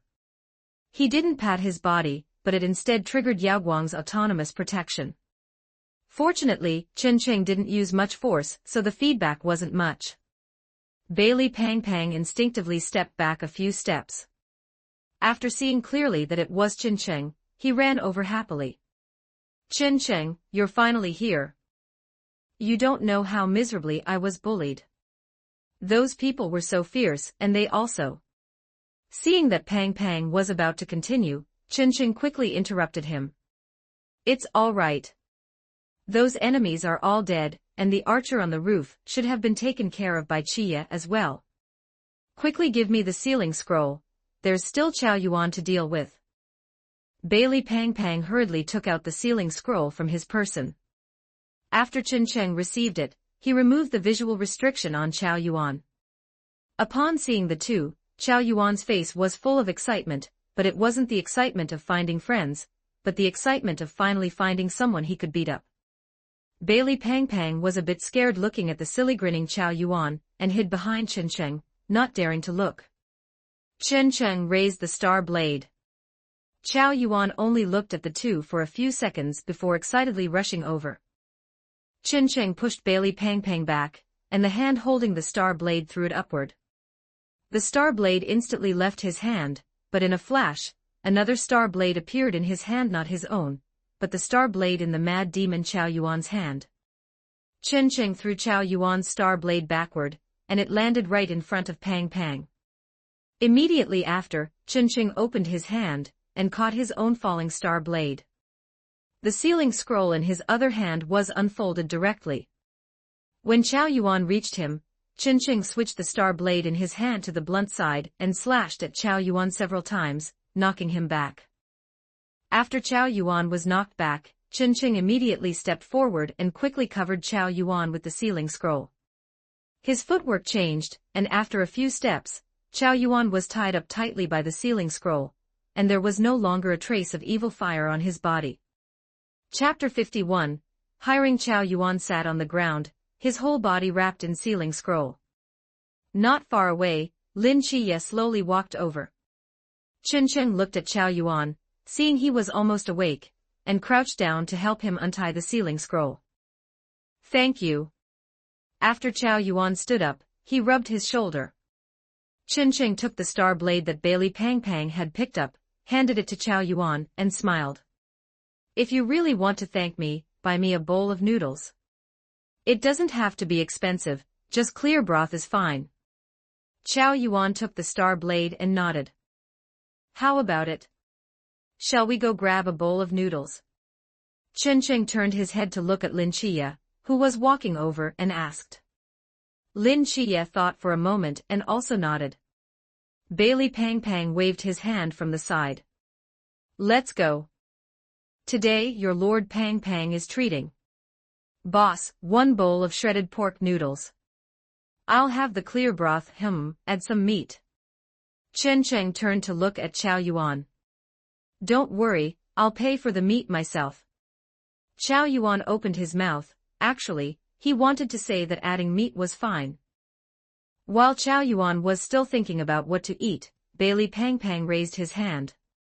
I want a bowl of braised beef noodles with pork chop, vegetarian chicken, shredded pork, egg, dried tofu, and extra noodles. Chow Yuan looked at Bailey Pang Pang with a strange expression, but after thinking about his physique and family background, he instantly felt relieved. Boss, I want a bowl of pork chop noodles. Chow Yuan finally decided what he wanted to eat. Compared to the previous order, his was a bit more normal. Chen Cheng was the one who brought them to this noodle shop. Although they were a bit skeptical at first, they were instantly convinced the moment they smelled the aroma of the noodles from far away. Soon, their noodles were served. Lin Chiye took out his wallet. Boss, how much for the shredded pork noodles? Bailey Pang Pang quickly stopped Lin Chiye. I said I would treat, Chiye, put it away. Lin Chiye glanced at him and shook his head. No need, I'll pay for my own. Seeing Lin Chiye's insistence, Bailey Pang Pang couldn't say anything more. Boss, I'll pay for the rest. How much is it in total? Bailey Pang Pang shouted.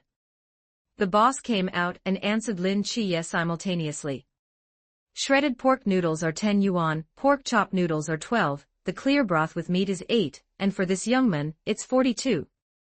That's 62 in total. Bailey Pang Pang reached out to take out his wallet. After fumbling for a long time, his hand suddenly paused. Bailey Pang Pang slowly took out a bank card. Can you take card payments here? The boss. Chow Yuan sighed deeply and took out 2 crumpled 50 yuan bills. Boss, I'll pay. After paying, Chow Yuan looked at Bailey Pang Pang and said viciously, I'm covering you for now, but let's get this straight. You're covering all my food and accommodation for the next few days. Bailey Pang Pang made an okay gesture. No problem. Your Lord Pang Pang will make sure you eat the best and stay in the best places. As they ate their noodles, they whispered about the recent attack. From Bailey Pang Pang, Lin Chiye roughly understood what had happened. Those people really didn't care about the civilians at all. And to think they used to be night watchers. Bailey Pang Pang said indignantly.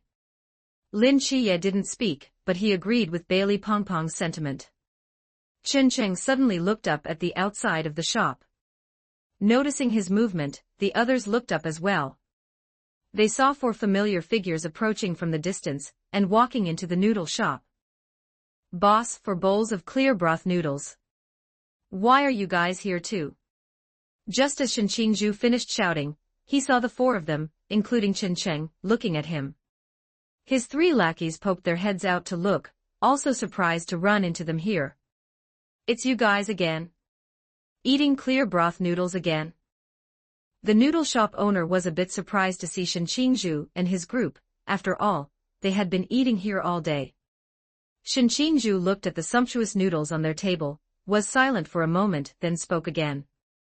Boss, change the order, 3 bowls of shredded pork, 1 bowl of clear broth. The boss replied and began quoting the price. Clear broth is 6 yuan a bowl, shredded pork is 10, that's 36 in total. Shen Qingzhu took out his wallet, unhesitatingly took out several crumpled bills, and placed them on the table before putting his wallet away. Lin Chiye withdrew his gaze and didn't look over again. Shen Qingzhu turned his head and glanced at the group. Upon seeing Chen Cheng, he seemed to remember something. By the way, about that incident earlier, thank you. If it weren't for you, we would probably have been injured by the explosion. Chen Cheng waved his hand. It's nothing. Shen Qingzhu sat next to them with his 3 lackeys, waiting for their noodles to arrive. At this moment, Chen Cheng leaned over. Shen Qingzhu, let's discuss something. Shen Qingzhu looked at him with confusion, waiting for Chen Cheng to continue. Protect this guy for the next few days, and he'll pay the wages. Chen Cheng pointed at Bailey Pang Pang, who was burying his head in his noodles, and held up one finger. 1,000 for protection fees per day, how about it? Shinqingzhu was silent for a long while, looked at the finger Qincheng was holding up, and then looked at Bailey Pang Pang. Shinqingzhu pointed at his 3 lackeys. But this protection does not include them. After leaving the noodle shop, the group began to discuss where to stay for the night. Finally, led all the way by Qincheng, they made several turns and arrived at a remote and dilapidated small hotel. Bailey Pang Pang looked at the dilapidated hotel, then at the sign, and fell silent. Chow Yuan read out the words on it word for word. Dream Butterfly Village. Love Hotel. Chow Yuan looked at Qincheng with a strange expression. Qincheng looked indifferent. There's no other way. In a place like Songnan, this is the only place where you can check in without an ID card. Lin Chia looked at the hotel in front of him, feeling inexplicably strange, even though he had never been here before. Bailey Pang Pang had no choice but to believe Qincheng's explanation. There really were no other places to stay, so he had to settle for staying here. It's only for 3 days anyway, it'll be fine. Bailey Pang Pang secretly cheered himself on. The group walked to the front desk to check in. It was indeed as Qincheng said, no ID registration was required. However, Bailey Pang Pang always felt that the receptionist's expression when looking at them was a bit strange. Lin Chia and Qincheng took advantage of the night to return to Sister Hong Ying's villa. Seeing the two return safely, the corners of Sister Hong Ying's mouth curled up, but she quickly suppressed it and began nagging them. Qincheng and Lin Chia stood quietly and listened through it all without feeling the slightest bit annoyed. On a rooftop a distance away from the villa, Ling Xian watched the 3 through binoculars, a smile curling on his lips. Beside him, Captain Chen Mai stood looking at the villa. Although he couldn't see the specific situation clearly, judging by Ling Xian's smile, things must be going quite well.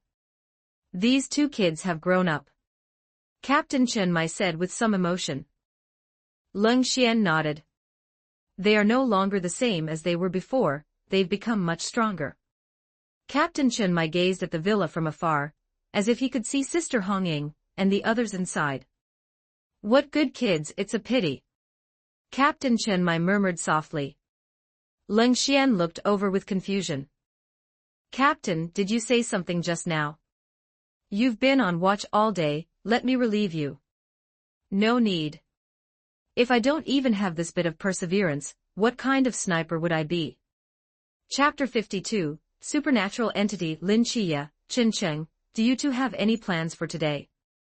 Early in the morning, Captain Chen Mai had arrived at Sister Hong Ying's villa, waiting for them to wake up. Lin Chia rubbed his eyes. No plans. In any case, he couldn't go back to his aunt's house, although he really wanted to, there was no way. Qincheng was in high spirits and took the initiative to say, then let's go to the agency together for the new year. We can go grocery shopping with Sister Hong Ying and the others. Sister Hong Ying's eyes lit up immediately. Captain Chen Mai smiled and nodded. All right, then you go grocery shopping with Sister Hong Ying and Sister Xiaonan. After you finish buying everything, bring it to the agency, and I will cook personally. Sister Hong Ying's eyes brightened even more. She excitedly raised both hands. We get to taste the captain's cooking again. All 3 of them were happy, even Lin Chia, who was still a bit sleepy, managed to pull off a smile. Only Sister Xiaonan, who had just walked downstairs, looked completely confused. Braised pork knuckle. Braised pork ribs. Captain's roast suckling pig. Sister Hong Ying walked in front with an excited look on her face, her eyes shining as she looked around from time to see what else they could buy. Behind her stood Lin Chia and the others, their hands already full of groceries. Lin Chia looked at Sister Hong Ying with some helplessness. Just as he wanted to speak to tell her to restrain herself a bit, Sister Hong Ying ran into another shop, without the slightest intention of turning back. Before long, the group had even more groceries in their hands. Even Sister Hong Ying was holding a bag of ingredients, which contained the large shrimp she had been talking about, a whole bag full. Just as they were walking back to the agency, a shadow flew toward Lin Chiye at extreme speed. With the mortal god realm, it was naturally impossible for Lin Chiye to be successfully ambushed. When the shadow got close, everyone saw what it was. It was a small metal arrow, and it seemed to have something tied to it. Lin Chiye snorted coldly. A trace of ultimate darkness rapidly spread out with him at the center. As soon as the flying arrow entered the domain of darkness, it was like stepping into mud, unable to move an inch, and it came to a complete stop in less than 2 seconds. Lin Chiye deactivated the god's ruins of absolute darkness. The arrow immediately fell from the air, hitting the ground with a clatter. Sister Hongying and Lin Chiye turned to look in the direction the arrow had come from at the same time. A supernatural entity dressed in black stood in the darkness, his face unclear. Seeing that they had discovered him, he turned and left, disappearing into the darkness in just a few seconds. Sister Hongying handed the bag of large shrimp in her hand to Qin Sheng. I want to see who is so bold as to dare to ambush someone right under my nose. Just as Sister Hongying was about to rush up, Qin Sheng hurriedly called her to stop. Wait, Sister Hongying, look at what is written on this. Qin Sheng picked up the small arrow that had fallen on the ground, took out a tiny roll of paper from the tail of the arrow, and unfolded it to show it to Lin Chiye and Sister Hongying. After Lin Chiye saw the content clearly, his pupils suddenly contracted. He anxiously snatched the paper, and after confirming he hadn't misread it, his hand holding the paper clenched tightly, crumpling the note in his fist. Sister Hongying's expression also became serious, but she quickly calmed down. Chiye, calm down first. This might not be true. Let's go check it out with you. We have a car, so we can get there quickly. Lin Chiye took a deep breath. Sister Hongying was right, the other party might not be telling the truth, but even if it was just a possibility, he dared not gamble. Thank you, Sister Hongying, but if we have to go back to get the car, it will be too slow and will waste a lot of time. I want to go over and take a look first. Lin Chiye finished this sentence as calmly as possible. Sister Hongying could understand Lin Chiye's thoughts and nodded. All right, then Sister Xiaonan, Qin Sheng, and I will go back first. After we get the car, we will head over immediately. You take care of yourself. I want to go too. Qin Sheng, who had been standing on the side without speaking, interjected at this moment. I can use divination to find the enemy's location, and also confirm Ant's safety. Only after hearing the latter part did Lin Chiye realize. He had been too anxious just now and had forgotten that he had Qin Sheng, who could perform divination, right beside him. But will it waste time? Lin Chiye asked with some concern. Can't you just perform the divination while we are walking? Lin Chiye nodded. Qin Sheng took the opportunity to give part of the bags in his hands to Sister Hongying, and part to Sister Xiaonan, smiling and saying to the two of them, sorry to trouble you to carry a bit more. We'll buy you cake to eat when we get back. After speaking, Qin Sheng turned around and ran to the other side of the road with Lin Chiye.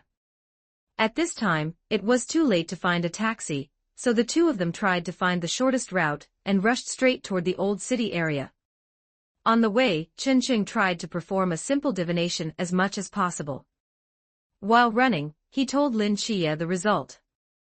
Ant is not in danger yet, but the content of the letter is true, and that group of people is downstairs at Ant's house right now. Hearing this, Lin Chiye quickened his pace, and the coldness in his eyes grew heavier. Scorpion 3 reporting the situation. No abnormalities with the target. Scorpion 9 reporting the situation.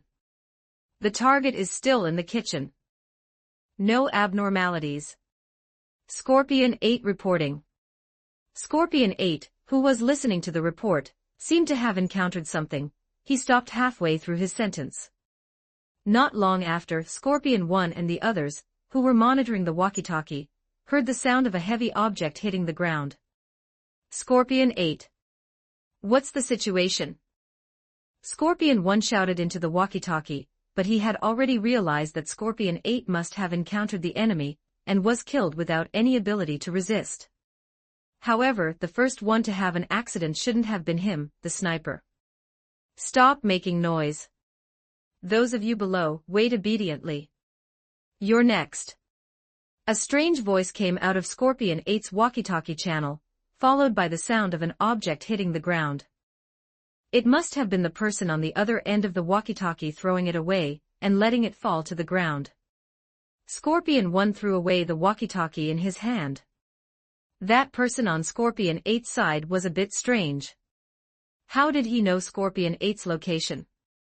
Logically speaking, the first to have an incident should have been one of the people below him, definitely not Scorpion 8, who was lurking on the roof. Just as Scorpion 1 was preparing to go find the remaining people to regroup, a young man carrying a black case walked over slowly from a distance.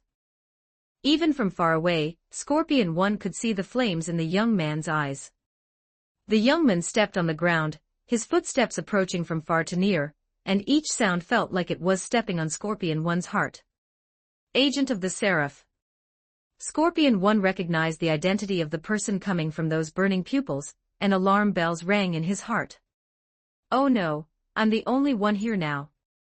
Scorpion 1 muttered to himself. The result of him encountering this dual god agent alone was obvious, death. Unless that dual god agent was stupid enough to stand there and let him attack, but that was obviously impossible. You all deserve to die. The young man gritted his teeth and said this sentence. Then, the burning light in his pupils instantly transformed into absolute darkness. The darkness around him seemed to have life, becoming even deeper black. That ball of absolute darkness around him instantly swept through the entire alley with the power to devour everything. In less than half a second, Scorpion 1 was plunged into darkness. Scorpion 1 didn't have time to resist, and could only pull a folding knife from his military boots to block in front of his chest, but this didn't have any effect. The folding knife was instantly snapped by the night. Not a moment later, Scorpion's eyes were eroded by the absolute darkness, and there was no longer any gleam of life in them. The first one. Lin Chiye whispered softly. 53 Chapter 53 Happy New Year Chapter 53 Happy New Year. A loud gunshot rang out on the rooftop. Lin Chiye looked up, but instead of panicking, he waved in the direction the shot came from. Ling Xian lifted his head from the sniper scope and waved back. The last one. He turned the scope again and found Chen Cheng on the other side, though all he saw was a patch of gray mist. Inside the gray mist, Chen Cheng walked past several people. Each swing of his straight blade claimed a head. Before long, the remaining members of the Scorpion squad had been wiped out. Chen Cheng seemed to sense something and looked toward a certain direction through the gray mist. The mist dissipated and Chen Cheng waved at Ling Xian in that direction. That bunch of trash from the Scorpion squad. The believer from the Chuan realm mocked the Scorpion squad and stepped onto the stairs. He had already imagined opening the door and seizing the woman and her son while they looked on in confusion, then using them to threaten Lin Chiye. The corner of the believer Lu Liang's mouth curled up. So what if he's a dual god agent? He'll still have to kneel at my feet, begging me, Lord Lu Liang, to spare his family.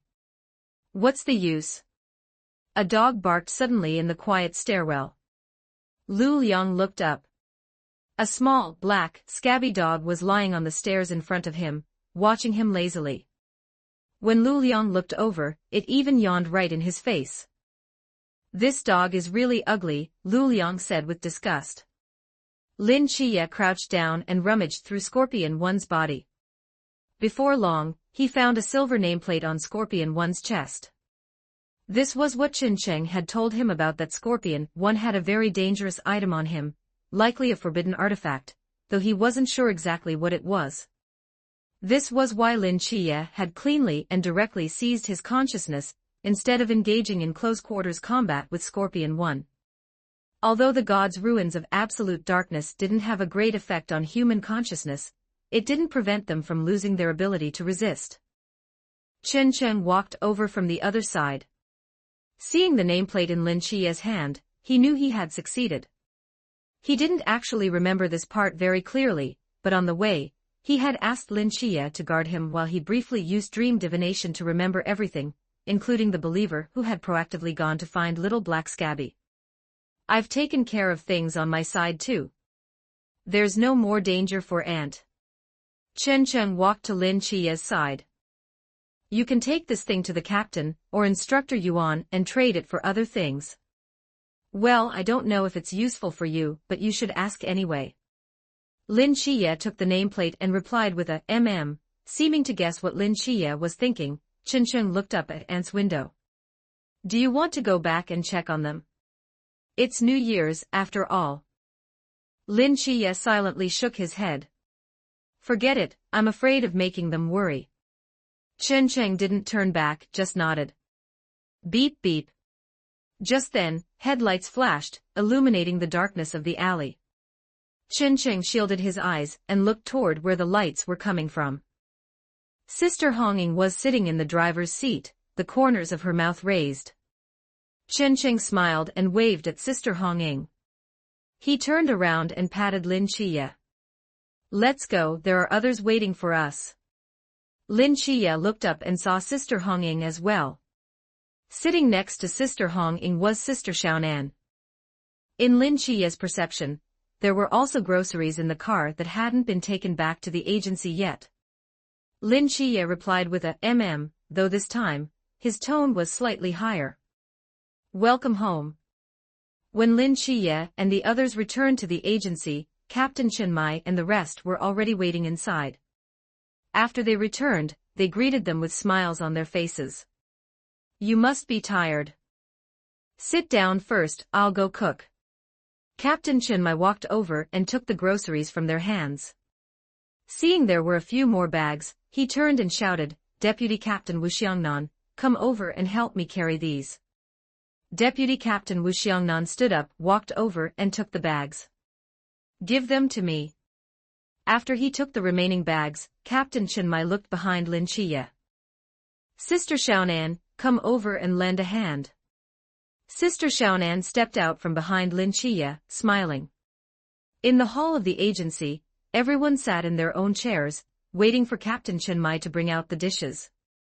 This time, it was packed full. Zhao Kongqing scratched his head. Xie, how was it just now? After Sister Hongying had returned once, she had briefly explained the situation to them before rushing out again. Seeing that they still had to wait a while, Lin Xie simply used this time to explain the specific situation, including the information brought by Little Arrow, Chen Cheng's divination, and Leng Xian's support. Of course, the forbidden artifact picked up from Scorpion 1 wasn't left out. After listening to the whole story, especially the part where Lin Xie had acted without hesitation, when Shima couldn't suppress the smile on his face. Just as the captain had said, these two children had grown up not just in age, but in maturity of mind. Zhao Kongqing suddenly became a bit sullen. Lin Xie was a bit confused, but Sister Hongying saw the reason with just one glance. Old Zhao is coveting your divine ruins. A dual god agent, unprecedented, he's incredibly envious. Having his thoughts exposed, Zhao Kongqing suddenly became a bit embarrassed. It was rare for a grown man to blush. He retorted to Sister Hongying with a guilty conscience, how could I, Zhao Kongqing, be envious of Xie? I'll have a forbidden ruins sooner or later, and it will be at least a super high-risk forbidden ruins. Right, you definitely will.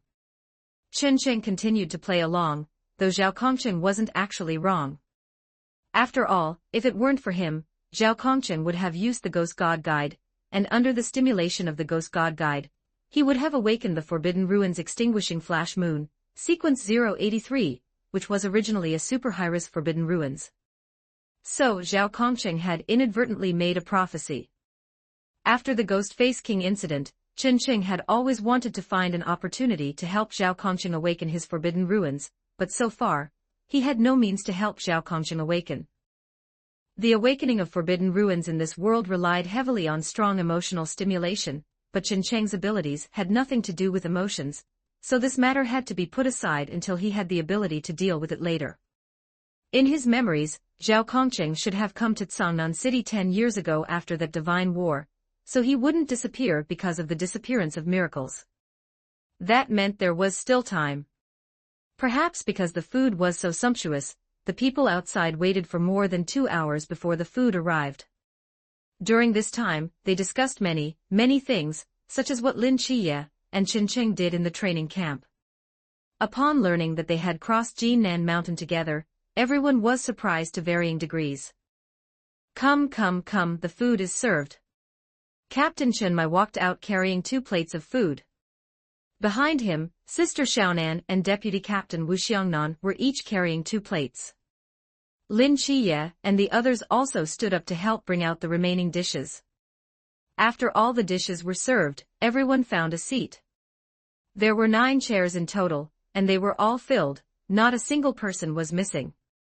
Captain Chen Mai raised his drink, his gaze sweeping over everyone, and a smile gradually spread across his face. It's a new year again. In this year, we have added new partners. He looked at Lin Chiye and the other. Because Lin Chiye and Qin Cheng were not yet adults, they were forced to drink orange juice by Sister Hong Ying. They learned from Captain Chen Mai and raised their cups. And we haven't lost any of our partners. He looked at Zhao Kongqing again. Zhao Kongqing raised his beer and laughed loudly. In the past year, we have successfully guarded this city again for a whole year. As the captain of Team 136, I would like to express my gratitude to everyone here. This time, everyone raised their cups. They shouted together. Happy New Year. Chapter 54, Medusa. After the joyous night passed, Lin Chiye walked out of the agency, feeling the sunlight and air outside. He looked at the snow on the ground, picked up a broom from the side, and started sweeping the snow. Qin Cheng walked out from the other side and stretched comfortably. That was quite nice. Qin Cheng looked back at the chaotic agency, his lips curling up unconsciously. This feeling of being with a group of people, it's really good. Lin Chiye didn't speak, just swept the snow while occasionally looking at the horizon, wondering about something. Qin Cheng glanced at him and guessed what he was thinking. No need to think about it, young Master Tu Ming is about to be attacked. As soon as Qin Cheng finished speaking, several consecutive explosions came from afar. Lin Chiye frowned, but after thinking about it, he wasn't too anxious. With Qiao Yuan and Shen Qingzhu there, as long as it wasn't a powerhouse from the Sea Realm coming personally, Pang Pang would be fine, and besides, Pang Pang had said before that his family's bodyguards had already arrived. Don't worry, young Master Tu Ming won't be in danger, but we should still go take a look in a bit, well, to find those remaining enemies. After Qin Cheng finished this sentence, he walked into the agency. Currently, only Captain Chen Mai and the 2 of them were awake in the agency. Qin Cheng walked over to the group, separated them one by one, and found a new position for them to lie comfortably. When Qima, Deputy Captain Wu Xiangnan, and Zhao Kongqing, the 3 big men, had hugged each other and sang after getting drunk last night, and then fell asleep as soon as they finished singing, the 3 of them were piled on top of each other, pressing against one another. Qin Cheng separated them one by one from top to bottom, then placed them on the sofa, arranging them in a comfortable position. Moving 3 big men was truly not easy, but fortunately, Qin Cheng's exercise over the past few months and the bonuses from the Realm of Mystery helped a lot. Lin Chiye walked in after finishing the snow sweeping and came over to help when he saw what Qin Cheng was doing. After moving Deputy Captain Wu Xiangnan and the others, Qin Cheng looked at Sister Hong Ying with some difficulty. Sister Hong Ying was holding the last bottle of beer, sleeping soundly on the table, but her posture was really not easy to touch, and he might accidentally touch some other places. Qin Cheng thought for a long time, finally sighed, took the beer bottle from Sister Hong Ying's hand, gently lifted her head, wiped the tabletop, and took his own coat from the side to cushion it underneath, only then gently putting Sister Hong Ying's head down. After finishing all this, Qin Cheng let out a sigh of relief. He picked up his black box from the side and turned to greet Lin Chiye. Lin Chiye also picked up his own black box, and after thinking about it, he asked Captain Chen Mai, "Captain, can I borrow your star blade?" Captain Chen Mai was a bit puzzled, so Lin Chiye explained to him that Instructor Han had said he had no talent for single-handed blades, but later he found out he had talent for dual-handed blades. Captain Chen Mai nodded after listening, threw his black box to Lin Chiye, and smiled. "I'll just borrow old Zhao's later." Lin Chiye took the black box, thank you. Old Zhao will be sad then, Chen Cheng said with a smile. Lin Chiye and Captain Chen Mai looked at each other and laughed at the same time. All right, hurry up and go. Captain Chen Mai urged the two, and Chen Cheng pushed open the door of the agency. By Captain. After the excitement of New Year's Eve, the small shops on the surrounding streets had their doors tightly closed. They had the character "Fu Blessing" posted on their doors, but there was no one inside. The two chose an old, long-standing road, where people rarely walked. On the road, Lin Chiye always felt some unease, but couldn't find where this unease came from. Chen Cheng suddenly stopped, looked up in a certain direction. Compared to Lin Chiye's spiritual perception, his danger warning was stronger and clearer regarding this unease. He walked to the wall on the side of the road, reached out and wiped it gently, revealing the scene on the wall. The wall was carved with several cracks like children's graffiti. These cracks crisscrossed, outlining a strange and bizarre pupil image. The eye had vertical pupils, and with that obvious eerie feeling, this was clearly a snake eye image. Snake eye? Lin Chiye frowned. The moment he saw this picture, he remembered the Medusa's god's proxy that Captain Chen Mai had mentioned before. It seemed that there were these patterns in the missile launch base as well. The environment around Lin Chiye changed at this moment. Suddenly, whether it was on the ground, on the walls, or even the scorching sun hanging in the sky, it didn't know when it had turned into the shape of a snake eye. The two seemed to have broken into the world of snakes, with snake eyes everywhere. Forbidden ruins? Lin Chiye whispered suspiciously. Chen Cheng, however, had a calm expression. Gray mist emerged around him, wrapping himself and Lin Chiye. Outside the gray mist, the snake woman walked slowly from the sidewalk. After seeing the ball of gray mist in front of her, she covered her mouth with one hand, and the lips hidden behind it curled up slightly. Is that the god's proxy of Medusa? Lin Chiye stared at the woman who appeared on the road. The two star blades in his hands were already unsheathed and held in his hands. Chen Cheng nodded, yes, codename Snake Woman. As for the specific ability. Chen Cheng looked at the snake woman in the distance. Although the two were in the realm of mystery, the snake woman's vertical pupils were always staring in this direction, as if she could really see them. What can be confirmed at present is that she can teleport using any eye position on the ground or wall, Chen Cheng said slowly. Lin Chiye nodded. There should also be a petrification upon eye contact. After all, this is Medusa's signature skill. Lin Chiye thought for a moment and added. Chen Cheng smiled. As for eye contact, why don't you guess whether we will be petrified first, or she will be intimidated by us first?